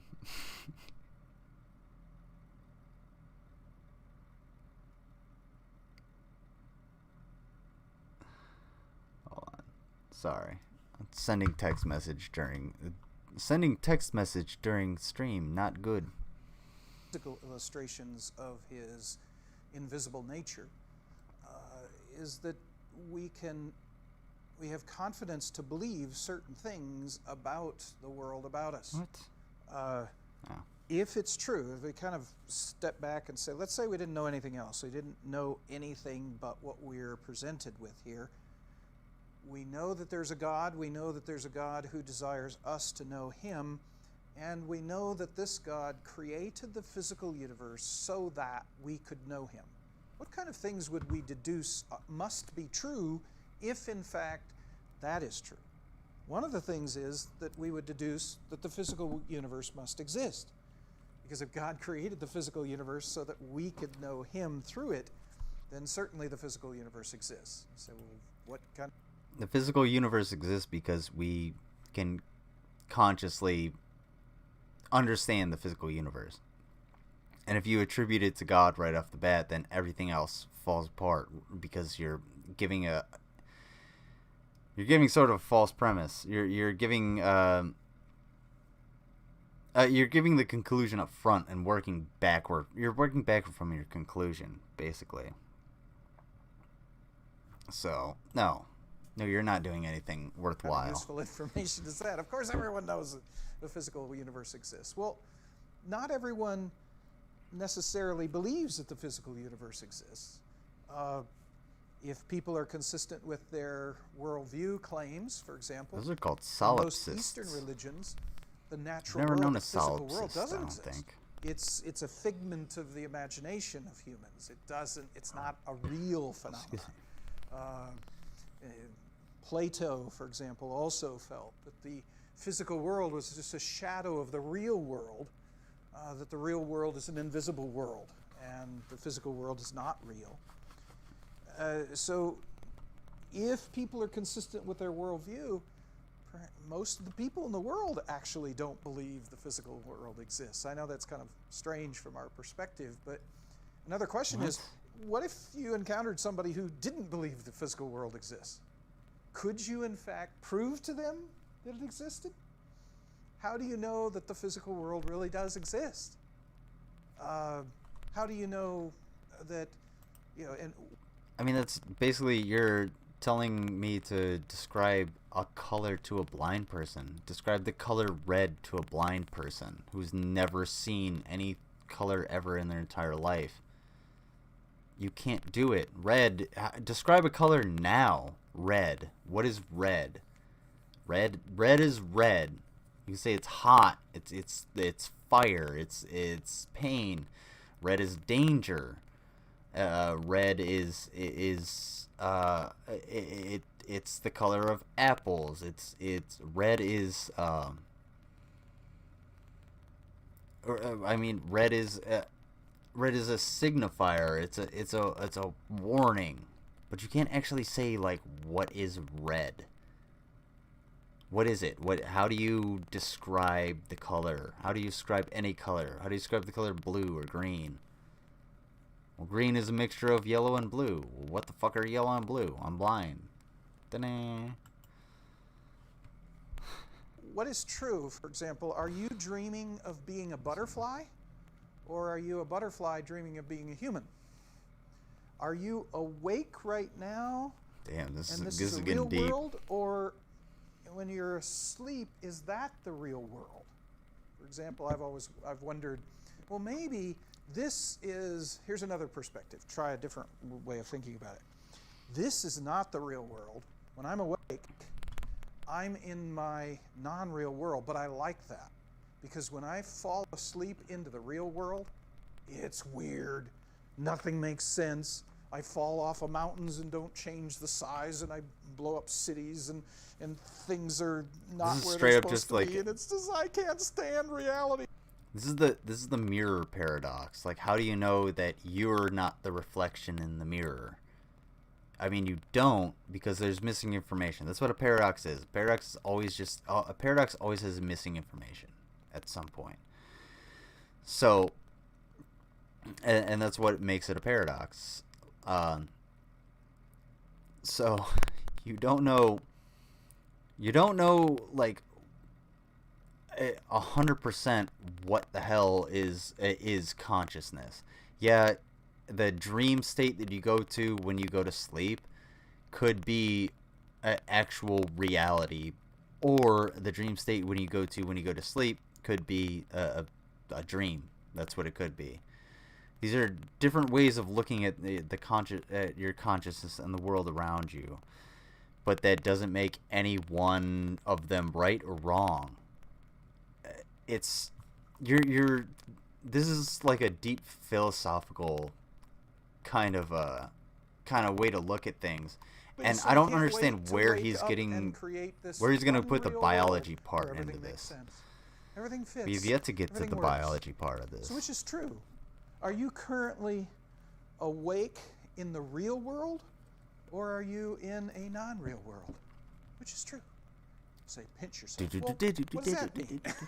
You pinch yourself in the non-real world, you wouldn't know. What? How do you know for sure that the world exists? That there really is a world out there? Is it maybe perhaps the imagination, your own imagination? I know, that was weird. You didn't want me to start hurting your brain that way. But the point is that if... Bro, you're talking to me like a dude that's a little too drunk and a little too high, and I'm a little too uncomfortable because you sort of pushed me into a corner, and my friends aren't close enough for me to get away. That's the feeling I'm getting from this. Yo, no, man, you just gotta listen. I know that it might blow your mind, but like, you just gotta listen to me. You just gotta listen. Like, I'm just trying to explain to you what God is trying to give to you, you know? Like, that's what you're doing, man. It's weird. And I know I move away from my microphone all the time. I apologize if my audio gets in and out, so but that we could know him. It's for effect. Then you would know for sure Visual that the physical effect. world exists. If you didn't have this belief, there is actually no way to demonstrate that the physical world actually exists. You sort of have to assume it. And we'll get back to what that means in a moment. Another thing that would be true, if in fact the physical world exists because God created it so that we could know him, then we would also be able to conclude that our senses, our ability to touch, hear, all of that must be generally reliable. Because if God created the physical world so that we could understand him through it, then he must have created our senses capable of perceiving the physical world in an accurate way. Otherwise, it wouldn't fulfill its purpose. So not only do we know... He's like trying to figure this out on the fly. And I do this a lot because I don't look straight into the camera. I'm looking elsewhere when I'm trying to think a lot of the time. And that's exactly what he's doing. He's trying to like work through the logic, but the logic that he's working through doesn't make any sense because he's working backwards from the conclusion that God exists and God put all of this shit into motion, and that's the way it is, and it's the God of the Bible and not the God of the Quran or the Torah, or it's not the Bhagavad Gita or anything else. And those are the ones I know. And so he's not actually like providing any information. I think this is basically exactly like the same video I watched earlier, pretty much at the beginning of the stream, where he's not providing anything new until the very end. He's not providing any actually information. He's just justifying. He's basically trying to justify his position on why he's wrong. And the more you try and justify your position, the more you fucking work to justify a position in the more nonsensical and the more simpler ways, it tends to make you look really bad, and not only that, it highlights the fact that your arguments are really bad and that the information that you're putting forward is actually wrong. So we'll move on from that. SCOTUS expanding to 13 justices. That's not a bad idea. Honestly, it's really not a bad idea for the Supreme Court to expand And I'm not saying that as a leftist. I'm saying that as like a human being, because the Supreme Court shouldn't be decided by such a small portion of thought of the population. If we were to have 13 justices, yeah, I would say somewhere between 11 and 13 would be more representative of the overall demographic of the United States, and would help us out a lot in order to get more progressive laws passed, more laws that will allow us to protect more people regardless of who they are, allow us to and also allow the Supreme Court to highlight those that are basically bad actors in the Supreme Court and who are trying to do things out of bad faith. And hopefully we can do that, but I don't know. We'll see. I'm not going to watch David Pakman's thing because, yeah, whatever. You can watch it on your own. It's weird that I keep jumping from like 1 to 3 to 4 to 5 to 0 to 3 to 5 fucking viewers. Oh. These folks put out so many videos every single day. Oh, that's what I want to do. Hold on.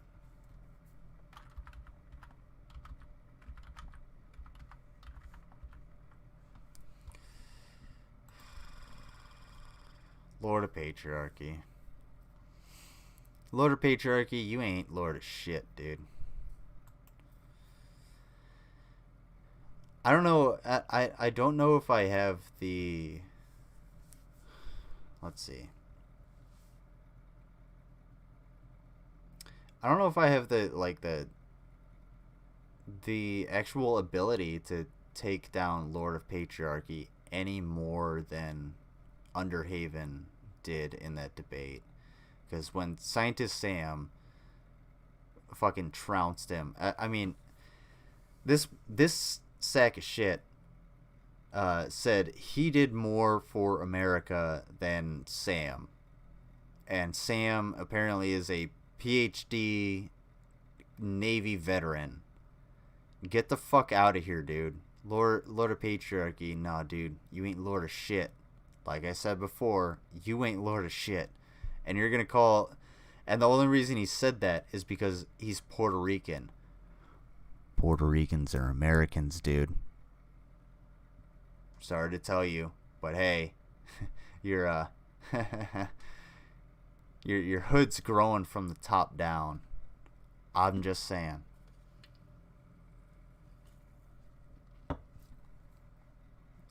Doesn't seem like he can really get away from it.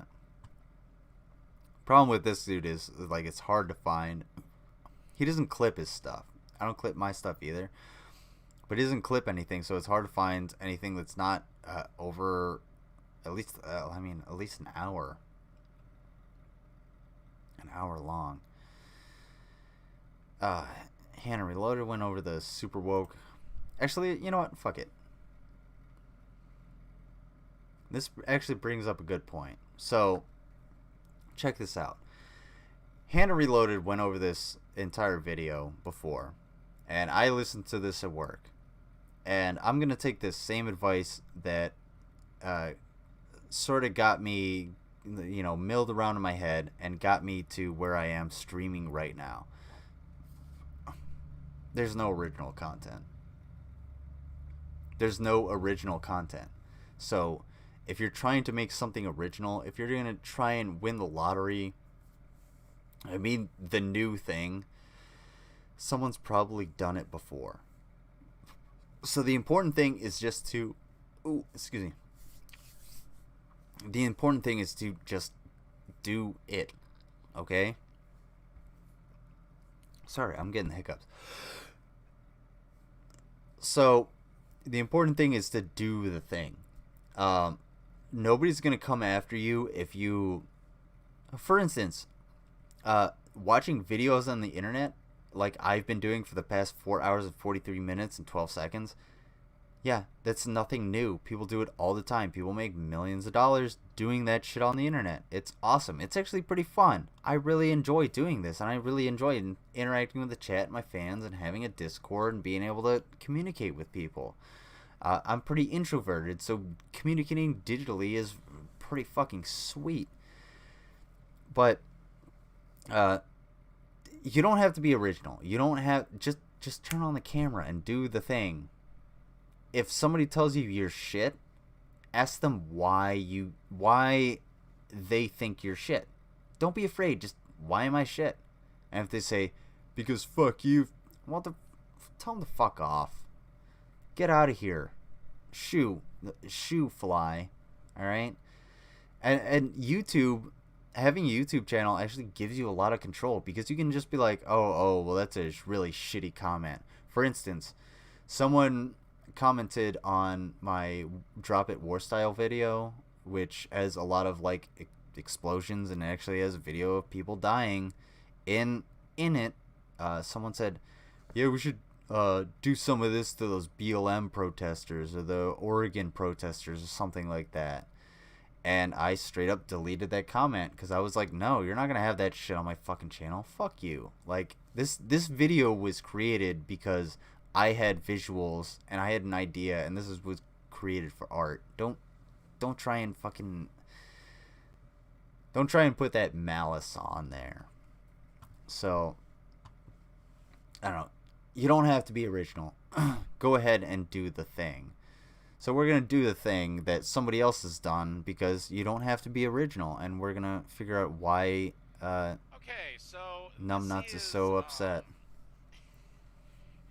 Pantene, which is a shampoo company, but they decided to get on the LGBTQ bandwagon to show how goddamn woke they are. Pretty sure they're a body And products it company. has 262 upvotes to 4,400 downvotes. This thing got ratioed. Damn, son. The right's spending way too much time on the fucking internet. I like how chuds like this love to point to this, like, this ratio thing and be like, oh yeah, look at that, you're getting downvoted out the ass. And they do this especially with the White House. They'll be like, oh yeah, the White House put out a video and it's getting downvoted left and right. They're shitting all over it. It's the left realizing they made a mistake. No. I haven't watched a Joe Biden White House video in ever. I never watched a Donald Trump White House video in ever, because they're fucking boring as shit. The only people that are actually going out and downvoting White House videos of Joe Biden giving a press conference are salty ass right wingers. They can't get over the fact that their fucking, Cheeto dick golden calf lost, dude. And this is the same thing. It's just like a fucking Jordan Peterson incels that want to fucking do the same thing. Now I can't confirm that, and this might be just a shit commercial. Plus, you also have to look at the fact that this is rainbow capitalism. This is capitalism. It's a company that's being like, hey, we're gonna highlight this trans kid and her family that is lesbians and whatnot. And a lot of people, especially myself on the left, I don't like this shit. You're exploiting people, essentially. So a lot of people on the left are being like, yeah, downvote. Fuck this. This is dumb. Why the fuck? Why in the hell should I accept you exploiting anybody at any point? And already we're in trouble, because this is their description. For LGBTQ kids, a family support means everything. Taking pride in their identity, loving them unconditionally, and seeing them for who they truly are. This International Transgender Day of Visibility, hold on, let me stop you right there. It is a very bad idea to place children on hormone blockers or buy into their delusion. Most kids that experience gender dysphoria outgrow it. Yeah, hormone blockers aren't permanent. So not only that, but you're not going to force your kid to be on hormone blockers. It's going to be up to the medical professionals. The medical professionals are going to say, hey, yeah, if your child is transgender and they want to make the decision, we're going to put them on hormone blockers for a maximum amount of time for this X amount of years until they make the decision to go through puberty as either a boy or a girl. And you have to talk to the medical professionals that say, hey, yeah, you can only be on it for this amount of time before it starts to cause a certain amount of damage trying to come off of it. And you have to go through puberty at some point because you are a living human being. You are an animal. You need to do biological processes. So it's not just parents going in and jamming fucking hormone pills down their kids' throats. It's their kids being like, hey, I kind of feel like a girl, so I should, I want to wear a dress or I want to have long hair. And then you take them to a psychologist. And maybe it's a mental issue. Maybe and he's going to get into this. Maybe they grew up around, a male grew up around one woman for their entire life, and now they're like, I want to be a woman because that's the strong role model that I see in my life. That could be the psychological issue, or it could be a biological issue. So you have to go to the right professionals, but you can't just tell your kid, hey, no, that's a Barbie doll, you need a football, go get one, otherwise I'm going to slap you around with the belt. And if that football isn't in your right hand with a Bud Light for me in your left hand, then, well, you're going to get both cheeks. Like, that's what this guy would raise his demon spawn as. If he could fucking, I don't know, whatever poor one-night stand he happens to, convince into his clock room, I'm sure will, she'll fill things. It'll get there. Yes, I'm speaking as someone who's half Amish. You can be half And Amish. we proudly celebrate the power of Can you? feeling seen. I don't know. Because feeling seen It's like I have- means feeling loved. That's like half Jewish. People see me all the time. I Shut the assume fuck up. most of them don't love me. Yeah, nobody loves you. That's like half Jewish. I never understood that. It's like half Christian. Yeah, well, I guess Jewish isn't really a race. I guess it's a people. It's so questionable. It's not the same as being like half black. You know what I'm saying? That's what I'm saying. So if this asshole's like, I'm half Amish. No, dude. Either you're Amish or you're not. You have Amish lineage. That's about it. Because, no. I wouldn't grow this beard because beards are annoying to me. I'm sorry. If you like me, if you think I would look good with a beard, then Feeling seen means feeling loved. $1,500 and I will grow a beard Learn more and show support for family.org. 6 And months. Once again, they conflate No, 3 months. love No, with 6 months. Yeah, I don't know for what the $1,500. equated, but it It's is fair. not- 6 love has months, very little to 6 month do beard with for sexual $1,500. Okay, love can grow from sexual attraction. I'm sure most brothers and sisters love each other, but unless they live in West Virginia, they're not fucking each other. Now, I'm skeptical of this commercial. It's about 2 minutes long, and It's a long-ass assume commercial. that it will have nothing to do with shampoo. So if you don't know anything about commercials, commercials spots have changed a lot. Holy shit! Over the last, over the advent of like streaming and the internet and YouTube and everything like that. Back in the day, you had 4 options. You had 15, 30, 45, or 1 minute segments of time in order to produce a commercial. Now, I mean, you have those shitty mobile games that have 5-minute commercials that are far overproduced.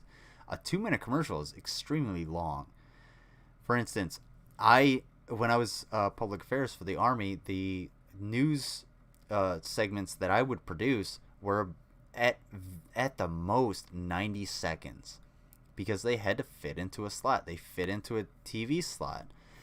And I get it that they have a lot more time, but 2 minutes, you're going to lose people's interest after about that, especially with a commercial, you're going to lose people's interest about at that 25-second mark, unless you have a lot of shit to say. And that's why you'll see the drug commercials are usually longer, because they have a lot of shit to say. They have to give all of the disclaimers. And this is a uniquely American thing.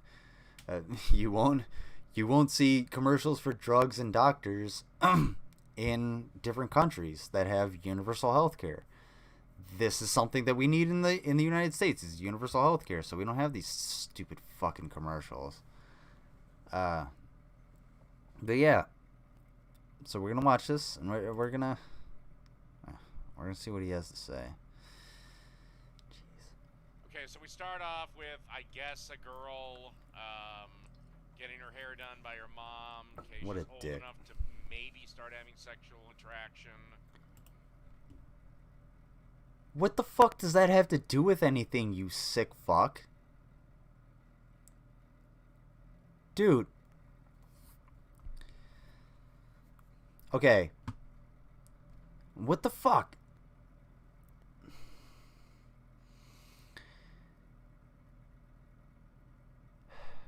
If you're gonna say something like that, why wouldn't you say, okay, well, yeah, she's with a girl that seems to be kind of nearing adolescence and doing her hair.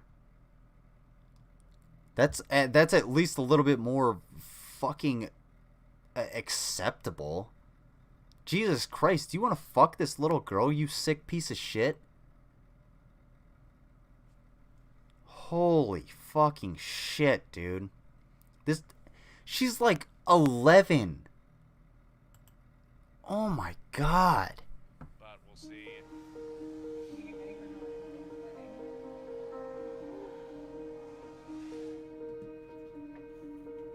What a fucking... Look, speaking as a long-haired male, long hair doth not a woman make. Sawyer is an old soul. She is... Yeah, you're right. And long hair has been more and more acceptable throughout time. I mean, over the last several decades, like, long hair is no longer attributed to hippies and, you know, punks and shit like that. Like, long hair is... I don't even know what he's getting at. I don't even know where this asshole is. Spunky. What a shock! And creative kiddo. What a shock Sawyer that they're also happens lesbians. to be a transgender girl. Okay, so you got a boy, you were hoping for a girl, so you just decided to make a girl. I remember the first time What? she was out in the community wearing the clothing she wanted in her hair, and she kind of was herself. And that was the first day where I saw her. Oh. She has always been super gender creative. Oopsie. So, the issue here isn't the transgender child. The issue is the fact that there's such a fringe element of, like, parents. Let's say they're lesbian parents that want to force this kind of transition onto their child, regardless of you know what, fuck the lesbian part. There are parents who want to force this transition onto their child. Yeah, that's the wrong thing to do, but that's such a fringe element. It's about learning what your kid wants to do with their life, and learning that they're a sentient human being that doesn't just need to be beat down and disciplined. Okay? You don't just need to, you know, go, shankla with your fucking kid every time they act up, or every time they do something you don't like. You just have to sometimes embrace the shit that they want to do. And you know what? If you don't like that, if you don't like embracing the things that your kid doesn't want to do, then they're going to push back on you all the fucking time. I know that because I was a kid. I'm the black sheep. I know what it's like to push back a whole fucking lot of the time.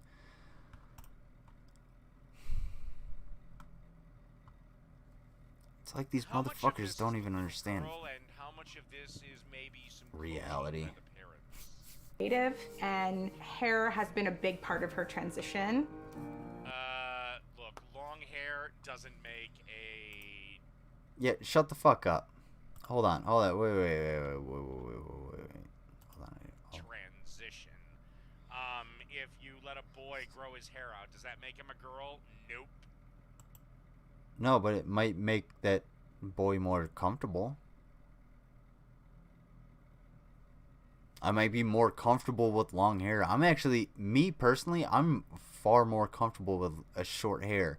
And I shaved before this stream, which I kind of shouldn't have done because I like a little bit of stubble. That's just my personal preference. I mean, should I have long hair? Probably not. I mean, it's a bad thing. It's annoying to me. But if you want to have long hair and it's well taken care of, sure, go ahead. Like, I'm not even going to use you because you're a slovenly piece of shit, war corpse. But let me use a Brutal Moose. Brutal Moose is a perfect example. Dude is a skinny, tall dude with long hair that he clearly takes care of. So, how are you going to shit on him for wanting to have long hair? Maybe he just likes having long hair and a beard and shit like that. You obviously like having long hair and a beard, so why are you shitting on other people's preferences simply because, you know, their preferences are different from yours?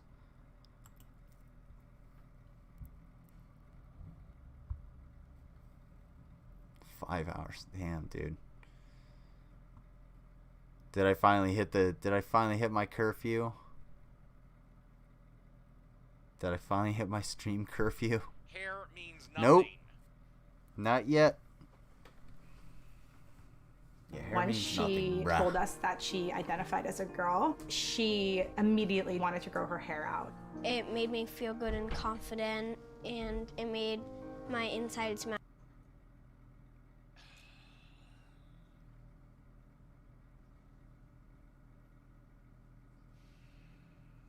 my outsides. It made your inside match your outside.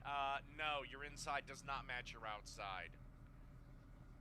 You're a boy with long hair that's probably destroyed any chance of being able to reproduce with hormone blockers. This was a kid who knew who she was from such a young age. And gee, I wonder where she could have gotten that idea from. Probably in a house where toxic masculinity is treated like a leaky gas line. And as a mom, you always worry about your kids. Actually, not toxic masculinity, just masculinity in general. Because if that's a role model for masculinity, yeesh. Being loved and accepted. I'm always... Lord of Patriarchy, hey, dude, my bud. Hey. Let me maximize and give me some light in here.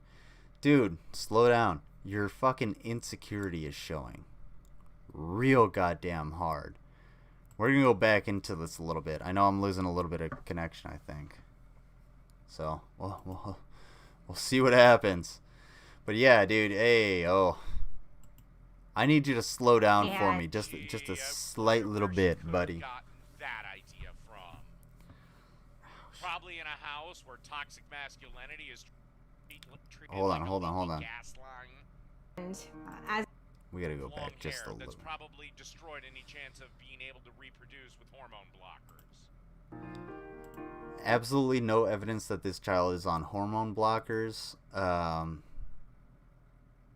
So that's a dick thing to say. You're saying that the parents are able to just force these hormones and they just get them off the black market and jam them down their kid's throat. I mean, there's a Law and Order episode about that where one of the twins was fucked up and they raised it fucked up, as in like mutilated as a child during birth and was raised as a girl or something like that. But that's the fringe element. That's the fringe, bruh. That's where you're thinking at. It's not the common theme. And if you're just going to trash on a kid that just wants to be themselves, and you're not going to encourage a kid to be themselves, then fuck off. And your little millimeter Peter hopefully ain't going to do a goddamn thing to produce spawn in this goddamn world. This was a kid who knew who she was from such a young age, and Gee, I wonder where she could have gotten that idea from. Probably in a house. You're not a child psychologist, nor am I. I can only agree with you on the premise that, yeah, if you have a child, they're going to inherit your traits, and if you confuse them, then yeah, with whatever it may be, whatever life experiences they may not be able to handle, then yeah, they're going to be confused. However, this child does not seem confused at all. They don't seem forced into anything. At least they don't seem forced into anything. I'm not saying that they are or are not. And I'm definitely not agreeing with the premise of Lord of Cringe's argument. War dorks. House where toxic masculinity is treated like a leaky gas line. And as a mom, you always worry about your kids. Actually, not toxic masculinity, just masculinity in general. Because if that's a role model for masculinity, yeesh. Being loved Hold and on, accepted. hold on. Who the fuck are you talking about role models for masculinity, dude? Let's see what War Corpse fucking looks like. With long hair. There you go. That's a good role model for fucking masculinity. Seriously, dude? You think you are as opposed to her? Because honestly, like, if you want me to get into it, dude, she looks more manly than you. And and not only that, but she's married. She has a family and a place to live. Apparently stable jobs. The ability to get with a production company that will highlight her family and pay them to be in a commercial or something like that. And what the fuck are you? Like, look at you. You are a war corpse. That's essentially all you are. You get tagged straight in the chest by your own fucking team, and you be complaining the whole time about, oh, it's not fair. Dude, you're fucking nothing. Like, I'm barely strong, I'm barely muscular, and I'm more fucking man than you. Shut the fuck up, dude. You can't... You're trying to punch down when in reality you're punching forward at somebody else's shins, and they don't give a fuck about you. You suck, dude. Damn. How much more of a piece of shit can you devolve into? Let's see. Destroyed any chance of being able to reproduce with hormone blockers. This was a kid who knew who she was from such a young age, and Gee, I wonder where she could have gotten that idea from.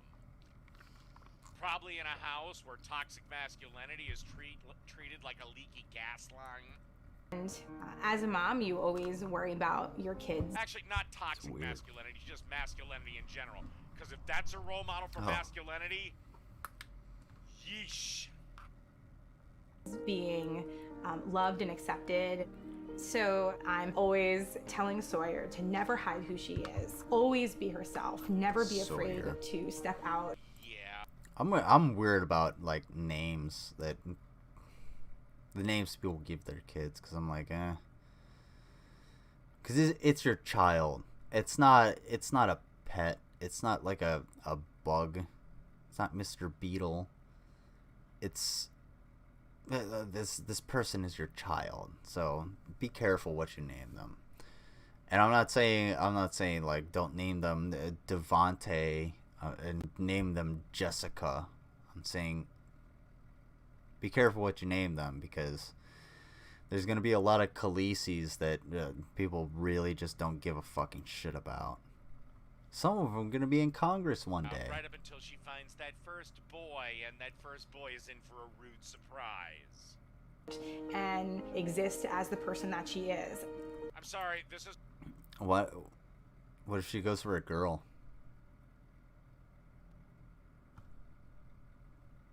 Then what? What if that girl is like, oh... what if she's like, oh yeah, I'm trans, and she meets somebody who's like, oh, I'm cool with that. I'm a girl. I'm a girl, and I'm cool with you being a trans woman or trans man or whatever. What happens then? Yeah, you didn't think about that one, did you, war dorks? This is why we should not be giving goddamn hormone blockers to kids. The kid's not on hormone blockers. You don't even fucking know that, dude. Everybody loves everybody, no matter what path you follow. It means I can be... Oh, great. And if the path I follow involves me wanting to slaughter 37 children... who I am, no well, matter that's a false what, equivalence. it doesn't matter because everybody loves me. My advice is just be yourself and don't let... yeah, you're in for a rude awakening when you get a little older. anybody tell you who you... No, you got a rude awakening because you tried to be yourself and yourself was shit and people knocked you down, and now you're on the internet and people are still knocking you down because you're still a shitty fucking person. I can get knocked down all the fucking time. I don't care if somebody calls me a shitty fucking person, because I can actually listen and be like, oh yeah, maybe you're right. Maybe I am a total shitty fucking person. But you, on the other hand, you just sort of embrace it, dude. War Corps, you suck. Like, you're not... This young lady is not going to have anywhere near the same experiences that you are, because not only does she have a supportive family, but she has confidence. You clearly didn't have that. I'm not saying I'm some fucking Chad. I mean, go back to ask anybody from high school. I was the complete fucking opposite. However, comma space, I didn't wallow in that shit. I kind of tried to turn myself the fuck around and go from war dork and fucking pissed off all the time at everything that doesn't fucking matter to someone who's actually somewhat reasonable and pissed off at the right fucking things that need to be pissed off about. So, War Corps, you're not speaking for the masses. You're speaking for yourself and your ilk, your shitty little neck-bearded ilk. No, I can. You're a male. Sorry about that.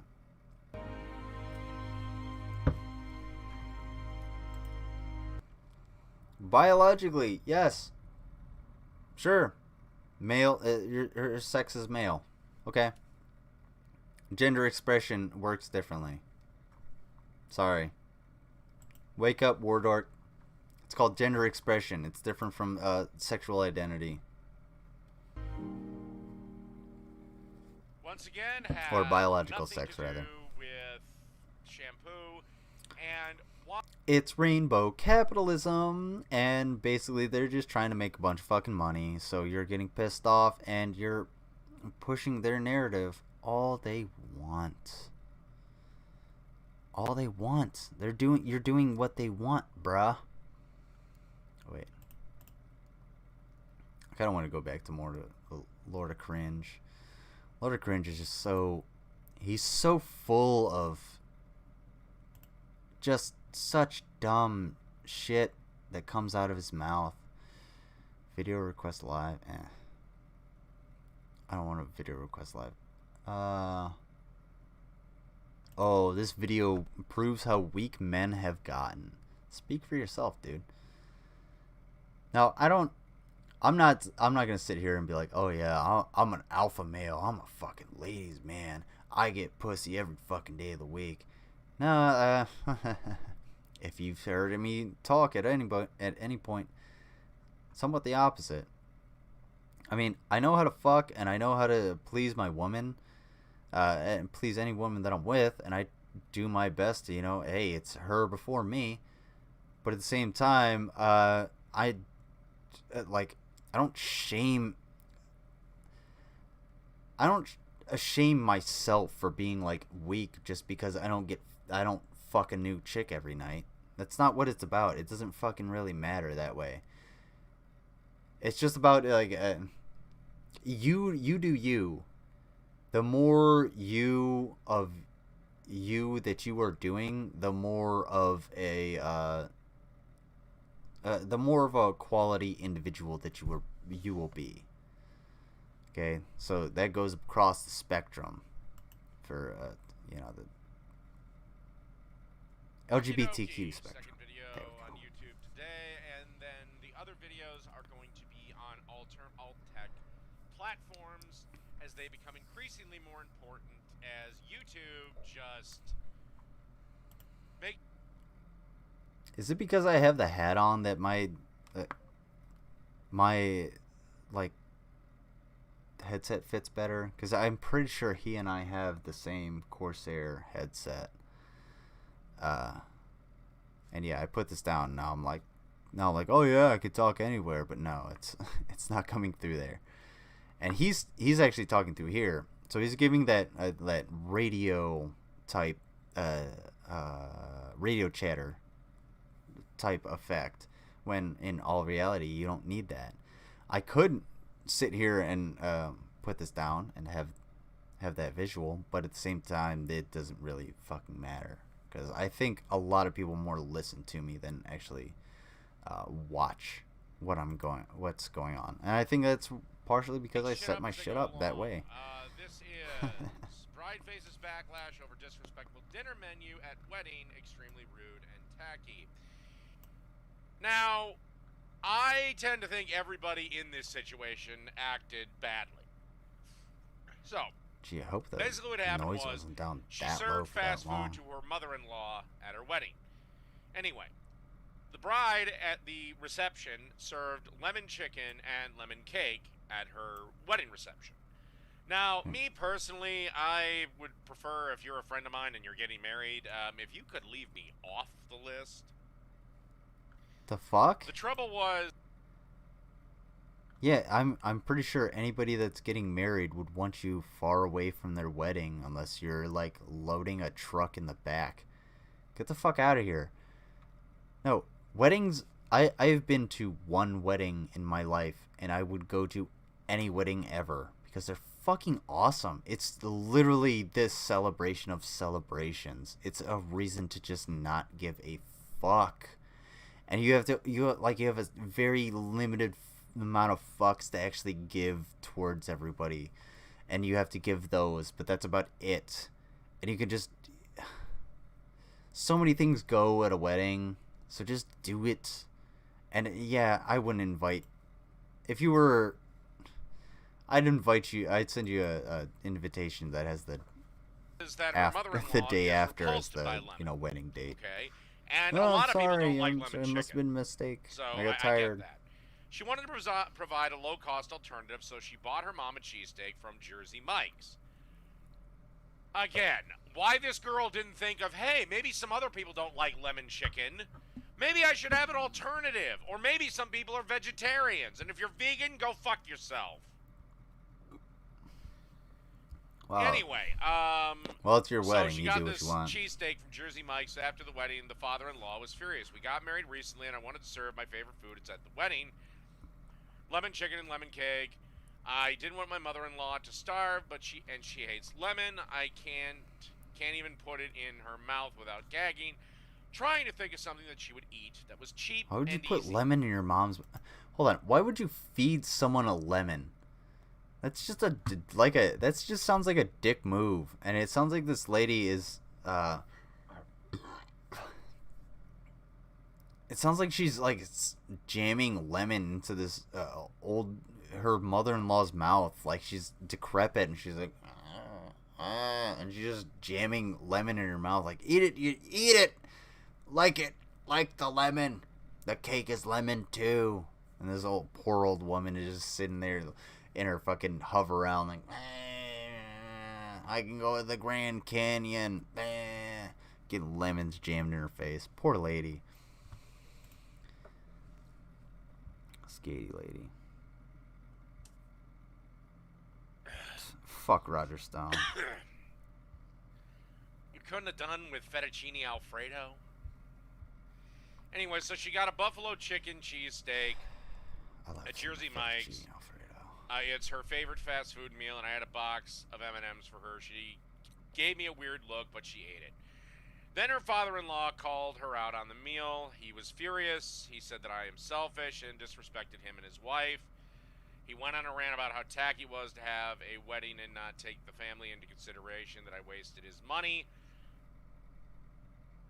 God, this is so inconsequential to anything that exists ever. Holy fuck, dude.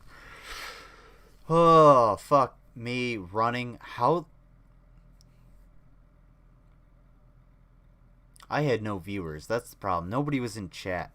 That's why I went ahead and fucking listened to that. Nobody stopped me. Oh my god. That was so... It's so inconsequential. These Yahoo articles that he's pulling up, the authors are getting paid like 10 cents a word, dude. They're just they're pumping this stuff out constantly because they have to make money. That's how they make their money. You get paid. They get paid for the content that they produce. Okay, and that's good in some industries, but it's not good in others. Like when it comes to journalism, that's why you get shit journalism. If it bleeds, it leads. That's why Nightcrawler, the movie, exists. Dude is willing to just watch people die and willing to literally kill people to film it and get that story and get that money. Okay. My final word on YouTube. Okay, first of all, holy shit, I think he's gotten fatter. How are you gonna... Okay, how the fuck is this slovenly fat piece of shit gonna rag on anybody at weddings? Like, dude, who the fuck would marry you? If you are married, who the fuck would marry you? It doesn't make any goddamn sense. And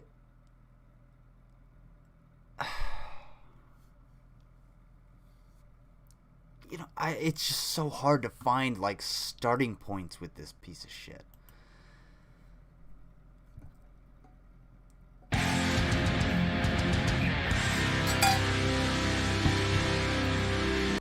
Hey man, if you're gonna do smoking rants or a series called Smoking Rants or anything like that, you should probably have some kind of continuity. So therefore, if you're gonna shoot in the winter at a different angle, you should actually do Smoking Rants and a new intro with not this bright ass blue with all the pixelation and shit and this horrible weird font. Which I can't complain because my card... Hold on. Wait, watch this. Boom. My card doesn't have an outline. Yeah, because I didn't put an outline on it. And a lot of that has to do with the fact that I started my last few streams early. And I just haven't had the fucking time to do it. But... this looks like shit. I mean, this is some... Conservative Brothers level bullshit. Look how pixelated this thing is. And it's in cursive. It's in this bright blue on a overexposed green and white background with this overly distracting, overexposed fence in the background. And it's in your right third. Like it's all dominating this part of the camera. Or of the rule of thirds. And luckily this tree is there to break it up. Otherwise, I basically have to do this so that I could watch your fucking video. How about some professionalism, Dave? Damn, son. That never gets old. You know what does get old, though? Dealing with YouTube. Now, as you guys know, I was demonetized recently. And I was thinking, do I delete my old videos to try to remonetize? And then I was listening to a Larry Elder video. Same thing happened to him, and their channel is way less offensive than mine is. And he said something about his demonetization. It must mean I'm doing something right. You're doing the sad everything fact of the wrong. matter is, I think that's accurate. You're doing something right because you got more views and subscribers than me, but that's not saying I a must whole be lot. doing something right if YouTube is going to try to make me change just to make a few nickels. Well, YouTube, here's my response. Keep me demonetized. I'm not taking down a single video. I'm not changing my format. I'm not doing anything. And guess what? Hey guys, fun fact, that's been my policy for this channel since basically day one. I don't really give a shit about monetization. If I want money, I will put in the donation link, and I'll do that when I actually start getting viewers. So yeah, whatever. Okay. So that's what YouTube money means to me. And this sounds like someone who's really salty Despite about the your fact best that efforts, he's I'm still gonna make money. not making you know the why? schmeckles that he needs to make. Because I just got a couple of cool little logos from that I bought off of Fiverr. Oh my god, dude. Reshoot as soon as that thing would have as soon as that would happen. I would immediately either do a reshoot or I would make a jump cut. It's a YouTube video. You can cut it. I know you're trying to do this all in one take, which is what I used to do back in the day. I tried to do everything in one take. And you try to do you're trying to do this not extemporaneously, but from memory of something. Some rant that you have, but it's not working out, dude. You have to actually put a point across. If you're not going to be able to put a point across, you have to admit it. And if you're going to admit it, then you might as well, I mean, or if you're not going to be able to put a point across and you're going to admit it, it should be something like this, where you're live streaming. And I have to admit, oh shit, I was fucking wrong right here on live stream. This is an edited video and you're still fucking up.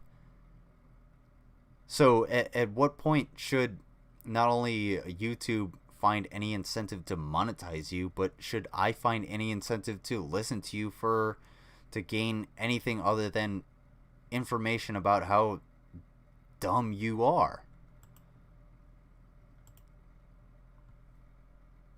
It's not a rhetorical And I'm going to question. be, Please going answer over me, to Teespring, Dave. maybe getting a little merch going. Fuck your merch. I got better merch. Link in description. What are your fucking I got some ass? other channel ideas. Maybe they'll be worthy of your stupid monetization rules. And by the way, you make these rules about as clear as a goddamn ordering menu at a Chinese restaurant.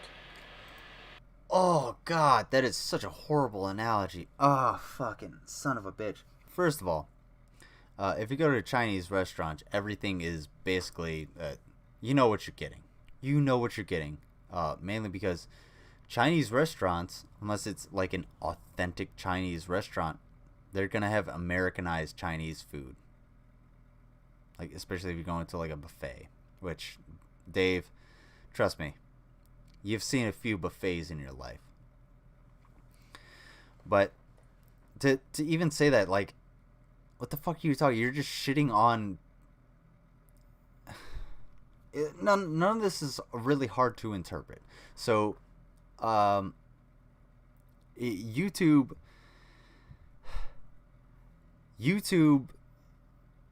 is a son of a bitch. You really have to learn how to manipulate the algorithm and work with the. You have to work with the community guidelines, because they're always going to change. The community guidelines are going to change constantly, so you have to work with them. Now, you have to learn how to manipulate the algorithm properly in order to not only promote your channel, but also keep that fucking stranglehold on your grappling hook so it doesn't get fucking buried like no other.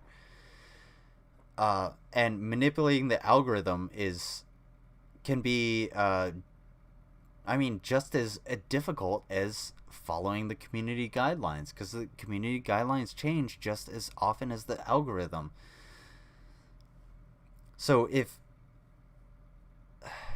basically if the community guidelines say you can't drop an N-bomb, then they're gonna put that in the algorithm, and maybe you can drop an N-bomb here and there and it will work, or it'll maybe you can drop an N-bomb and the community guidelines will be like, hey, we won't do that, we reviewed your shit, but the algorithm won't fucking catch it. So it's about manipulating the system, essentially, and making it work for you, and you have to work for them in order for them to work for you. For instance, I can't play music. I can't play copyrighted music as much as I want. I can't play certain videos as much as I want. I play like Rheinmetall and Boeing and stuff like that for weapons, testing and stuff like that. But I can't show, war in Syria for fear of my stream getting shut down. I still have a decent, at least like a month, I think, until the last strike is like nullified that I got. And that was because I was showing a Russian cartoon, or a cartoon that I thought was Russian, but happened to have a bunch of copyrighted fucking music. So, Dave, it's amazing that you have 10,000 subscribers and somehow I know you don't know how to manipulate YouTube better, or explain how to manipulate YouTube better than you do. I don't like his voice, and yes, that's a terrible analogy. Yeah. His voice is fucking awful. He has that. So, this is the. Remember what I was talking about? Hold on. I was talking about the condescension. He has that condescension, but he's coming off too aggressive. He has nowhere to stand on. So Dennis Prager can be condescending simply because he's like a rich old white dude. He has a status. This piece of shit has no status, so why the fuck do I even... Who the fuck are you coming off as condescending to? Not me. Sure as fuck ain't me. Because I'm clearly smarter than you. I'm more physically fit. I'm more fuckable. So, where you at, bro? Like, why? How do you come down on me as condescending? It doesn't matter. And I'm talking about me, and this is my own personal perception of myself compared to this thing, because clearly I'm putting myself in a very, very glowing light. But compared to this guy, for fuck's sake, I mean, you be chinless and have, a leg for an eye, and most people would be like, yeah, well, it's either this or War Corpse, so hey, and kick me in the face while we try to kiss. I don't know. But yeah.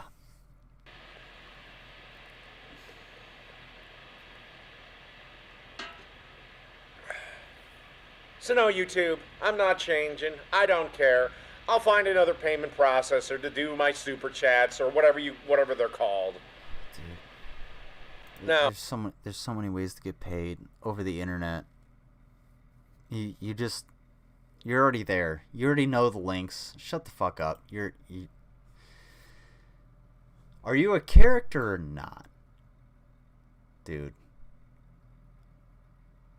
Lord of Patriarchy, are you a character or not? I'm not going to call you Lord of Patriarchy anymore. I'm going to call you War Dork. War Dork, are you a fucking character or not? Because it really seems like you're a fucking character. It doesn't seem like you're a real person. It seems like you have such a facade going on.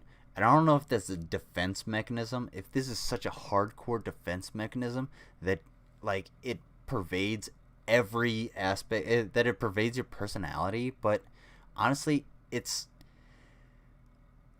off-putting, to say the least. And it's off-putting not in the way that I don't want to, like, be around you or talk to you. It's off-putting in the way that I just want to tell you, hey, you're being off-putting. Hey, man, you're being kind of a dick right now. So, also careful if you stream public domain movies, since little sound bits and music in the movies can still be covered. Yeah, that's a really good idea. Public domain is I know Hannah Reloaded does public domania, but like I haven't had an issue with streaming like safety videos, and I think some of the I think you're talking about the what is it? Streamstalgia. I was gonna say nostalgia stream. Now Streamstalgia. A lot of I'm gonna go into like old safety videos too, and a lot of that is like corporate productions, so there's no copyrighted music, where it's all public domain. But as far as like Ghoulardi and Big Chuck and Little John, I'm definitely gonna have to look into a lot of that shit, because I know for a fact, since those were broadcast on television, they may not be they may be copyrighted, and I may not be able to watch them or play at least the audio. We're gonna check that out. I'm gonna get into that tomorrow, and well, I'm not gonna stream tomorrow, but I'm gonna get do my research tomorrow. But anyway, damn, dude, 5.5. I've had a stream for 5.5 hours. I've had a connection for 5.5 fucking hours. Are you kidding me?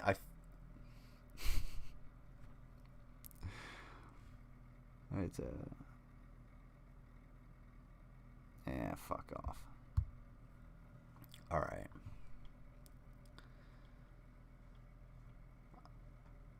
Games and beer, like, okay, so Rev, I got a serious question for you. So this is my hobby. All right, I've spent 5 hours. I allocated basically my entire night to doing this. So, and obviously I don't stream every single day. So, like, what do you personally do in your free time? I know you play music and stuff like that, but like, how would you spend 2 hours after work? If I weren't streaming, how would you spend 2 hours after work? Sorry to call you a nut hanger or anything, but how would you spend that time? Because I don't know. Because Lord of Patriarchy spends a fuckload of time straight up just sitting in front of his computer talking. I mean, these are 1 month ago. I don't think these are like, hold on. 1 day ago, 2 days ago, 3 days ago, 4 days ago. So every single day he spends about let's give him a conservative 2 hours streaming. Damn, dude, like, the only reason I'm still going is because my internet is still going. That's literally the only reason I'm here. Aside from the fact that Rav is in the chat too.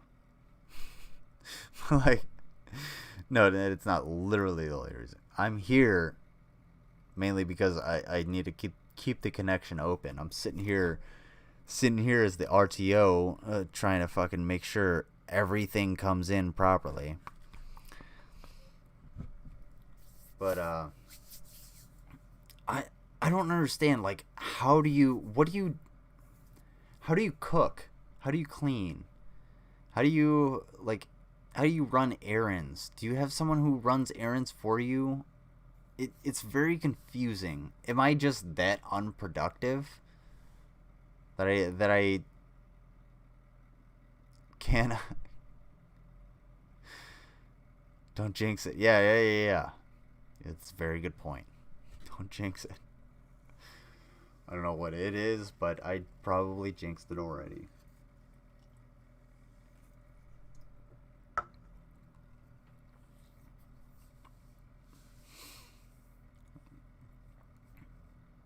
I'm the kind of guy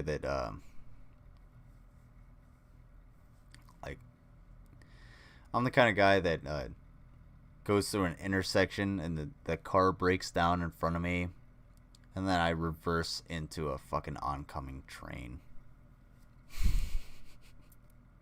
That's basically it. Yeah, left is 2. Here. No, it's 22:54. I've been going for 5 hours and 40 minutes, man. I was trying to get a couple people on. I was trying to get Tav and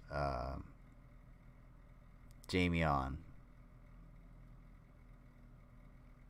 Oh yeah, dude. It's basically all I do. I always have YouTube playing on my phone, and it's pretty bad. I've actually noticed the the psychological effects of having constant media, because I have forced myself now to actually I turn off my phone, I turn off all media when I go to bed. But I've also been pushing myself to go to bed when I'm actually really, really tired, which happens to be later than I really need to be. Hitting the hay.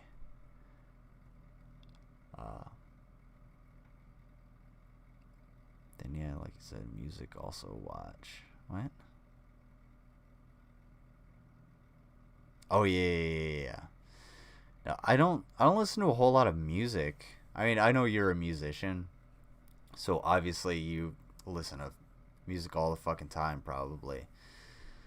But I listen to a lot of I have to have someone talking to me. I have to have some kind of information, and it's usually coming from things like this, like tasting history or learning about the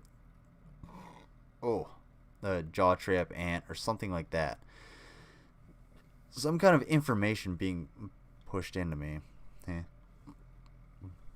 But music, I have to be in a certain mood for music. I'll be in the car. Fuck yeah. Ooh. Sorry.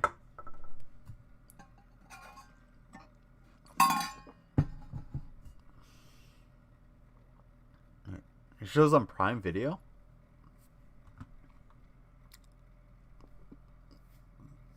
If I watched it... Oh.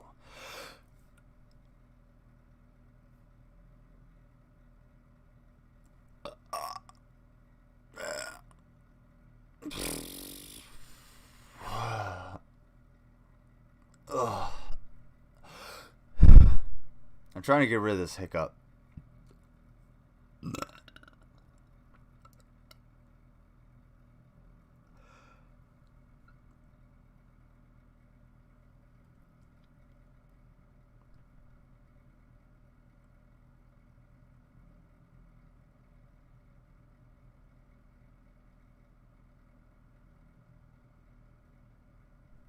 Oh, god damn it.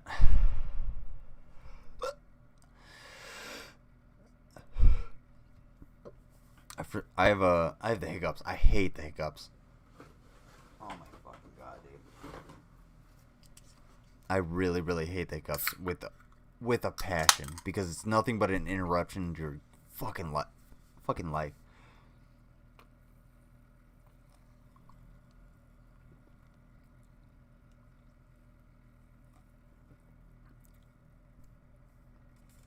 Okay.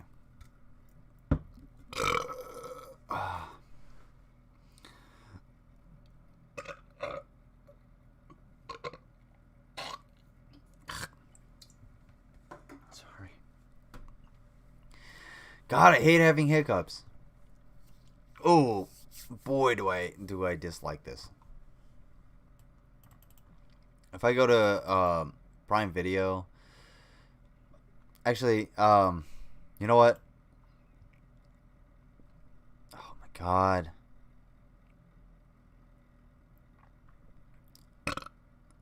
There we go. I don't know why I tried to go to Prime Video on YouTube. I show it too. I'll explain more in Discord later. Yeah, for sure. Hey, hey, Rev.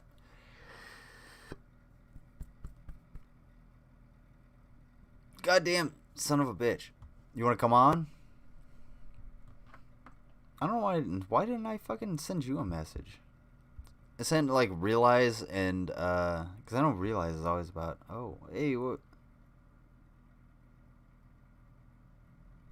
I'm on stream. Oh shit. Slim Cyborg was on stream. I didn't even see that. That happened like a few hours ago, unfortunately. When I'm working, I don't listen to music. I listen to Defat Fright podcasts or hearing people talking. Yeah. I don't really listen to music. I listen to music, like, so specifically. Holy shit, I am so fucking. Give me 1 second, cause I'm gonna try and get rid of these hiccups real quick.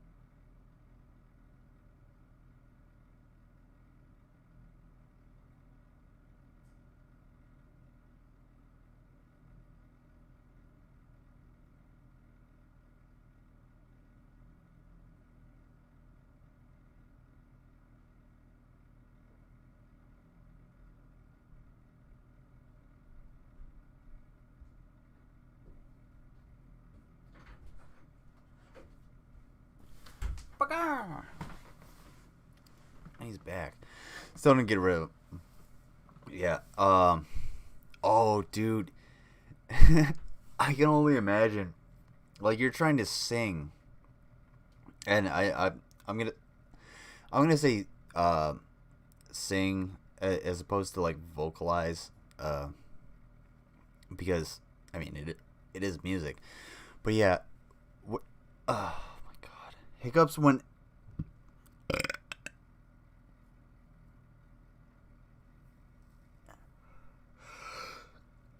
hiccups when anything is happening. Whenever you're trying to do anything is the fucking worst.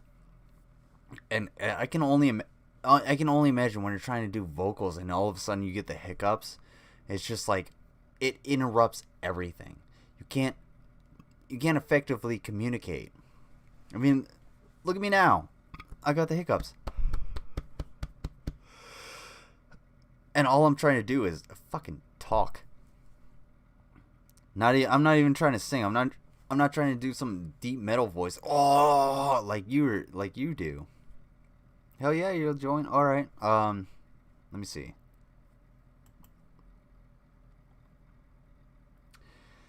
Go to the Discord and the voice chat. Let's try that. Cause I don't have a StreamYard set up, so go ahead and try that. Oh my god.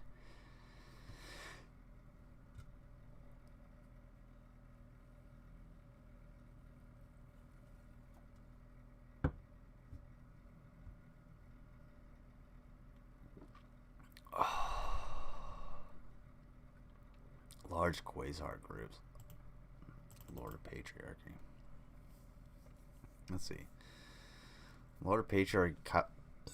Kyle Kalinske. I have my issues with Kyle Kalinske, but not in the Lord of Patriarchy sense. Let me see. What are you gonna search? I'm gonna wait for old boy to get in here for a sec, so we're gonna have to search around. Yeah, we're definitely gonna watch Slim Living Cyborg pierce himself 8 times. Did I watch this? I don't think I watched this. I didn't watch this. Ooh. I really hope these hiccups go away. Very, very soon.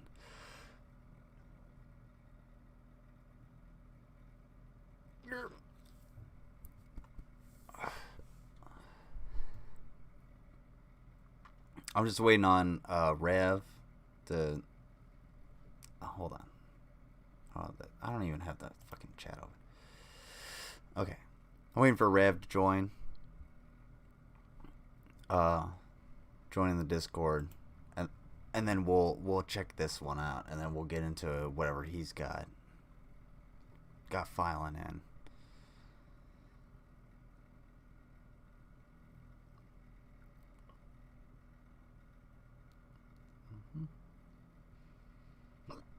Oh my god, I hate these fucking hiccups so goddamn bad.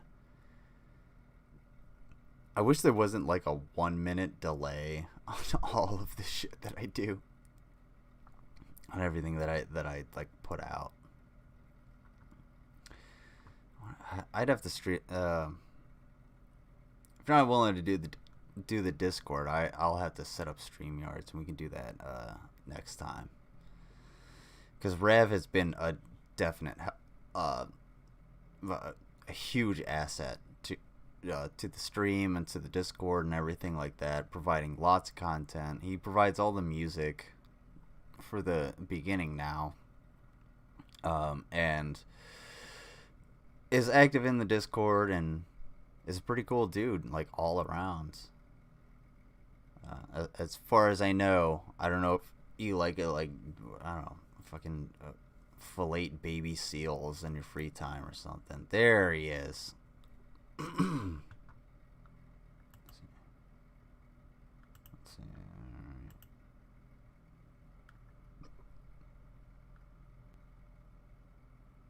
What it do? What up? You there? Can you? Oh, hold on. Can you hear me? Let's see. Hang on 1 second. It might be on my end. Yeah, it's definitely on my end. Hold on. User settings. The phone. Video. There we go.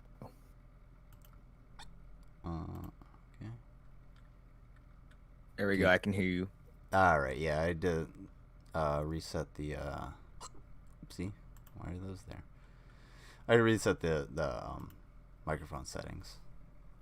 Yeah, same here with me. Yeah. All right. What's up, dude?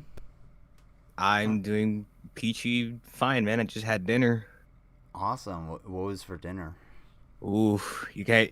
I should have taken a picture of it and put it on the Discord, but it was like salmon, like pan-seared salmon with like some Uncle Ben rice with like the onions in it, and then I think some like green beans too. Fuck, dude, you you described like one of my favorite meals, like salmon with rice, and especially green beans. I love green beans with like a little salt and pepper. Oh, there was some pepper on it. Then what is it? The salmon was drizzled with some lemon too. So it was Oh, good. dude, give me a slice of lemon on that salmon. Oh, fuck, dude, that sounds so good. I don't almost at all because it's so expensive, but like, oh, dude, my mom buys salmon all the time, and I can cook me up a piece of salmon and slide like when you cook it just right, and it just like folds onto the fork, and you get a little bit of get that lemon flavor. Maybe you have a little bit of rosemary or butter, and you get the do you use white rice or wild rice?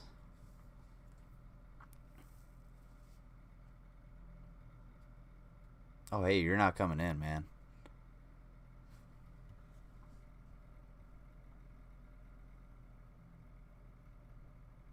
I'm not hearing any of your audio. I don't know why.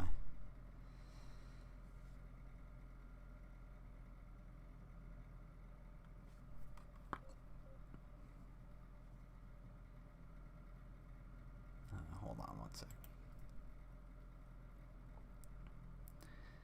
Yeah, dude, I'm not getting any of your audio. I don't know what the fuck happened.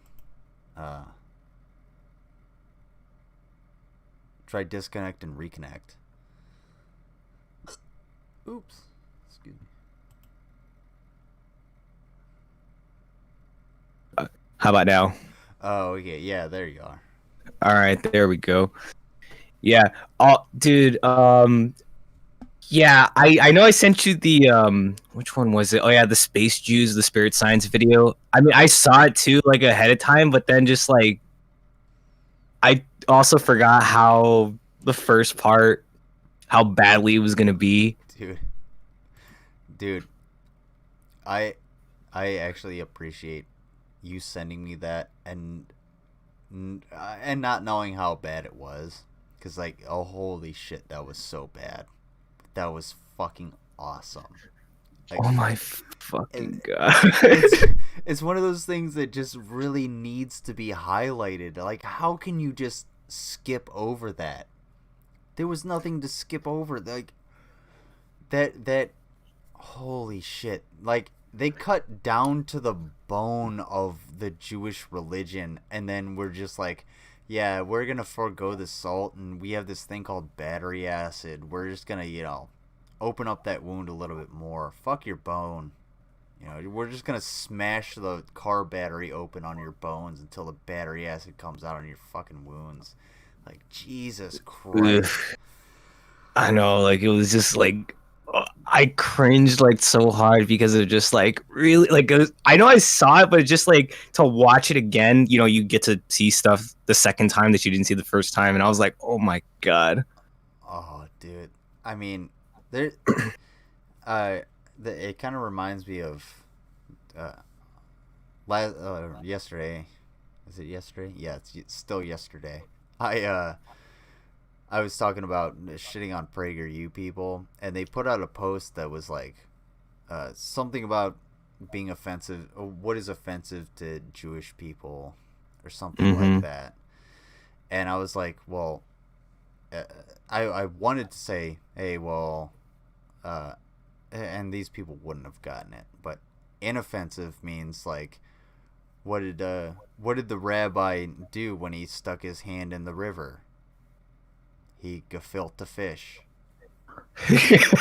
Yeah, but like, what the fuck? That's innocuous. It makes no.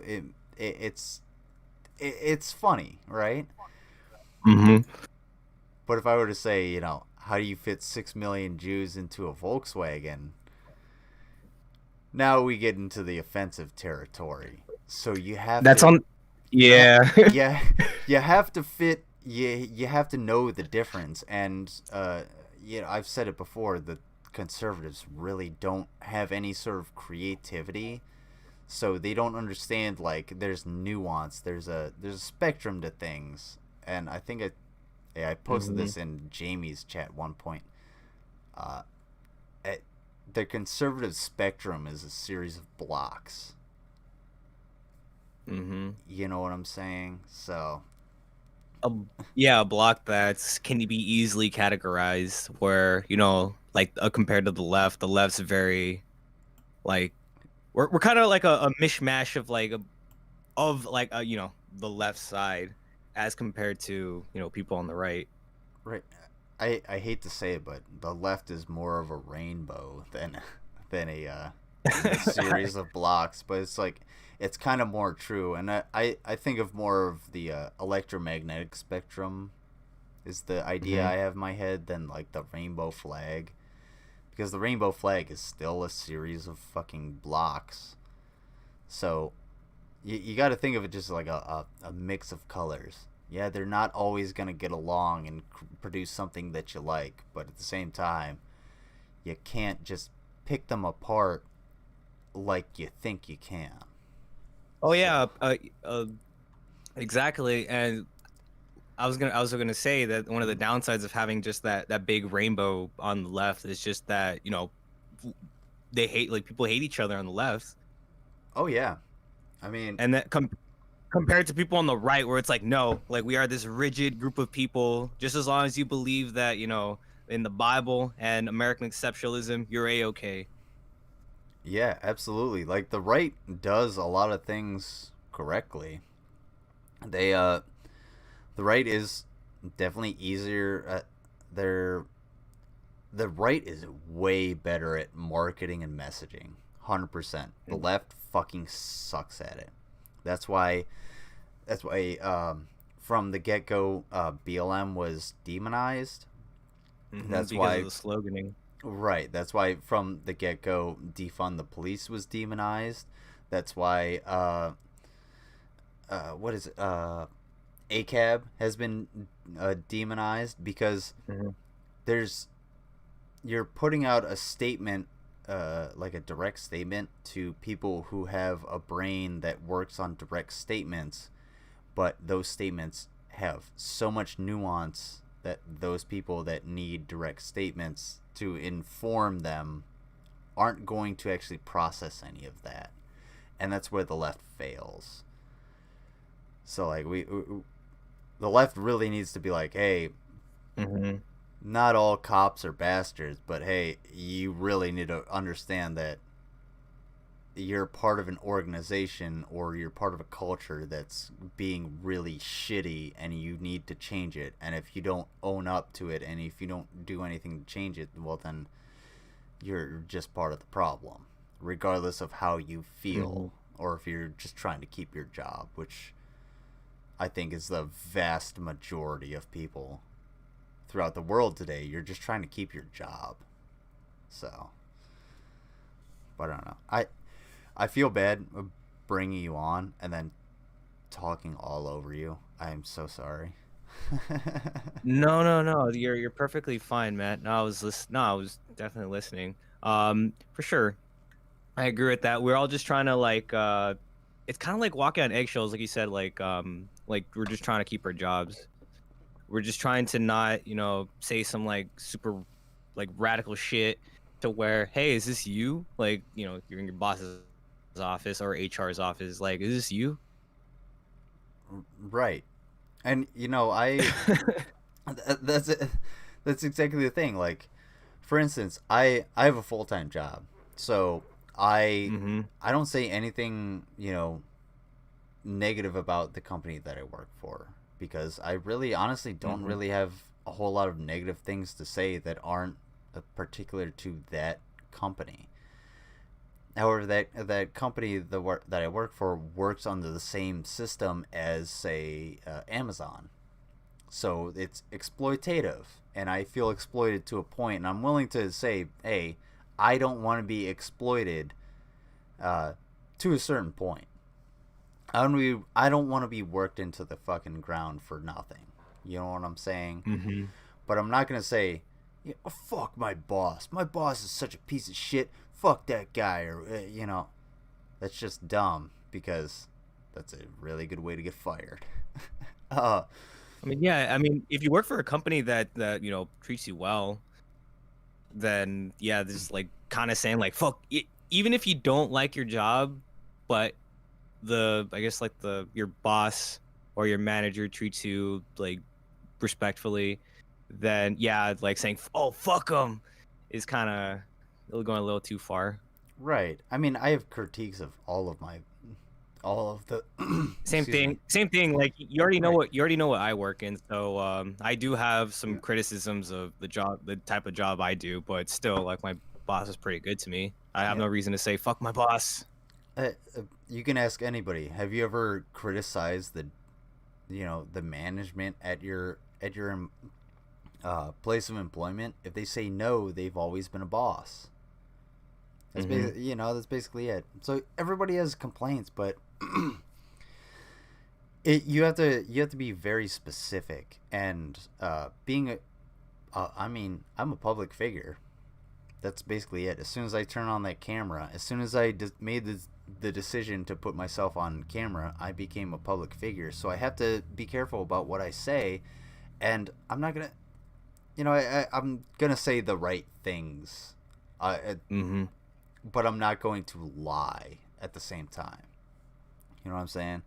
I'm not going to be like, oh yeah, working for Amazon is so fucking great. I don't have to shit in a bag or anything like that.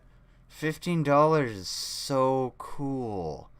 Jeff Bezos is such a benevolent boss. Yeah, dude deserves, to have robot arms or whatever the fuck. You know what? I'm pretty happy. I'm rooting for him actually to become the world's first trillionaire. Yeah, that would be great for the bottom 99% of all people. Like me. Yeah, just like me. That could be me one day. Yeah. Oh my God. That could be me one day. Yeah, it could be you one day, and I think I'm pretty sure all of us hold on to like, oh man, I could win the lottery. And if you play the lottery, don't play the lottery any more than like when you find $5 in your fucking jeans. You know what I'm saying? Because that's pretty much the probability. Yeah. The probability of you finding like $5 in your jeans is the probability that you'll win, something from the lotto. Yeah, dude. That's pretty much it.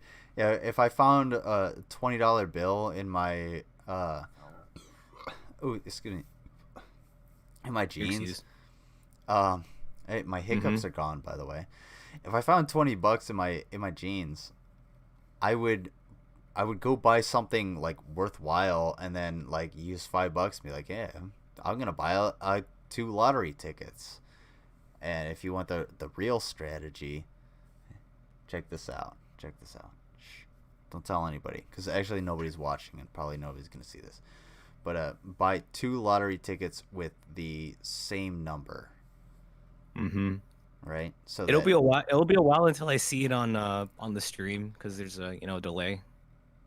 Oh yeah, I'm just saying for the people who watch in the after, because this is a 6-hour long stream. Not a whole lot of people are gonna watch this entire thing. I'm not kidding. Like I'm going until this shit stops. Basically, I'm not gonna say I'm going until 4 a.m. or anything like that. But the fact that I've had a connection for 6 hours is absolutely astounding to me. You should change the title to like at the very end, just add like in parentheses, it like stream does not crash. Yeah, fucking first, yeah, right. Super stream or something like that. Oh no, definitely. Like from the previous streams, I was just like vibing, like with just the the streams for like 2 hours in. Next thing you know, everything starts crashing, and then there's eps in the chat. Yeah, dude, that's so just me being the host. It's really discouraging because I really want to entertain you guys. I want to interact with you guys, and especially when the chat goes down, I want to have you guys talking to me so that I can answer your questions and have things going on that pertain to the subject matter at hand, and you can give me new perspectives or you can give me new experiences and stuff like that. And when the internet goes down, that's what I'm most pissed about, is the fact that I can't interact with you guys. So like I don't know, it really sucks, and I'm working on it, but it's hard. It's really hard to just be like, hey, I'm working on it, and for me to actually believe people that believe me. You know what I'm saying? I get what you're saying, Matt. Don't worry. I'm just here to tell you, like, I still have fun, but yeah, I understand the as a creator, you want everything to be smooth lines so that you can have connection with your audience. Yeah, dude. I mean, you don't hit every chord the first time, right? Oh, for sure, man. Right. If that doesn't ring true. I mean, I'm not even a musician, and I think we can relate on that. But for real, like, it's the same thing. So I try to work through it, and I try to keep the audience, and it's really hard for anybody, like me especially. If I was watching a streamer and all of a sudden the shit went down, I'd be like, well, I'm just gonna go on to find something else basically immediately because I need that media. So to have that happen in the middle of, like, in the middle or the beginning of a stream or anything, I'm just like, well, fuck. And now I have to recapture the audience. I have to re-get the audience because I have about a minute and a half to recapture people, which really fucking sucks. And it's the same thing. Like, if when you're playing music, if you fuck up a chord, you have to recapture that audience and make them forget about that fucked up chord within about a minute and a half, at the maximum. For you, I mean, for music, it'd probably be like within 12 seconds. You better be fucking strumming along like Jared Leto's pretentious ass. Nah, if I hit a wrong chord, I'll just say it's jazz. Yeah, there you go. I mean, that's pretty much what jazz is. It's a lot of chords that sound like they're not supposed to be there, but it's an actual chord. Just play the notes, man. Just play the notes. Jazz is like I love music, but I'm a stupid hands motherfucker when it comes to any instrument. But yeah, jazz? No, I don't get jazz. Shut the fuck up. Just play the notes. It sounds like you're being a dick about the music, man. Then again, you smoke a couple reefers and you got you got the jazz hands going about. Sorry. Oh no! No, it's okay. No, I was gonna say, no, it's not jazz after you smoke a couple reefers. It's a little reggae. You got a little reggae going on the side. No, I was gonna say. And that. Wait, what?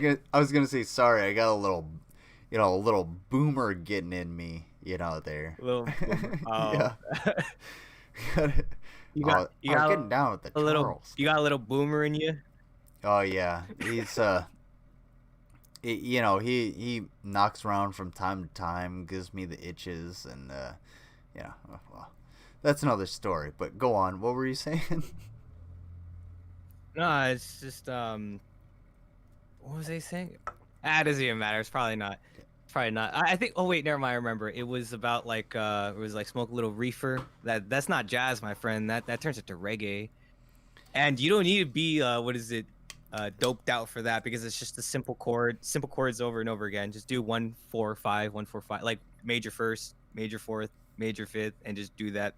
Repeat it, and you got a song. You might as well. That's pretty much.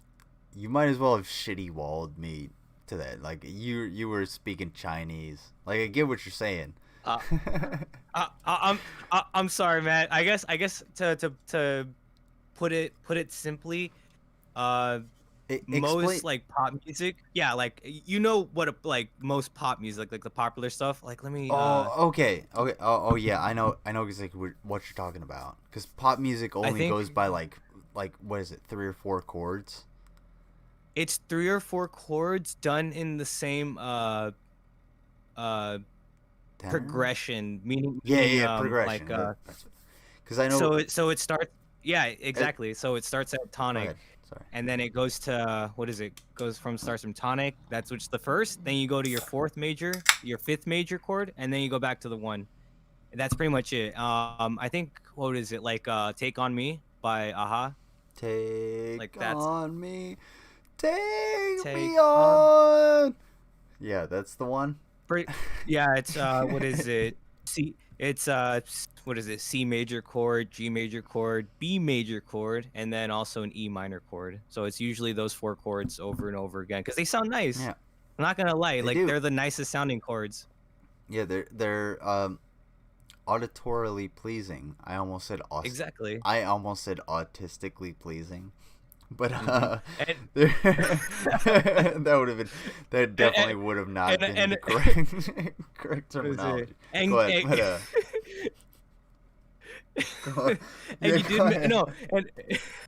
and I know that you mentioned that like you also like science too. There's also the science behind that because like on a resonance frequency, the notes that are played like in each different key, like your major 1st note, your major 4th, and your major 5th note on an auditory frequency, they match up. Like there's no what do you say? There's no clash in the sound wave, which is how you get a very like pleasing sound. Like an example I can give you for like 1 to 4, 1 to 5, how that sounds like. 1 to 4 is, you know, like Here Comes the Bride, Here Comes the Bride. That's a 1 to 4, and then 1 to 5 is what's that one?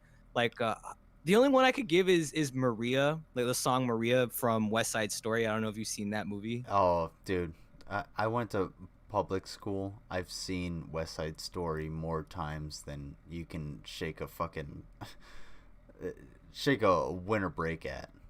All right. All right. Yeah. Because the song, like my favorite song from that musical is Maria. I love it. I mean, maybe that's not. I just remembered. That's not a. Oh yeah, no problem. Let me see if I can remember it, because I'm gonna go ahead and sing it with my perfect voice. Hold on, let me take it. Anybody get a cigarette? Is it like Maria, something like that? Is it? Is it Maria, Yes. Maria? And then he goes from that to I know I said 1 to 5, but technically it is 1 to 5, but it's called a tritone. So it goes Maria, I've just met a girl named Maria. I love that part.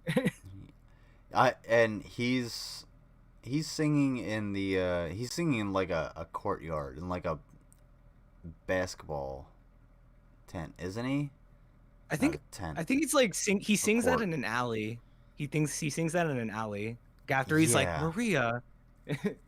Damn, it's been so long since I've seen West Side Story, and a lot of what I remember is that really like unnecessarily long intro with all of like the shades and colors going through, where it's like 3 minutes long going in. This is the video that I watched, but it's just like I didn't see like the Broadway play or anything like that, but I just remember the like this 2 minute long intro of, you have like greens and reds, and it's just like rainbow colors of a silhouette of the city, and then it actually gets into West Side Story, and that's what fucked me up about that whole film, was because that's what I remember, not the Maria, not the I remember I remember them going. What was it? It was the Jets and the Sharks, right? Mm-hmm. Yeah, it was the Jets. I remember them like ganging up together, and they're like, you know, they want to bring chains, we'll bring chains. They want to bring knives, we'll bring knives. They want to bring zip guns, we got zip guns. And They were a couple bad boys. Yeah, like that's what I They remember were- about West Side Story. Go ahead. Sorry. No, like, cause when you said like like we'll bring change, that reminded me of like the Joe Biden thing. They were out with a couple bad boys. Yeah, yeah, he's running around a couple bad boys, and I came around. Popcorn, you ain't welcome in this town, or whatever the fuck he said. Corn pop. Corn pop, popcorn. Fucking, does it really matter? Corn pop. Like, if it really did happen, then Joe Biden would be seen as like the most badass, like, to ever, you know, walk the 60s. But yeah, you know, I don't know. It just seems kind of too good to be true. I don't know if Joe Biden straight up like slap some criminal across the face, like a legitimate criminal. I'm not talking about just like a black person in the 50s or the 30s or whenever the fuck this happened. If he like legitimately slapped a criminal across the face with a chain and then brought that person to justice, like real justice, be like, yeah, he got slapped across the face with a chain, but he also, you know, stole some chickens, so we're gonna, you know, put him in jail or whatever the fuck. I don't know whether the justice would be for that. I would be like, yeah, I don't want to get slapped in the face with a chain. Yeah, I'm gonna vote for that guy. You know, fuck that fat piece of shit that's like, oh, we're gonna send them. Not here. What happened? Uh-oh. Let it sit in the rain barrel. Like, I didn't hear anything after that. What's that? There we go. I can hear you go. Oh, okay. There's probably gonna be a fucking delay. Mm-hmm. All right. Yeah. Are you back? Wait. I'm here. Yeah, I've been here. All right. Yeah, I don't know what the deal is, but I'm working on the computer situation. Anyway, regardless. But yeah. Sorry, made a joke. Hopefully, it landed on the actual YouTube video. But whatever. There you go. Wait, I saw a blue screen. Unless there's a delay. Yeah, there's definitely a delay. Okay, yeah, there's definitely a delay. Oh, jeez. Ooh, oh boy. Let's see. Oh, by the way, so I think it was like way earlier, like when you started the stream, like you played like, what was it, Death Wears a Beak Mask?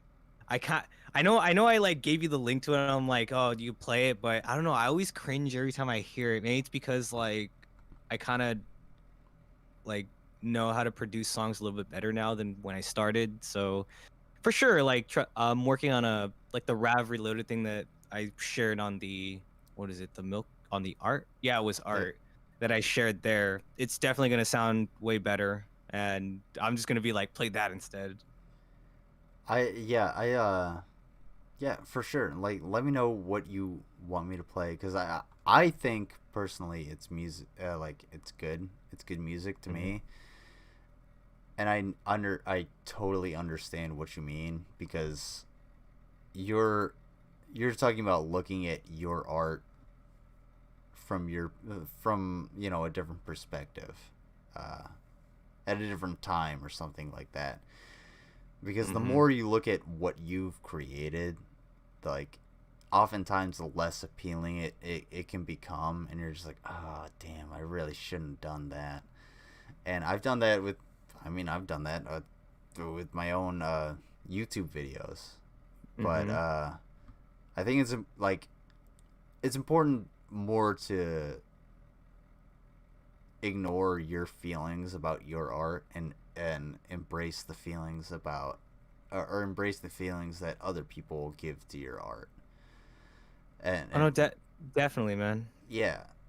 I Go ahead. Oh, sorry, man. I was gonna say, like, I could see that because when I released, like, because I do have an album under my belt, but the production value of that is like, I mean, objectively speaking, it's like I'm not gonna say it's low quality because it wasn't recorded with a recorder in the middle of a fucking garage, but but it's definitely lo-fi. It's very lo-fi, and listening back to it, obviously, it's like, ooh, like definitely not to the same production value that I'm working on with right now. But I should take what you said, which was I'll keep in mind that to just separate myself from my art because other people look and interpret it differently. So there are people who have actually liked the production of that album, and I am thankful to that because it does mean that if someone enjoyed it, even though it's like kind of a low-fi-ish quality, if someone did actually enjoy it, then that just makes me happy. Yeah, dude. That's I think that's one of the things that's missing about art in the modern day. And I hate to go damn, son. Damn. God. I hate to go like, like shitty modern philosopher on it, but I think that's missed a lot because you want to create something, but you're not creating it to create it. You're not just creating it to create it. You're creating something, and you have that little thing in the back of your mind of, is this thing good enough to be put out there? Well, just fucking put it out there. And some people will say yes, or some people will say no, and it's how you respond to the people who say no that defines you. And the people who say yes will oftentimes say, like, will give a critique. And I think a lot of the time it's up to the artist to be like, okay, well, this is a legitimate critique and this is not. This is a legitimate critique and this is not. And I think like you produce enough good stuff that I don't hold on. Let me gain my train of thought again. I think you produce enough good stuff that, like, for people to critique you, they don't actually have a good understanding of what you're doing. Do you know? Does that make sense? I can see what you're saying. Yeah, like I don't think that like. So your music's not bad, to me, but. Hold on. I'm a few beers deep, so you're gonna have to bear with me. Your music's not your music's not bad to me at all. But then again, I'm not a musician. I mean, I can do visual arts and stuff like that. So I don't know where I'm going with this. Like I said, I think beers are fucking hitting me. No shit. Oh man. But and I saw you drinking them White Claws too, man. Yeah, dude, because I get a $5 rebate. I just gotta mail it in. Fucking awesome. Yeah. I was gonna be like, I forgot what I was gonna say. I was legit when I saw you drinking that White Claw. I was like, look at you, hipster. What is it? Drinking a hipster ass fucking White Claw. But hey, I drink White Claws too. Oh fuck yeah, dude. Because I mean, oh okay, for me, I could easily drink like a fifth of vodka on a stream. On this 6.5 hour stream, I could easily drink a fifth of vodka and be like, man, I probably need a beer. Unfortunately, I have a tolerance. And I say unfortunately I have a tolerance for a reason. And I pretty much revealed that earlier in the stream when I was talking to Dave. But the thing is, like, yeah, the White Claws. Interesting fact. Check that out. The mouths are pointing the same way, printed differently. That's why it's really hard to, like, not do product placement. Yeah, I can see it. But, like, the only reason I've had White Claws for shit, I don't know, the last couple weeks is simply because, like, I get a $5 rebate. I just have to mail in the receipt and write some shit on the coupon. I get $5 back. Nice. So, like, why not? I mean, I already want to, like, drink them. So, I already want to relax after work. Why the fuck would I get shitty Bud Light? And like I said, yeah, beer actually sits heavy in my stomach. And I can drink liquor, but beer really sits heavy in my stomach. And liquor, the next day, I won't want to eat. I have a trouble eating in general, so I don't want to eat the next day if I'm been fucking shit-housed on, you know, Jack Daniels or whatever vodka is out there. Oh, for sure, man. But hey, fucking Bud Light, I don't know how people can drink that shit. To me, it's just piss water. Have you ever had a Rolling Rock? Rolling Rock, is that a brand or is that a type of drink? No, that's a brand of beer. No, I haven't had Rolling Rocks. My mom drinks that all the time. Like, that's her go-to. I have no idea why. Well, I kind of have an idea why, because it's very, very light. You want to talk about a light beer? This is like water beer. What's it called again? Like Model Light? Rolling Rock. Oh, Rolling Rock. Wait, you're on the West Coast. So yeah, in Cali. Dope. Where at? I don't want to give you a good way. Don't dox yourself or anything, but like. Oh no. Like what is it? Because I also hang out in what is it, like Hyun, if you know him, like Hyun server, and in Realize's server. They what is it? I've been pretty open. I mean, not in the exact city I live in, but I live in SoCal, so in the southern part of California. Okay, yeah, I can dig that. That's what I'm saying, because, like, I'm not gonna say, hey, where the fuck do you live? I'm just saying, like, because I know where do you live? I know California has 18 different climates, all within the same, you know, Los Angeles area. So, like, I just want to know if you're, like, closer to Mexico than or farther from the coast, or, like, I don't know where.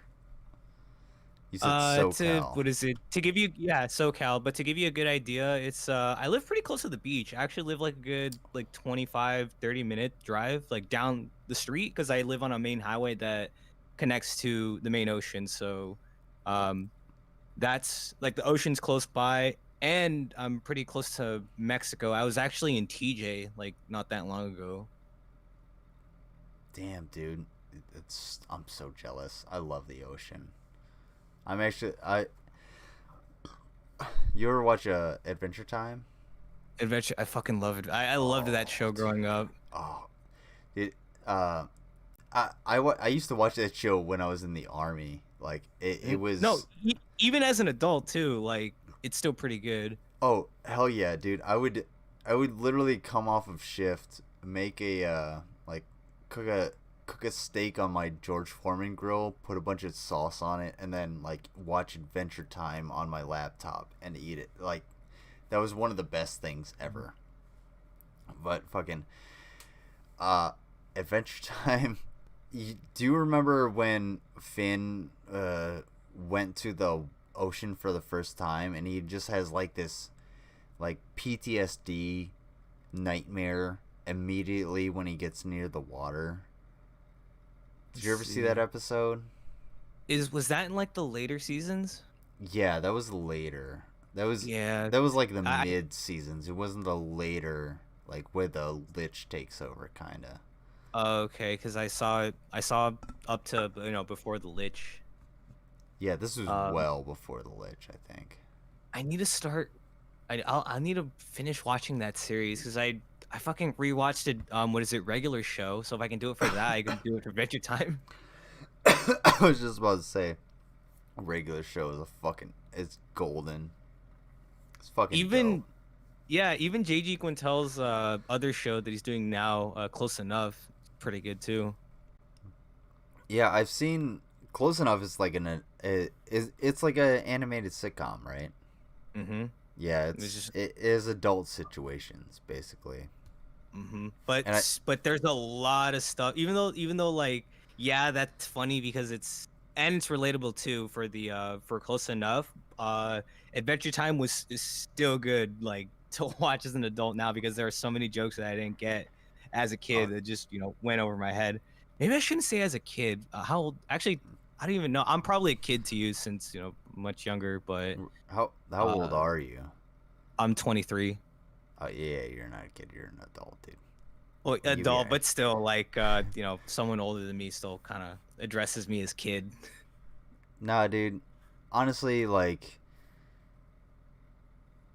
if you get addressed as kid, you're either being condescended to, or you're talking to someone with more experience than you have. And I'm gonna go ahead and say you have 95% chance of dealing with the former than the latter. Ooh, okay. You know what I'm saying? So it's not like it's about experience. Just be like, hey. So for instance, just because some jackass is 35 and they know how to work the register at McDonald's doesn't mean you're not an IT professional that can actually program the motherfucker to make sure he doesn't put in a medium drink instead of a large. Mm-hmm. You know what I'm saying? So a lot of confidence, and I've learned this through my age. A lot of confidence comes through skill. So learn things, and then you'll have more confidence. And don't let old people put you down. Fuck that. Challenge them immediately. Especially if you can. Especially if you can be quick-witted about it. If they try and like trounce you. That's one of the things. Sorry if I toot my horn or jerk myself off and break my arm, but like one of the things I kind of put forward on myself or pride myself on is being able to point out logical fallacies and just pointing them out, and then just being able to be like, no, that's a logical fallacy and this is why you're wrong, and this is exactly what the argument you're trying to make. So you need to find a new argument that actually like works and will actually like provide for this. And they can throw a lot of people off, or it can make a lot of people mad, but that comes with time and experience, I guess. But at the same time, hopefully it just throws them off and not gets them mad. Yeah, if it throws them off, it's more likely gonna get them mad, because people don't like being proven wrong. It's just a human reaction. Just Mm-hmm. I don't like being pissed off. Nobody likes being pissed off, except for like MMA fighters, like Gina Carano, because she's a piece of shit. Oh god, MMA or any martial artists out there, like Steven Seagal, my favorite martial artist. Oh my god, dude, it's like a dream come true when he's just. Have you seen this? Did you see that technique? I could was it fuck the you one? Up, dude. Was it the one? Where are you talking about the Steven Seagal video where he's like in a white gi and he's doing like all this like karate shit, but it's kind of like staged? You mean Steven Seagal video 18 through 37 minus video number 19? Yeah, I know all of those. I've seen them. I've seen the movies. It's because the podcast that I mentioned in the chat, DFAT Fried, they did a Steven Seagal episode and pretty much taking the shit out of fucking Steven Seagal. I haven't watched the Steven Seagal video of DFAT Fried. I'm pretty familiar with them because I was. Fun fact: I learned about The Amazing Atheist. Like the first time I actually saw anything from The Amazing Atheist was on E-Bomb's World. And I'm dating.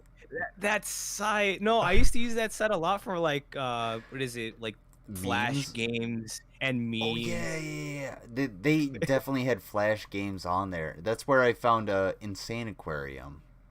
And here you Also, got some, like PopCat games and stuff. Yo, for sure. And also, Eben's World was where I found Peanut Butter Jelly Time. Oh yeah, that's where it was. And same with when it first came out. Same with Milkshake in the Yard. You remember that video? Milkshake in the Yard. No. My milkshake brings all the boys to the yard. Do you remember that video? Oh, okay. That one.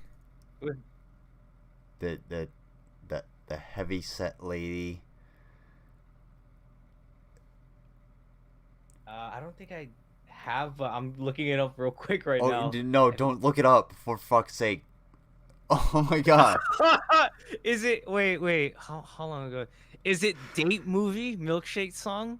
Sure, why not? I don't even Okay. fucking know. This is E-Bomb's World in like 2004, dude. What the fuck are you asking me for? Oh, never mind. This is too recent. But I do see a video of a hefty set lady jiggling along to Milkshake. Yeah, she is. Yeah, don't click on that. So that was a thing. Yeah, I remember E-Bomb's World. Oh, anyway, so I remember my first encounter with The Amazing Atheist was like E-Bomb's World, because I learned about E-Bomb's World through friends in the army, and this is when the internet was sort of like up and coming. Laptops, like me having a laptop was a brand new amazing thing at that time. So like this came through, and eventually YouTube came in, and I actually started listening to TJ, and the first video that I watched where he was on E-Bomb's World was when he was it was one of his older ones. He had not the page boy haircut. Page boy. Yeah, not the page boy haircut. Come here, TJ. But he then kind of What's up?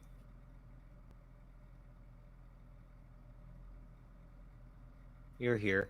I can hear you. Okay. I wonder if I'm still on. Not anymore. Oh shit. There we go. Hold on. That's weird. Yeah, I guess I hit the. I guess 11:58. Fuck, man. I was gonna go on I was gonna tune into FML, but an hour late. Oh well. But yeah, are you there? Good.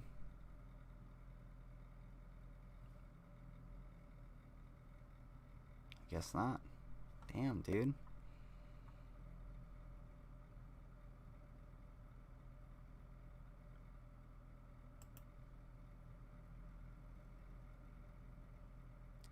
You're not coming in. I can see you highlighting, but you're not coming in. You're not coming in. Rather, it's probably on my end. Don't worry about it. Yeah, it's definitely on my end.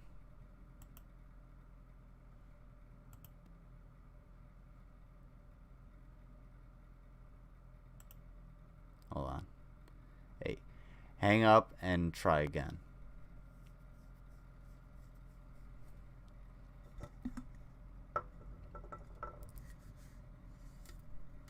do. There he is.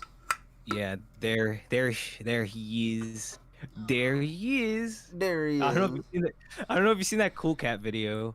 Oh, I have seen With- several Cool Cat videos, and yes, I know what you're talking about.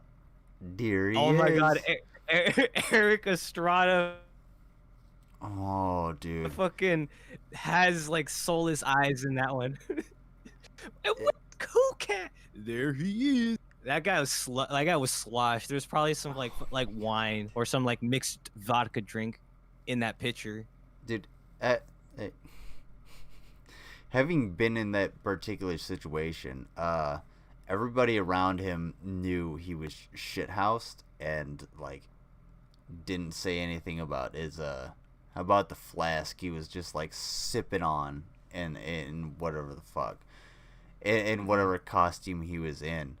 But send me that Eric Estrada link if you can, because I want to look at that particular thing, because these things straight up, they hired Eric Estrada and a lady to basically, they were like, hey, here's a bunch of money. Fox. What's that? Vivica Fox. Fox, yeah. Yeah, that was her name. Like, oh, I have it here, and this was I guess like the director's cut, because it has fucking Derek Savage fucking with the take 2 clip and go. Let's see. Yeah, I have it. Let me share it real quick. Okay, give me 1 second. I'm gonna... Yeah, no problem. Oh shit. There he is.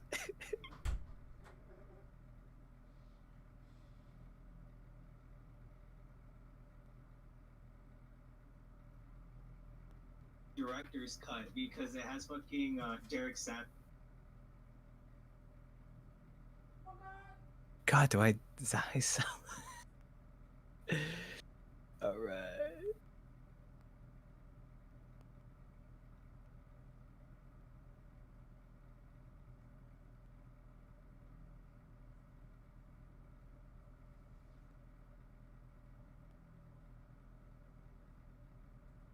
Hey there, chat. Hey there, YouTube. It's Rav here.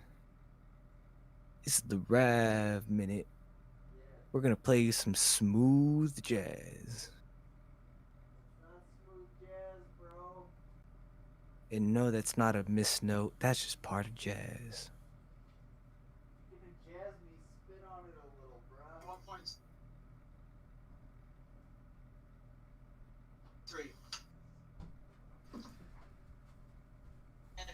Sorry, I had to utilize the latrine. But yeah, I appreciate the extended entertainment while I was moseying out. We're gonna play some smooth jazz. No problem, man. Hey, you actually remind me of like Metalocalypse. I know you've watched that. What? Me? A metalhead not knowing what Metalocalypse is? No. Grr. But you may know that, like, so I'm dumb like this, so I know specific scenes of shows that are hilarious, and I remember them forever instead of people's names. So I think you remember hang on 1 second. Oh no.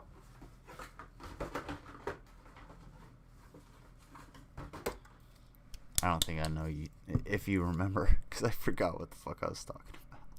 Metalocalypse.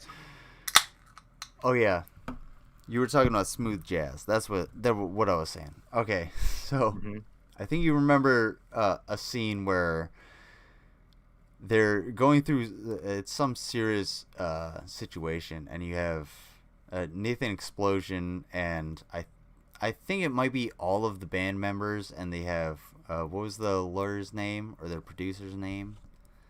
The producer. Oh, dude, how are you blanking on that? Let alone me. Oh my god, no, because I know the main band members. There's Yeah. Nathan Explosion. There's Toki. There's Murderface. and there's pickles. Oh my god, I love pickles. I love pickles. Yeah. And then there's Swiss Scar on good Yeah. guitar. Ugh, the Dutch. Fuck, what was his name? What's the fucking producer's name? I'm blanking on it. Oh, dude. Oh my god. Oh man. Here you go. Characters. Let's see. Okay, you got it. All right, you got it. Oh Jesus. Yeah. Hold up.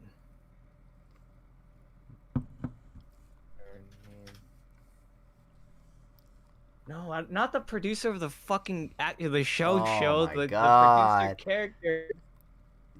He's like, I don't even know what his role would be.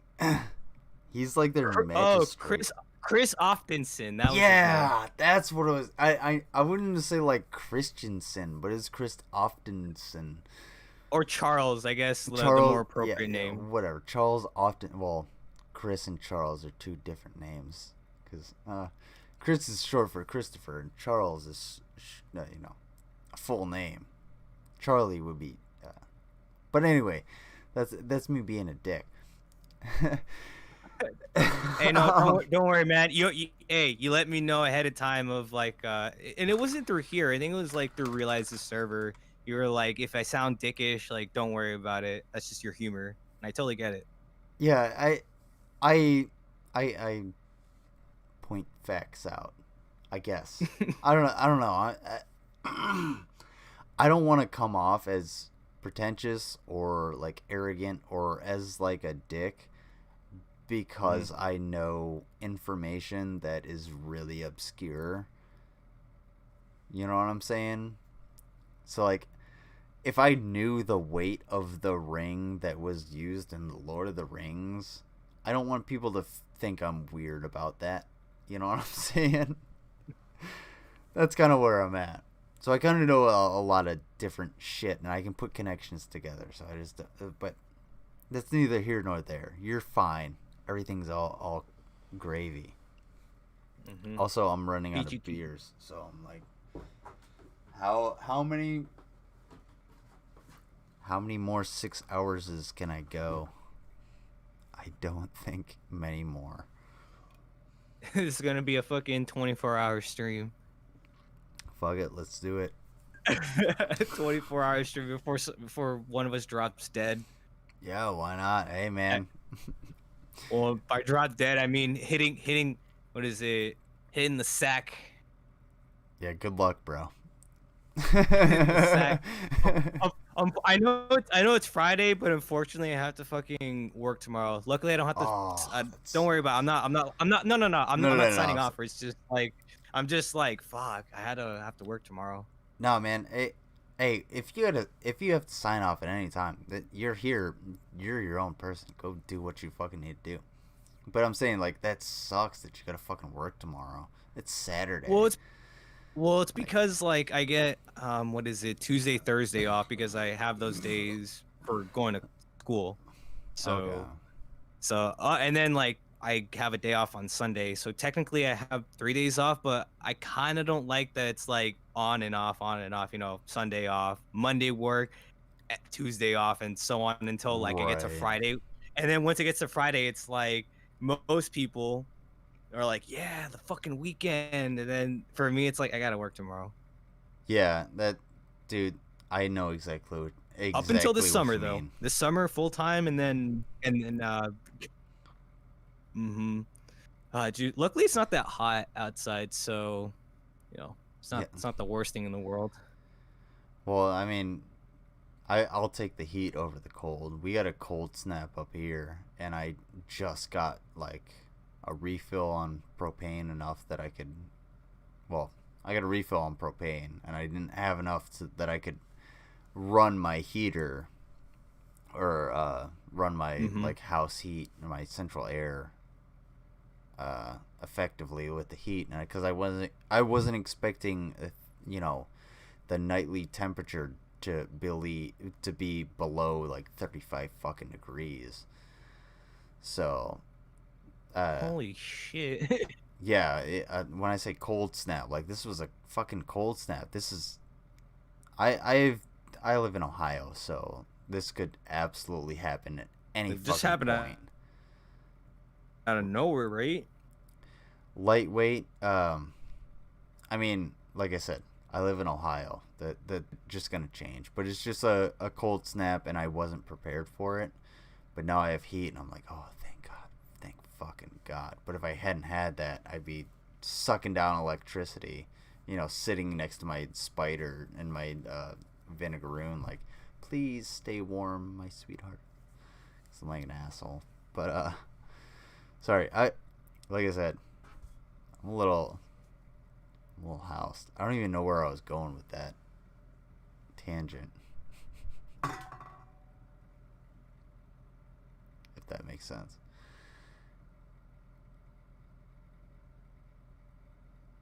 I don't even know if you're here.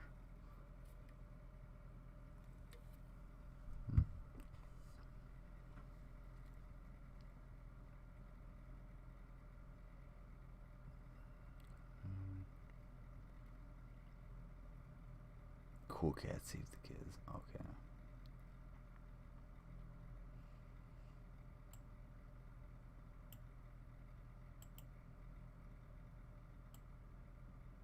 Damn, dude, did everything freeze? What the fuck is going on? Oh, now I can hear you. Oh, okay. I heard cold snap, and then Ohio, and then I said Midwest, and then it just went silent. Yeah, I don't know what the fuck is going on, because I went on a tangent and I wasn't getting sort of like response. It's like, okay, guess. That's probably more. Oh, damn, I didn't mean to do that. Oopsie. No, we don't want to do that. We don't want to open the Eric Estrada link in in Firefox. Just looking at this thumbnail, okay, neither of these people want to be here. Eric Estrada is fucking housed. He is like, he's like, I've had like 7 Mai Tais because they were free, and you spent all your money on the craft services table, and I'm only getting like $3,000 to actually be here. So, yeah, put me next to this. Put me next to this woman. We'll be good. We'll be good. He's like, "Is this where my career's gone?"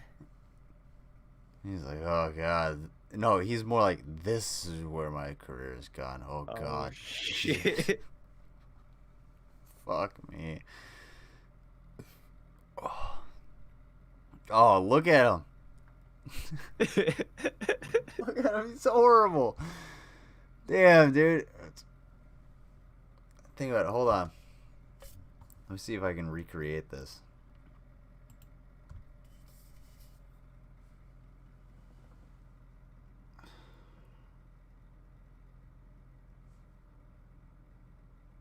Is that good enough? Yeah. Did I make my lines? See. Can I actually get my fucking paycheck now? All right, this is pretty good. This is a pretty good deal. I think I'm Eric Estrada. I think I can do enough to get through. Is that a good Eric Estrada? Just enough. Oh, look, the likes and dislikes disabled. Oh, that's oh, a perfect no. one. There you go. You get the fucking Oscar award. Oh yeah, there you go. Holy fuck! Like, the likes and dislikes were disabled simply because the likes were just too much. It would seem disingenuous if they actually if they actually put in all of the likes that were truly there. Man, it truly deserves. Oh, this is raw footage? Yeah, it's a raw footage. And here we go, and action. Oh. Oh, dude, have you ever seen any two people who did just not want to be in a place? Like, have you ever acted this hard? Serious question. Let's see. Unfortunately, no, I haven't done like theater. I have no experience in the theater or in acting. Neither do Oh I. my god. Fucking god. This fucking Derek Savage. This cunt. Vivica A. Fox and Eric Estrada.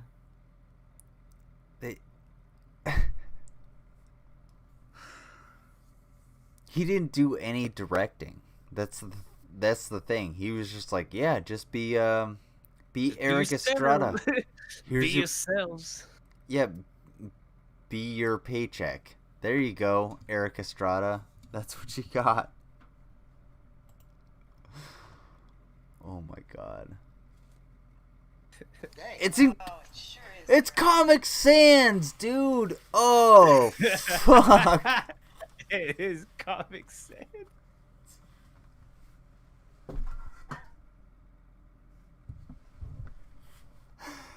They put this shit in Comic Sans. How do you fuck that up? Literally. There's literally 3 fonts. 3 that you avoid. Okay? Mm-hmm. Comic Sans, Papyrus, and Times New Roman. Okay? You avoid all 3 of those. And the only reason you would ever use Times New Roman is because you're in fucking high school and you gotta get through this goddamn paper. There's no other reason to fucking use that. But there's no fucking reason ever to use fucking Comic Sans. You're okay. These are supposed to be oh my god. How do I even break this down? All right. These are supposed to be like famous actors. They are not. Obviously, they're like D-list actor and actress. I mean, you need some work. I'm just saying, if you want to make it in Hollywood, lady, you ain't gotta fucking look like. That's a fucking sweet ass screenshot. Not to body shame, but anyway.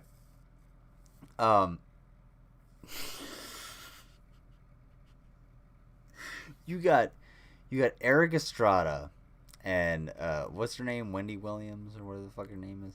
Vivica A. Fox. Vivica Fox, yeah. Vivica A. Fox. You got those two to actually appear in your video, Yeah, it is a video. It's not a movie. You got them to appear in your movie, and you disgrace them by fucking putting Comic Sans over them as. And it says produced and directed by Derek Savage. You even put your own name on that. You put your own name in Comic Sans as the producer and director of this pile of fucking excrement. And an excrement is me being like scientifically generous, I guess. I don't even know how to explain what the fuck this is. You might as well have used fucking web dings, dude. Like, what is this? What am I looking at? Like,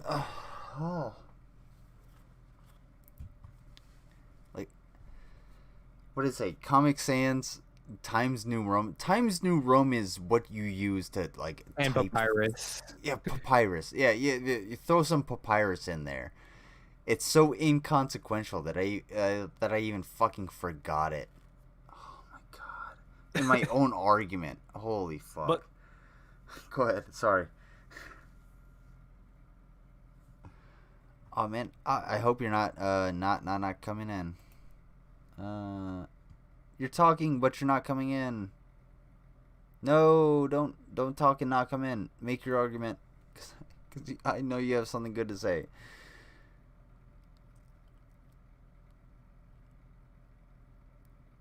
No, you're not coming in. No.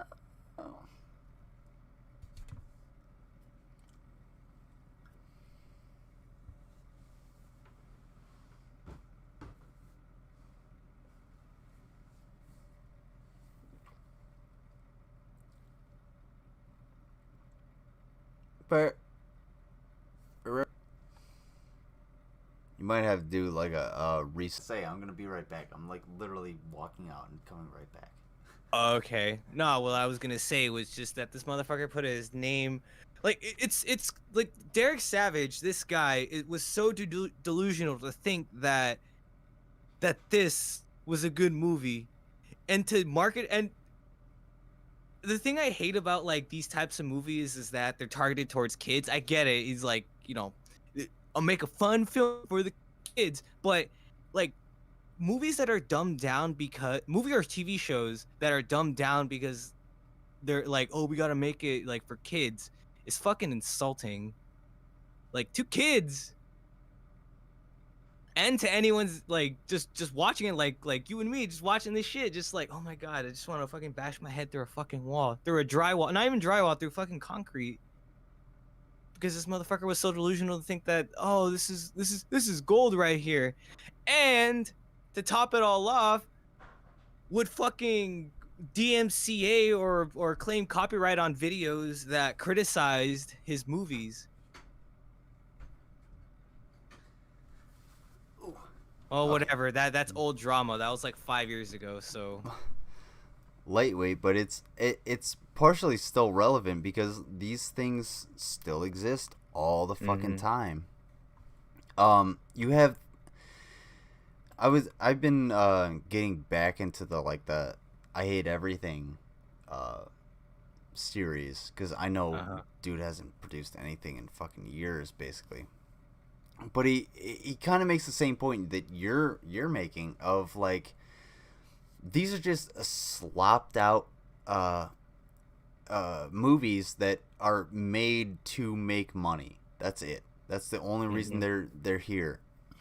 And the difference between what like I Hate Everything covers, like the Not DreamWorks collection for example, and this is because the Not DreamWorks collection they're making money. That's what they're trying to do. That's it. 100%. They're putting shit. That's pretty much. Yeah. Sorry, go ahead. Damn, dude. Why are you cutting out? Ins and the fucking bunch. Like those movies. I know what you mean. Yeah. I didn't get like anything of what you said. If you want to repeat it. Sorry, it just cut out like a like you said, like Not DreamWorks movies. Those, like I said, it can be summed up with Illumination's, like the movie studio, Illumination's whole movie catalog. Right. Yeah, and they're printed onto DVRs and put into the Walmart bin. That's basically it. And IHE makes the same fucking point all the time. Like it's meant for grandma to not understand what new media is.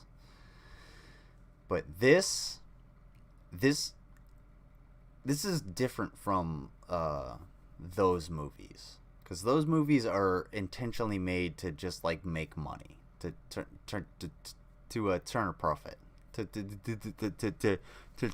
turn a profit. If I can ever fucking get that phrase out. And none of these movies are made to turn a profit. They're made to push a message, and you're not gonna turn a profit pushing a message in a movie. Do we agree on that, or am I wrong? Like pushing, like you can't make money if a movie is pushing a message. I'm not saying that like if a movie's pushing a message. I'm just saying like if the premise of your movie is to push a certain message, then yeah, you're gonna make less money than you would if you just made a movie because you want to make a movie for art and passion and make it as good as possible. That's no, for sure. Like if all I was gonna say was that if the sole purpose of your movie like this one is just to push a message at the sacrifice, at the expense. No, it's not the right word. If you're pushing a message and eliminating the artistic, like, sense behind your movie, then yeah, your movie's not gonna make. Artistic integrity. There you go. Thank you. It's that you're gonna compromise your artistic integrity just to push a specific message from your fucking movie, and yeah, people are not gonna tune in to watch it because, I mean, people did buy and watch this movie not for the right reasons. They just bought it to rip it apart. Right, and that's and the amount of money that people made off of buying this movie was, you know, far more than the movie itself actually made. And like when it comes down to pushing like a message, like when it comes to art, especially visual arts, you just tell the story. Have an original story and we'll be fine. And Derek Savage pushing you know, his message into his movies first and foremost is somewhat congruent. I don't know how to pronounce this word. Congruent. There we go. Congruent with like modern big box movies pushing their agenda. And I don't mean like we got the trans agenda or we got the gay. I'm talking about like the obligatory all female scene. It's, you mean like in Marvel? Yeah, and I didn't want to point anything out, but yeah, it's essentially the same thing. It's forced. Okay, I'm all good with Wonder Woman and all that good shit. I don't give a fuck about Spider Woman and whatever. It doesn't matter. The thing is like when you tell me like, hey, this is gonna happen and you're gonna like it whether, you know, and it's gonna be in here whether you like it or not, you're forcing me to just not like it. That's my attitude, my personal attitude of just like, okay, well, if you're gonna force something on me, I'm not gonna like it. Fuck off. You know? Oh yeah, well, I grew up with a single mother, so I know the strength and power of women. I know what women can do. They're not fucking weak. But at the same time, if you're gonna say, hey, the Ghostbusters can't be, you know, men anymore, I'm like, well, what? Why the fuck not? You're breaking up the continuity. You're breaking up the canon. Is my problem. I don't like people messing with the story, regardless of whether it be for like race or gender or whatever the hell it may be. Don't fuck with the continuity of the story is my issue, I guess. I don't know if anybody agrees, but no, I get what you mean. And yeah, the whole reason of just like for the, like you were saying, the Ghostbusters thing, there was no reason to change like the male cast other than the fact that just like, oh, we want more representation. But does your representation come at the cost of like making, you know, a cult classic? Pretty much, like Ghostbusters is a cult classic.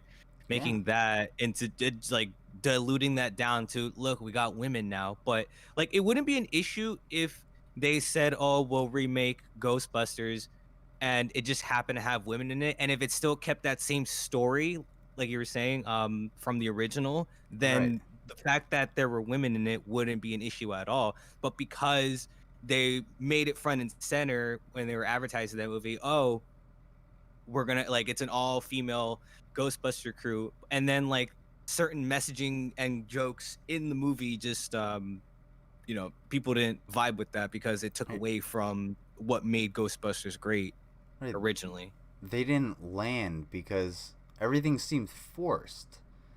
It's like, hey, we're going to man, I wonder if I can find that Futurama quote. I don't even know if I want to look for it, but Fry basically says, it's when they're... Hold on. Nah, I'm not even going to look for it because it's going to be really hard to find. So, Fry basically says, you can't... you don't want to... Fuck. Fine. Now I have to look for it.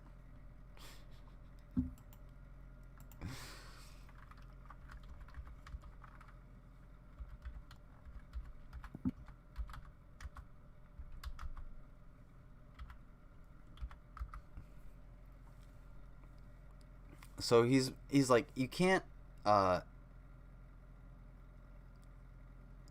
make people Bender should not be allowed on TV. That's let's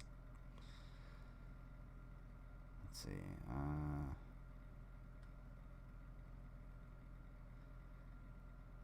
No.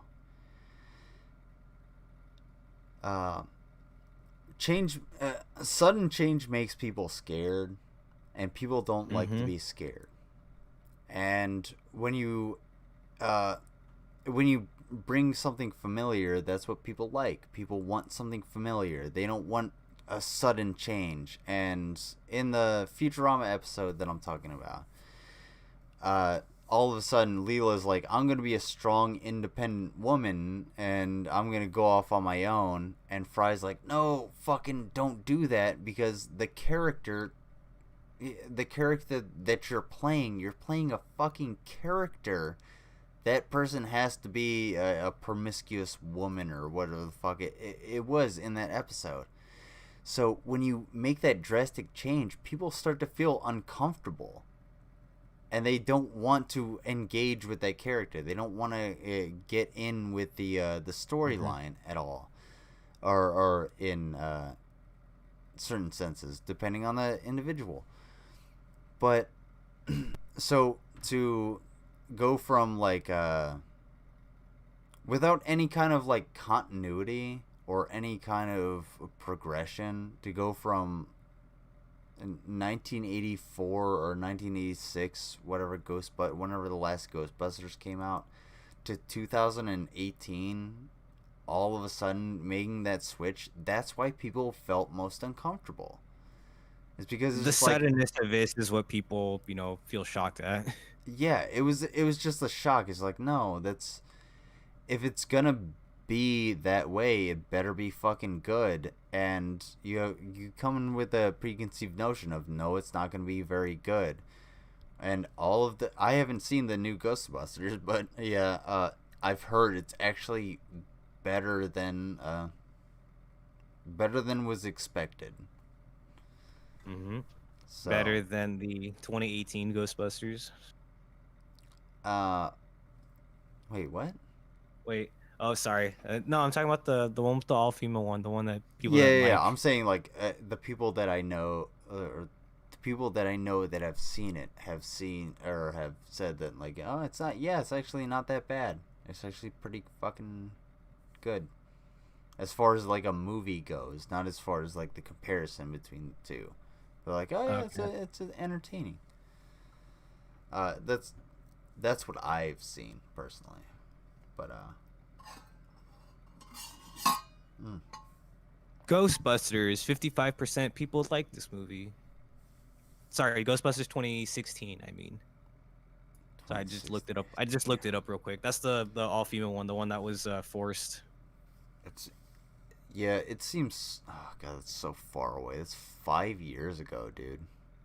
5 years is a long time.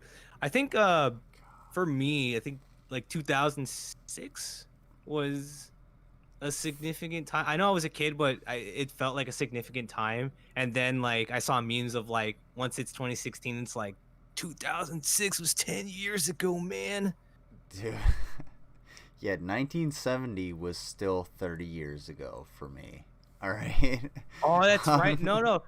I totally understand because growing up, like in the So true. in the 2000s, it's like you can easily just reference like, oh, the 70s, yeah, that was 30 years ago. The 80s, that was only 20 years ago. Yeah, and then exactly. like also for me, the biggest shock was like for like World War II veterans, I could just say, oh, those guys are like 80 years old. Nah, they're pushing 100 now.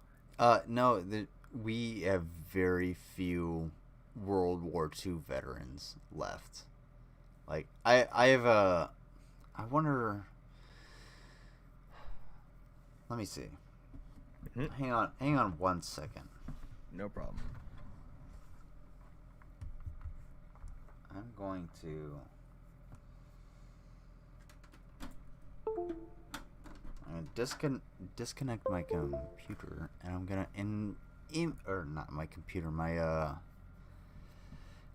thingamabobajigig keyboard. That's the thing.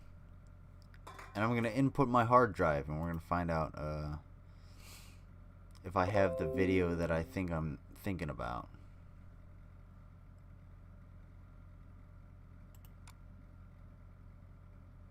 Hopefully we don't find that file.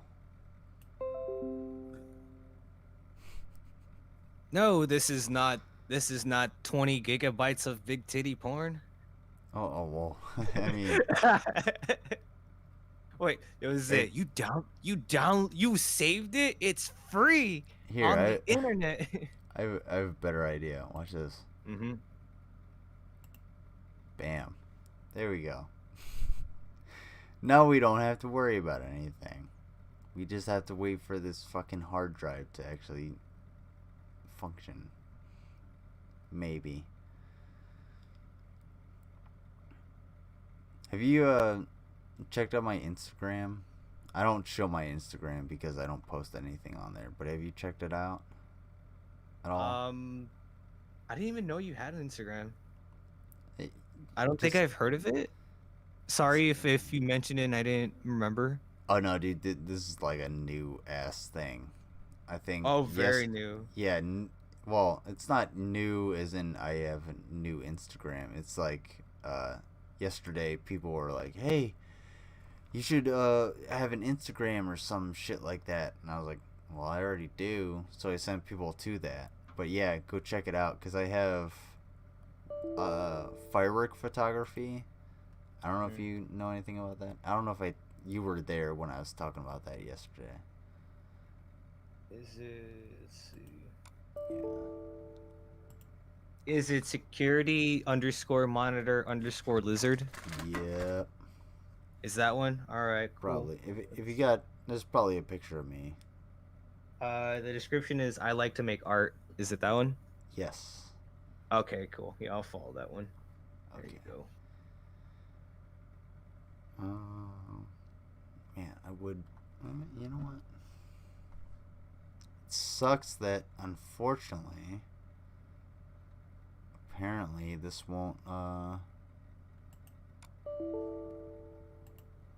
Yeah, won't let me access.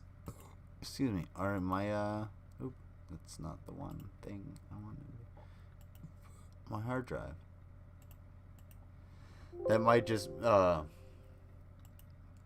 Hey, these are some good pictures, man. I'm liking what I'm seeing.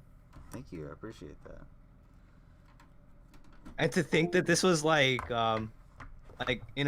this looks like it was shot in like a lot of these in like the forest floor. It makes it look so big, especially like a lot of these figurines. Yeah, dude. So basically, hang on 1 second. Alright, display capture. Yeah, I see that. So, yeah, I have, I basically, bought some, like, figurines, I guess, and, action figures, and then I have a shitload of firecrackers, and I was using the light. Hey, what's up, Wolfpack Sanders? How'd he do? Hey yo. Yeah, man. Check out the Discord. Why don't you come in? I don't see why not. Fuck it. So anyway, I have a shitload of firecrackers because firecrackers are super cheap. I mean, they're like, when they're out of season, even when they're in season, it's like 3 for the price of 1. You get like buy 1 get 3 free for these firecrackers, and it's really easy to use.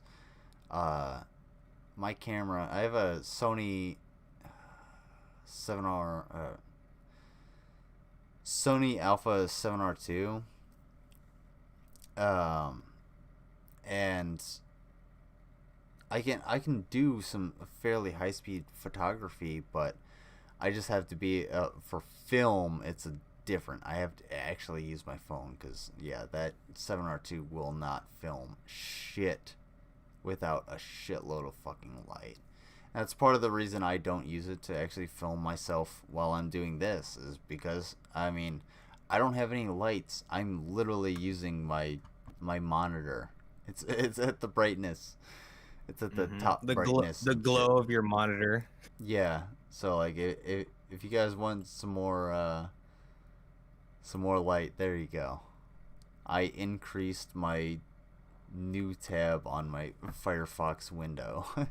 And that's how I increased my light. Yeah, but still, man, protect your eyes, man, from blue light. I'm trying to wait. Are you trying to say something? Oh.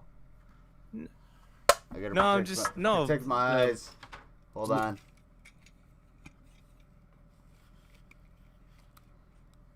What is that you're trying to say? Because I don't want to protect my eyes all this time. Okay? Maybe I just want to be maybe I just want to be a regular American. I want to squint a little bit. I don't want to go Commandant. I don't want to go back to my regular position. Okay? It's okay. I understand. We'll get through this. Okay. Yeah. Oh, sorry. That's the wrong language. It's supposed to be ja. The Germans say ja for yes, and the Russians say da for yes. Yeah. I see you speak both. As you can Germans see, actually kind of. I actually took. Fun fact: I took 4 years of German in high school and 2 in college. I know absolutely. I can get my way around Germany, but I couldn't fucking speak to you. I'll tell you that. So I'm not like some high clout motherfucker. Some high kraut motherfucker? Was? Some high kraut motherfucker? Was ist das? Crowd? The fuck you say to me, boy? I'm sorry. What's the fucking what is it? Bratwurst. Sounds good right now. Bratwurst. Bratwurst ist sehr gut. Ich esse die Bratwurst alle, ja. Oh. Und wenn sorry. I was reminiscing a little bit. Wolfpack Sanders said hello, comrades, in Russian. How do you say that? Привет. Is it Привет, товарищ? Hey, you guys want to know something fun? Hey, you guys want to learn something fun? Check this out. You want to learn something fun? You gotta say yes or no. Oh, what is it? Yeah. Yeah. Yeah. Ja. y'all want to learn something fun, let's learn the warrior ethos. This is presented to you by the United States Army, and this is given to every soldier. I will never accept defeat. I will never leave a fallen comrade. I will always place the mission first. I will never accept defeat. I will never leave a fallen comrade. I will never surrender. Hold on. I think I fucked that. I definitely fucked that one up.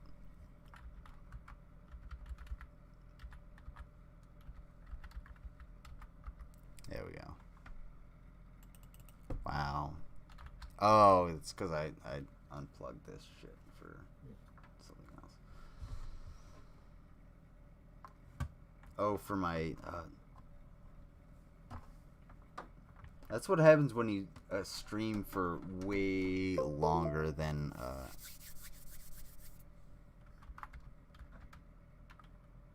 is expected.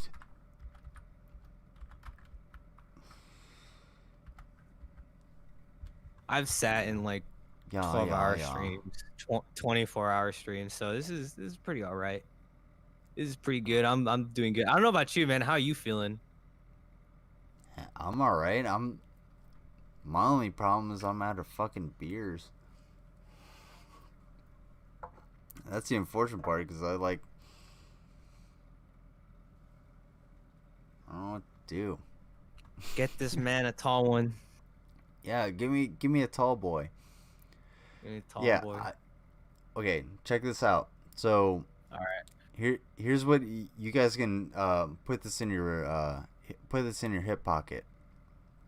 For where anytime when you're a leftist and someone says, "Oh yeah, comrade," you can be like, "Well, the United States Army warrior ethos says, I will always place the mission first. I will never accept defeat. I will never quit. I will never leave a fallen comrade."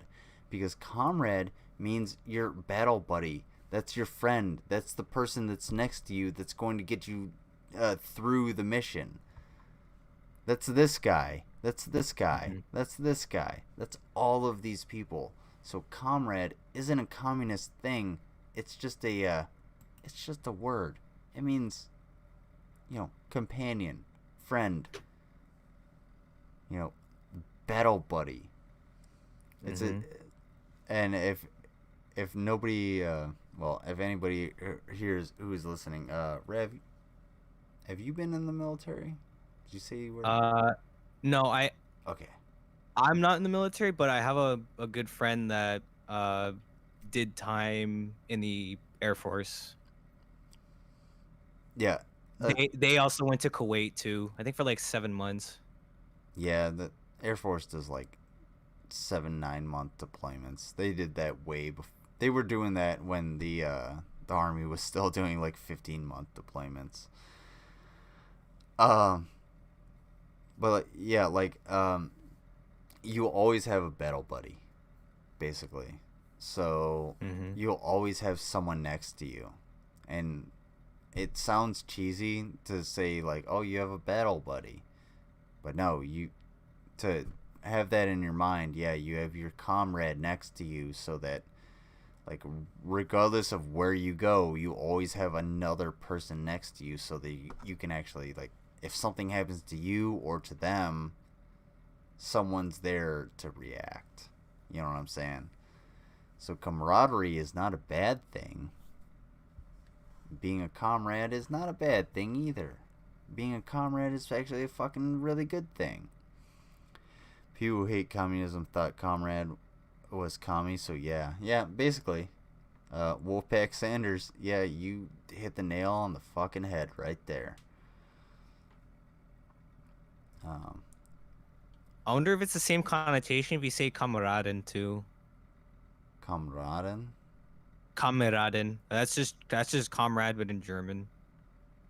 Kameraden. Kameraden. It's because they have a song. They actually have like a military, like a sad military song called Ich einen Kameraden, so which means I once had a comrade. That's the unfortunate part is I know like Kameraden could be definitely different in that like German context. I'm not like a German scholar or anything, but I think like no, I definitely get what you're saying, but I think like I'd have to hear the song maybe. Plus, I'd also have to like just sit there with a German dictionary too, because 4 years there's an of English shitty translation high school of German the. don't work. Go ahead. There's sorry, a sorry. English translation. No, it's okay. There's an English translation of that song. Of Ugainen Kameraden. The only reason I know of it is because it was, well, obviously in the First and Second World War, but I mostly focused on the first one and how it was used more then. Yeah, that would be like older German, wouldn't it? Because I think there was like the German language switched over fairly, I guess, fairly quickly from like the old German Empire from World War One up until through to World War Two. I think a lot of that had to do with like Hitler's influence of like trying to unify Germany. I can be totally 100% wrong with that. Go ahead and take me to task. I am not afraid for it. But I mean, I could look that up, but it's because I also am not like I don't want to claim to be a scholar in like the German history or anything. But I feel like I feel like the German language got like evolved rather quickly in the early like 20th century. So Kameraden may have a different meaning as like, because like after World War II, like a lot of things changed because Nazi definitely has a different connotation that it did in 1920. You know what I'm saying?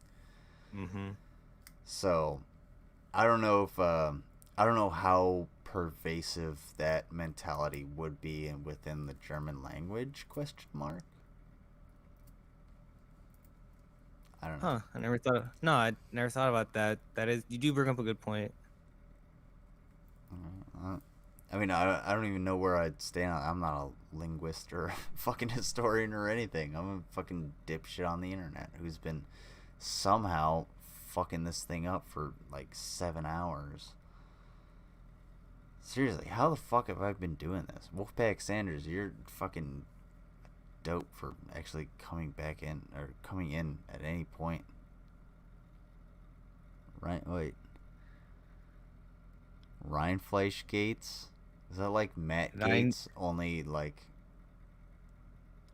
appealing? It's Rheinfleisch Gesetz. Oh, is beef law in German. Oh, dude, are we about to get into some Rhabarberkuchen? Rhabarberkuchen. Hold on. Oh my god, I am not going to pronounce that. I am not going to pronounce that. If I can actually like put it into hold on, somewhere where I can actually see it. Okay, that's not someplace where I can actually see it. Oh my god, I think I remember. So that word that Wolfpack Sander put in the chat, I think I remember seeing it in like a linguistic video, but I totally forgot what the word is, because it is a word. It's just, oh my god, it's so fucking long. Oh, that. Those what is it? What's it called? Those umlauts are frightening me. The umlauts are actually really easy. Okay. They are, but like to like someone who's not fluent, it's like, oh my god. No, dude, the easiest way to think about an umlaut is it's a whatever letter it is, so like a U or an A or an O, and then an E right after it. So like it's weird to say. Like, is it for you? Like U would be like inter. You know what I'm saying? And then if I were to say like Homer with an umlaut, it would be like Hermer. Hermer. Okay. Hermer. That was actually perfect. Holy fucking shit. That was actually great. And then for an A, it'd be a high A sound, it'd be like Hamer. Hamer. Hamer. So that would be the it's that high A sound instead of hom. It'd be like Hamer. So Hamer, Hermer, and then humor for German and Homer. There you go. Damn, dude. I just came up with the fucking lesson right off the goddamn bat. Also, we're gonna watch Rabarbara. Have you guys seen this? Right. No, who is Rabarbara? We're about to find out who Rabarbara is and what Rabarbara does. Rabarbara is a pretty cool chick.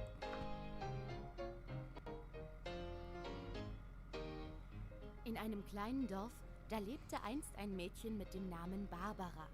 Und Barbara war überall für ihren wunderbaren Rhabarberkuchen bekannt. TV. Hopefully you don't hear feedback from my end, because I did unmute the stream to listen to the video. You're good. Don't worry Er about it. öffnete eine Bar, die Rhabarber Barbara Bar. Die Rhabarber Barbara Bar lief gut und hatte schnell Stammkunden. Und die 3 bekanntesten unter ihnen, 3 Barbaren, kamen so oft in die Rhabarber Barbara Bar, um von Rhabarber Barbaras leckeren Rhabarberkuchen zu essen, dass man sie auch kurz die Rhabarber... So these 3 barbarians come into Rabarbara's bar so often that they, in order to eat her Barbenkuchen, which is the Barben cake, that it has become the Barton bar. My God. Barbara Barbaren nannte. Die Rhabarber Barbara Barbaren hatten schöne Bärte. It feels like I'm watching an episode of Top Cat with that one cat that like kind of stutters. What the fuck is Top Cat? Why do I... It's an old like Hanna-Barbera cartoon. Oh, dude, why do I not know Top Cat? Because, did they come on? Oh, there's like that counter to like 2 stupid dogs. Wait. Oh. I'll send a pic. Hold up. Hold on, let me see what I got. Oh, dude, yeah, I know Top Cat. Top Cat's fucking sweet, dude. Top Cat and two stupid dogs were on, like, I remember that shit. That was fucking awesome. I love 2 stupid dogs. But Top Cat was a fucking jackass. Okay. So the Rabarbara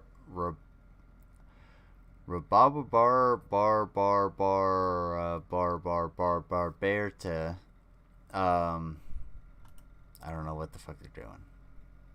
So let's see what they got going on. Barbärbärte pflegen wollten, gingen sie zum Barbier. Der einzige Barbier, der einen solchen Rhabarber-Barbara-Barbarenbart bearbeiten konnte, hieß Rhabarber-Barbara-Barbarenbart Barbier. Der Rhabarber-Barbara-Bar... Do you want me to go over this? Cause See. No, like doesn't look like there's much left to it. So yeah, why not watch the whole thing? Oh no, I was gonna say translation. Oh, the translation. Because you have the Barbarenbart Barbier ging auch gern in die... Hold on. So you have Rabarbara with her bar, and it's Rabarbara with her bar that is a bar where she, serves people. It's a Rabarbra bar, and then she has Rabarbra Barkuchen, which is the cakes that she serves to the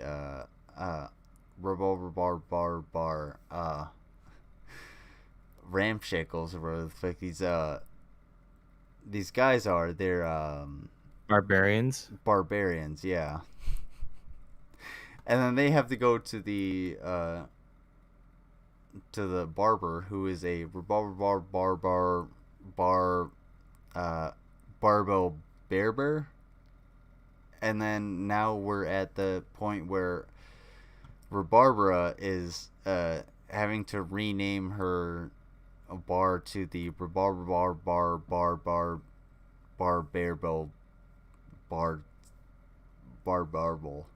or something the fuck else. Oh my god. And that's how German works. Yeah. Oh man, these Germans. Okay. So they love coming to Rhabarbra's bar in order to eat the rhubarber bar cooking, the rhubarber cakes, and they love beer, and they have beards. So they have beards. They're barbarians. They love going to Rhabarbra's bar for beer and cooking or cakes or cookies, and they need a barber. So let's see how that translates into German. Biertrank, das dann feierlich das Rhabarber-Barbara-Barbarenbad Barbier Bier nannte. Das Rhabarber-Barbara-Barbarenbad-Barbier-Bier konnte man nur in einer ganz bestimmten Bar kaufen. Und die Verkäuferin des Rhabarber-Barbara-Barbarenbad-Barbierbiers hinter der Theke der Rhabarber-Barbara-Barbarenbad-Barbier-Bierbar hieß Bärbel. Und so gingen die Rhabarber-Barbara-Barbaren zusammen mit dem Rhabarber-Barbara-Barbarenbad-Barbier und Rhabarber-Barbara-Barbarenbad-Barbier-Bierbar Bärbel in die Rhabarber-Barbara-Bar, um von Rhabarber-Barbaras leckeren Rhabarberkuchen zu essen und einer Flasche eisgekühlten Rhabarber-Barbara-Barbarenbad-Barbierbiers anzustoßen. Prost. Yeah, if you were confused, everybody got beer and cakes. Prost. That's about it. Oh man. If you haven't seen Rhabarbra, I guarantee you haven't seen Hotentoten Mutter. Yeah, I haven't.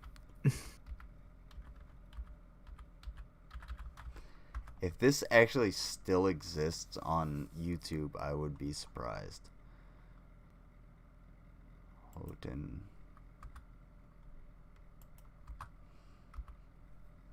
Because it's actually it's a little questionable. Hotentoten Mutter. Oh. Hotentoten Mutter. Die Geschichte der Hotentoten. Okay. This ain't on the spirit science level, but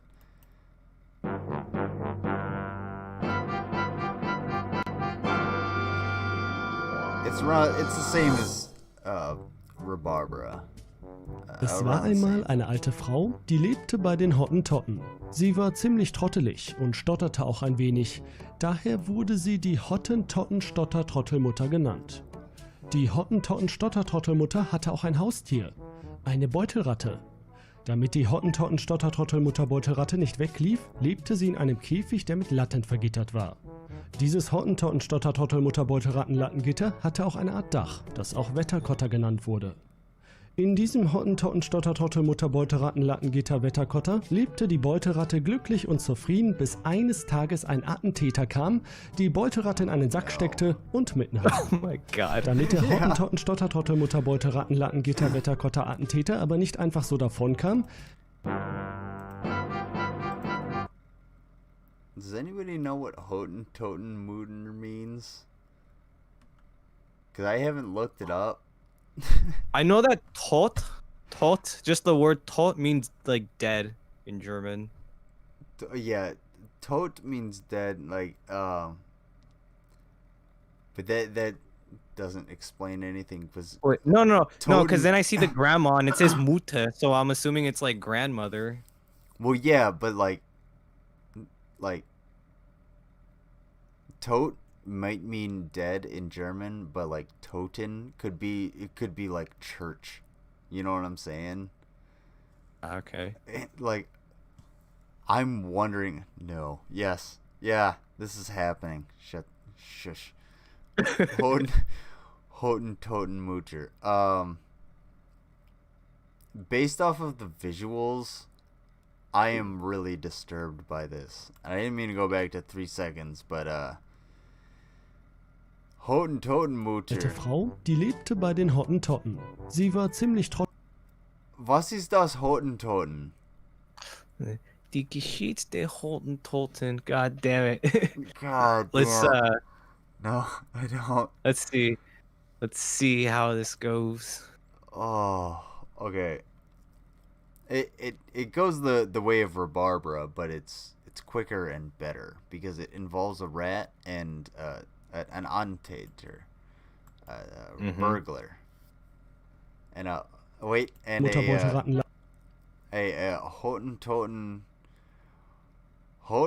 Stotter Trottel Mutter Beutel Ratten Latter Gitter. There you go.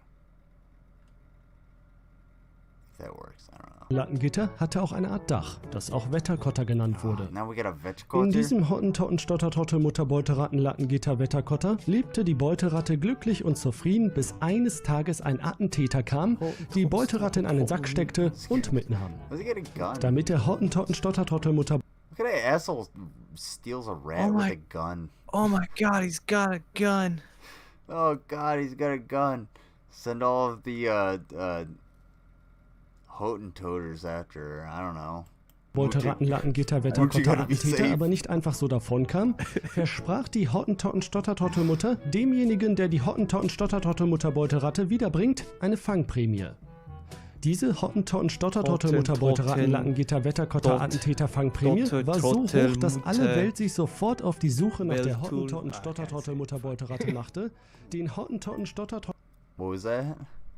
No, I was trying to repeat the words, one of the words, and I was like, I got mush mouth. Yeah, it's definitely not easy.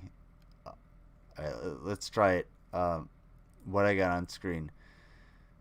Hottentotten Stotter Trottel Mutter Beutel Rattel Latin Gitter Wetterkotter Attentäter.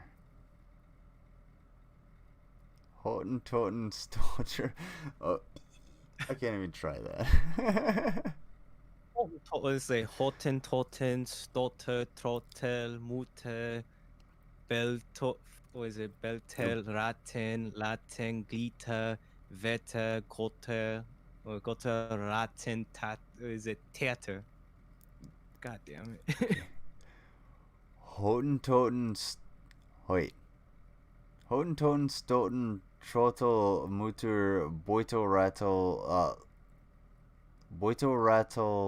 Ratten Latin Gitter Wetterkoten Ratten Attentäter. Oh my god.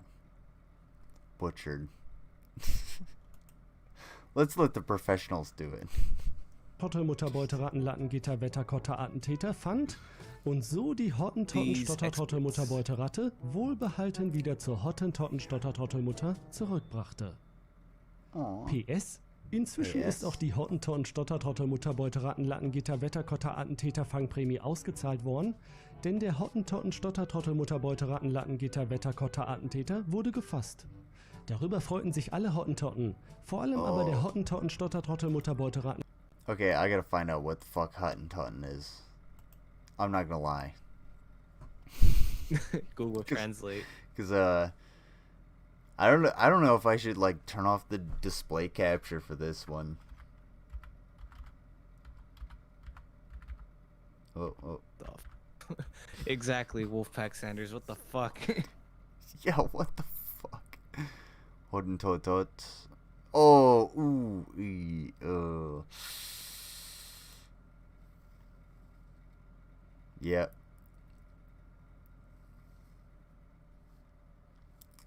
So we were watching a racist video, guys. That was the thing that was happening, and I didn't know it was. Ooh. Yeah. So. Racist term. Hottentotten is a term that was historically used to refer to the, what is it? Koi koi?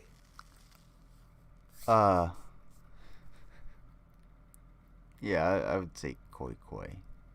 The non-Bantu indigenous nomadic. Go ahead and read this while I just hang my head in shame.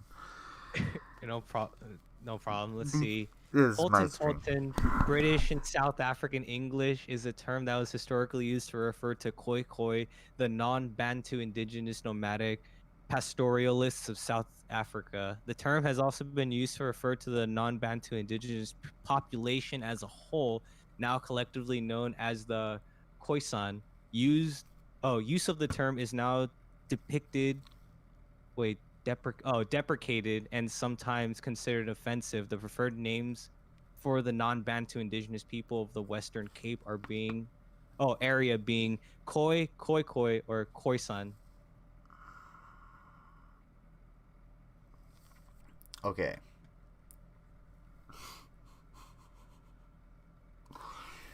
So, like I said, I know a little bit about German. So Hottentot is like one individual, right? Mm-hmm. And that's like, I probably shouldn't have said that. However, it's obscure enough to like, oh my god. I'm not German, am I? I need to get in 23andMe. Yeah. Whoops. Whoops. JC. I didn't realize how fucking yeah. Oh god, we're banned in Germany. Yeah, fuck it.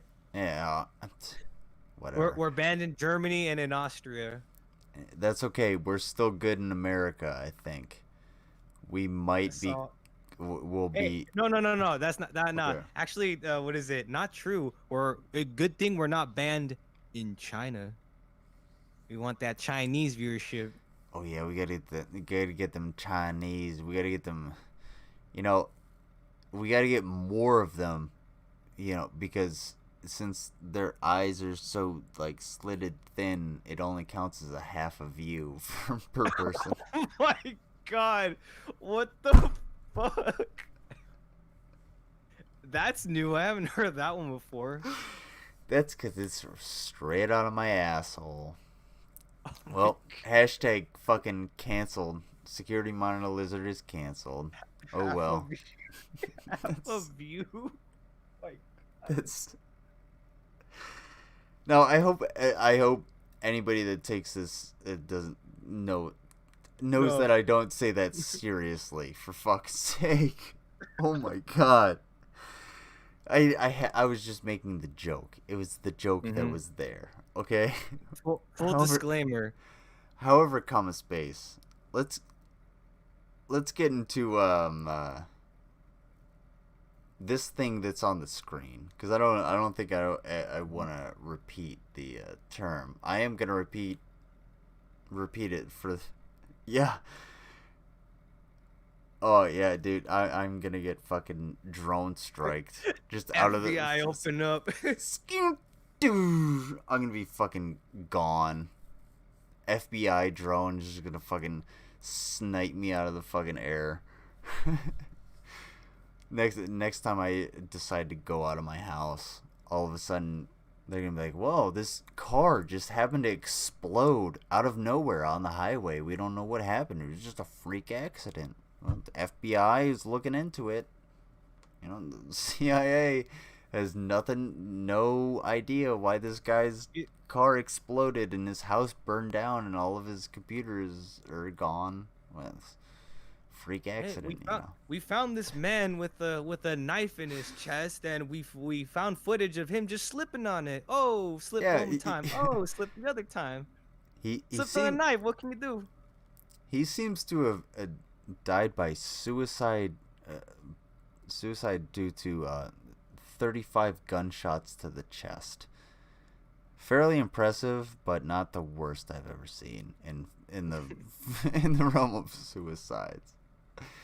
But I actually want to get this off of the screen because, well, I'd like some engagement and some visibility in the future, I guess. But what I realized is that so this term, fucking, I might as well say it. I don't give a shit. Hottentot is obviously a derogatory and a racist term. So, what do you think a Hottentoten Mutter is? The Hottentoten mother. A mother that's a Khoisan? Maybe? Khoisan? Question mark. Which is the proper term to use, Khoisan or Khoi Khoi. Wait, was it? Oh yeah, no. No. I'm saying like the Hottentoten Mutter would be the think of like Khoi Khoi Mutter. Oh, okay. So the mother of the Khoi Khoi. You know what I'm saying? Do you get where I'm saying, like, where I'm thinking Hottentoten Mutter actually fucking comes from? Because, like, the Mutter isn't necessarily mother in German. It could be, like, someone who's over you. You know what I'm saying? Really? Yeah, so, like, so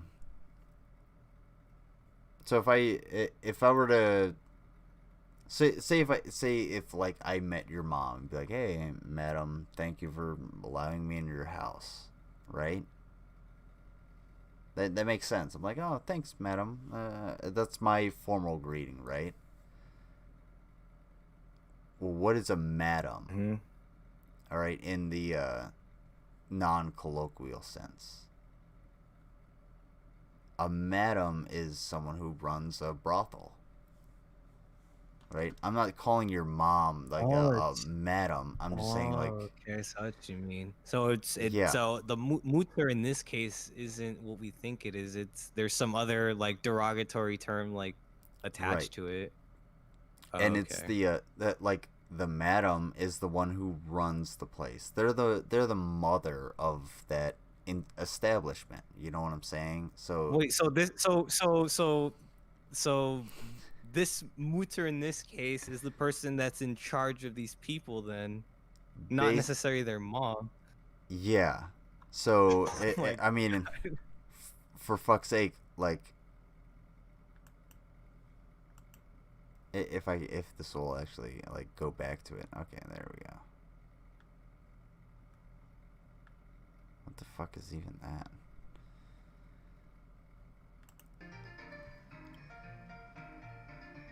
Oh, this is Rabarbara. I'm an idiot. I don't know what the hell. Did you accidentally click Nick's video? Was that? No, I went to I clicked play on the wrong video. I think. I don't know what the fuck happened actually. But Hottentotten. Sie war. Do you get what I'm saying? No, I get what you're saying, and so this person just is in charge of these people, these indigenous people. Mm-hmm. Oh my god. Now that we've talked about it, I totally see it in a different way. Yeah, dissecting this thing is actually pretty fucking fucked up. Hottentoten Mutter is basically like a slave owner, and I wonder. Okay. Okay. Is this German, as in Deutsch, or is this Dutch? Like Belgian Dutch? Because I don't know if you know the history with Belgians and the Congo.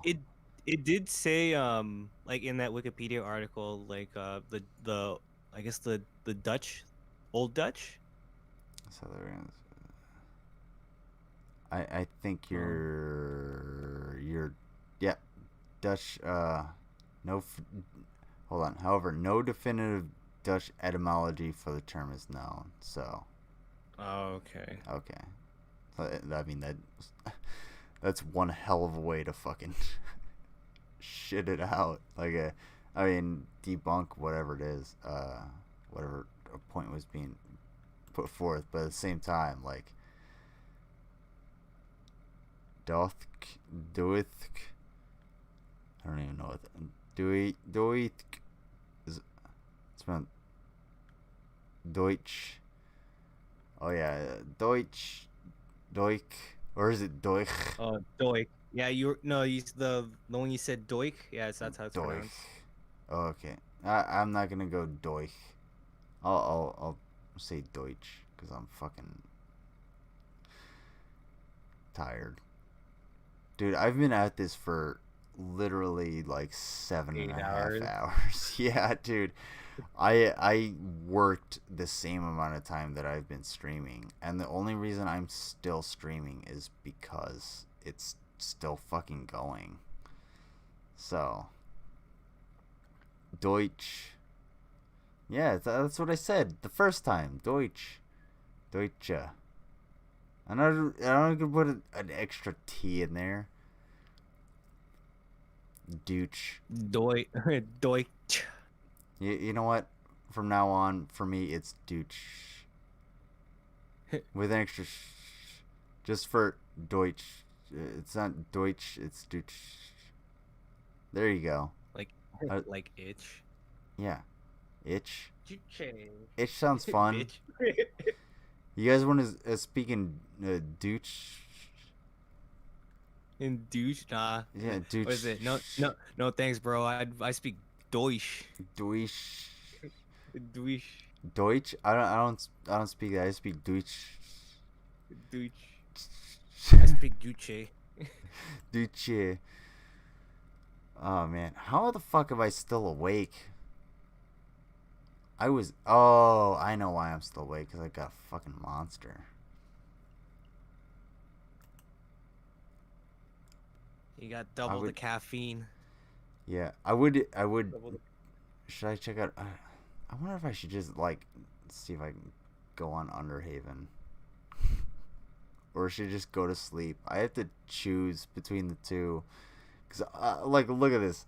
Underhaven is fucking 30 watching, and I'm sitting here like 2. I'm like, okay. I've been here for 8 fucking hours. Wait, I have an idea.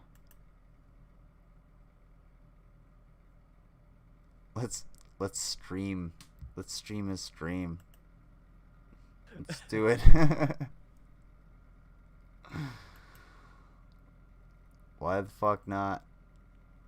Come on, man. Where's your stream at?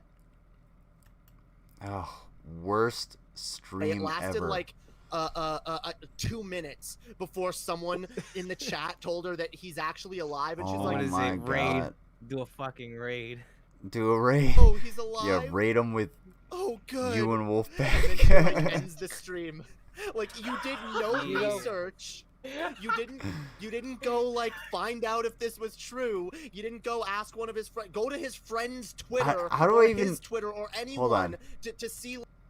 How the fuck do I even counter stream a stream that I actually agree with? I do, man. Oh shit. You just all people just have to write is raid. Just like raid. I should raid. Oh, someone gave $100. Good on that fucking person. Raid. Wait. Raid. God damn, dude. Okay. It's because I'm stupid.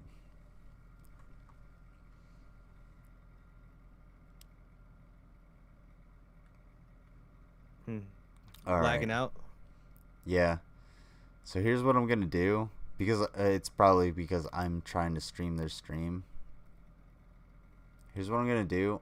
I'm actually gonna deuce out. Because obviously I've been doing this for like 8 fucking hours. And I'm gonna see about getting onto Underhaven. Just because yeah. Just because I have enough energy to do so. If this shit even actually fucking come on, man. Under the influence. Damn, dude, my shit just straight up fucking decided to quit working. That's weird. Uh-oh. Did I hit my curfew? Let's see. Did the spirit science, the magnetic shift No problem, man. happen? No, I don't know what, hold on. No problem, man. I totally understand. No, I don't know what happened. It was just my computer basically like started freezing up. But yeah, I've been doing this for 8 hours. I'm gonna go ahead and I'm gonna see Raid. I'm gonna stream the other stream. I would stream the other stream. Lag, yeah. Bring in a lag. I'm gonna see if Instead, I can. I get a hey Rav. No, I'm trying to say raid. Yeah, I'm gonna see if I can try and get into Underhaven and see if my shit will work. I might have to restart my computer. So, but yeah, thanks for hanging out with me, man. Anytime you want to come by, you're welcome. Let me know. And Is it throttling? Yeah, throttle me, daddy. There was a polar shift, and now your net doesn't work. Yeah, dude. Every fucking time, these goddamn polar shifts, they happen to me. You can't predict them. There's absolutely 100% no way to predict them. Scientists have figured out that since the pyramids were built from the top down, you can't just predict magnetic field shifts that happen immediately, just right off the bat. It all has to do with, how the Earth's crust just sort of flips over when things start in the inner core start moving a lot more rapidly, thanks to all the ley lines. And when they align, that's when the ley lines align. That's when we actually get those And see shifts. what's up. Yeah, you know what I'm saying? So like, check out your Bible. Find a few verses that you think are good, and come back to me, and we'll you and I will talk about it. Okay. All right, thank you, man. Thank you for letting me, chill out with you, man. This was fun. Yeah, no, dude, this is awesome. I appreciate you coming by, and I'm surprised everything lasted as long as it did. I'm surprised I lasted as long as I did, and I'm more than happy to have you on at any time. I appreciate you giving me music. Yeah, see you later, Wolfpack Sanders. Anytime, go ahead and hit up in the Discord. You're more than you're more than welcome to video suggestions and music and stuff. I'll play your music on the show. Tell you, and go ahead. Yeah, hit me up. It's a fun time. Yeah, definitely. All my answers are. Yeah, dude, like fucking, it's a cool community. That's what I'm trying to build, and having especially like Rav here. Rav's pretty fucking cool dude. So yeah, hit him up. Especially hit up his music, because I'm about to listen to that in the car because I got a lot of shit to do tomorrow. But yeah, I'm gonna see if Underhaven will have me on or something, and then maybe probably just pass out. But yeah, take care, brother. I appreciate having you on. And you're not coming through, but I know you're there. Oh wait, I'm gonna wait till you're coming through. All right, you too, man. Take care. Have a good Okay. sleep. Yeah. Or now, actually, not even sleep. You were gonna go to Underhaven. That's right. Now you're I'll coming see you through. there. I don't know what you said before, but yeah, you came through now. But yeah, take care, man. Oh my god. Yeah. All right. I was pretty much saying take care. It's whatever. I'll see you on the next show. You're more than welcome to come in. Hit me up in the voice chat. You dig? I dig, man. Yeah. Thank you. Later, bro. Lates.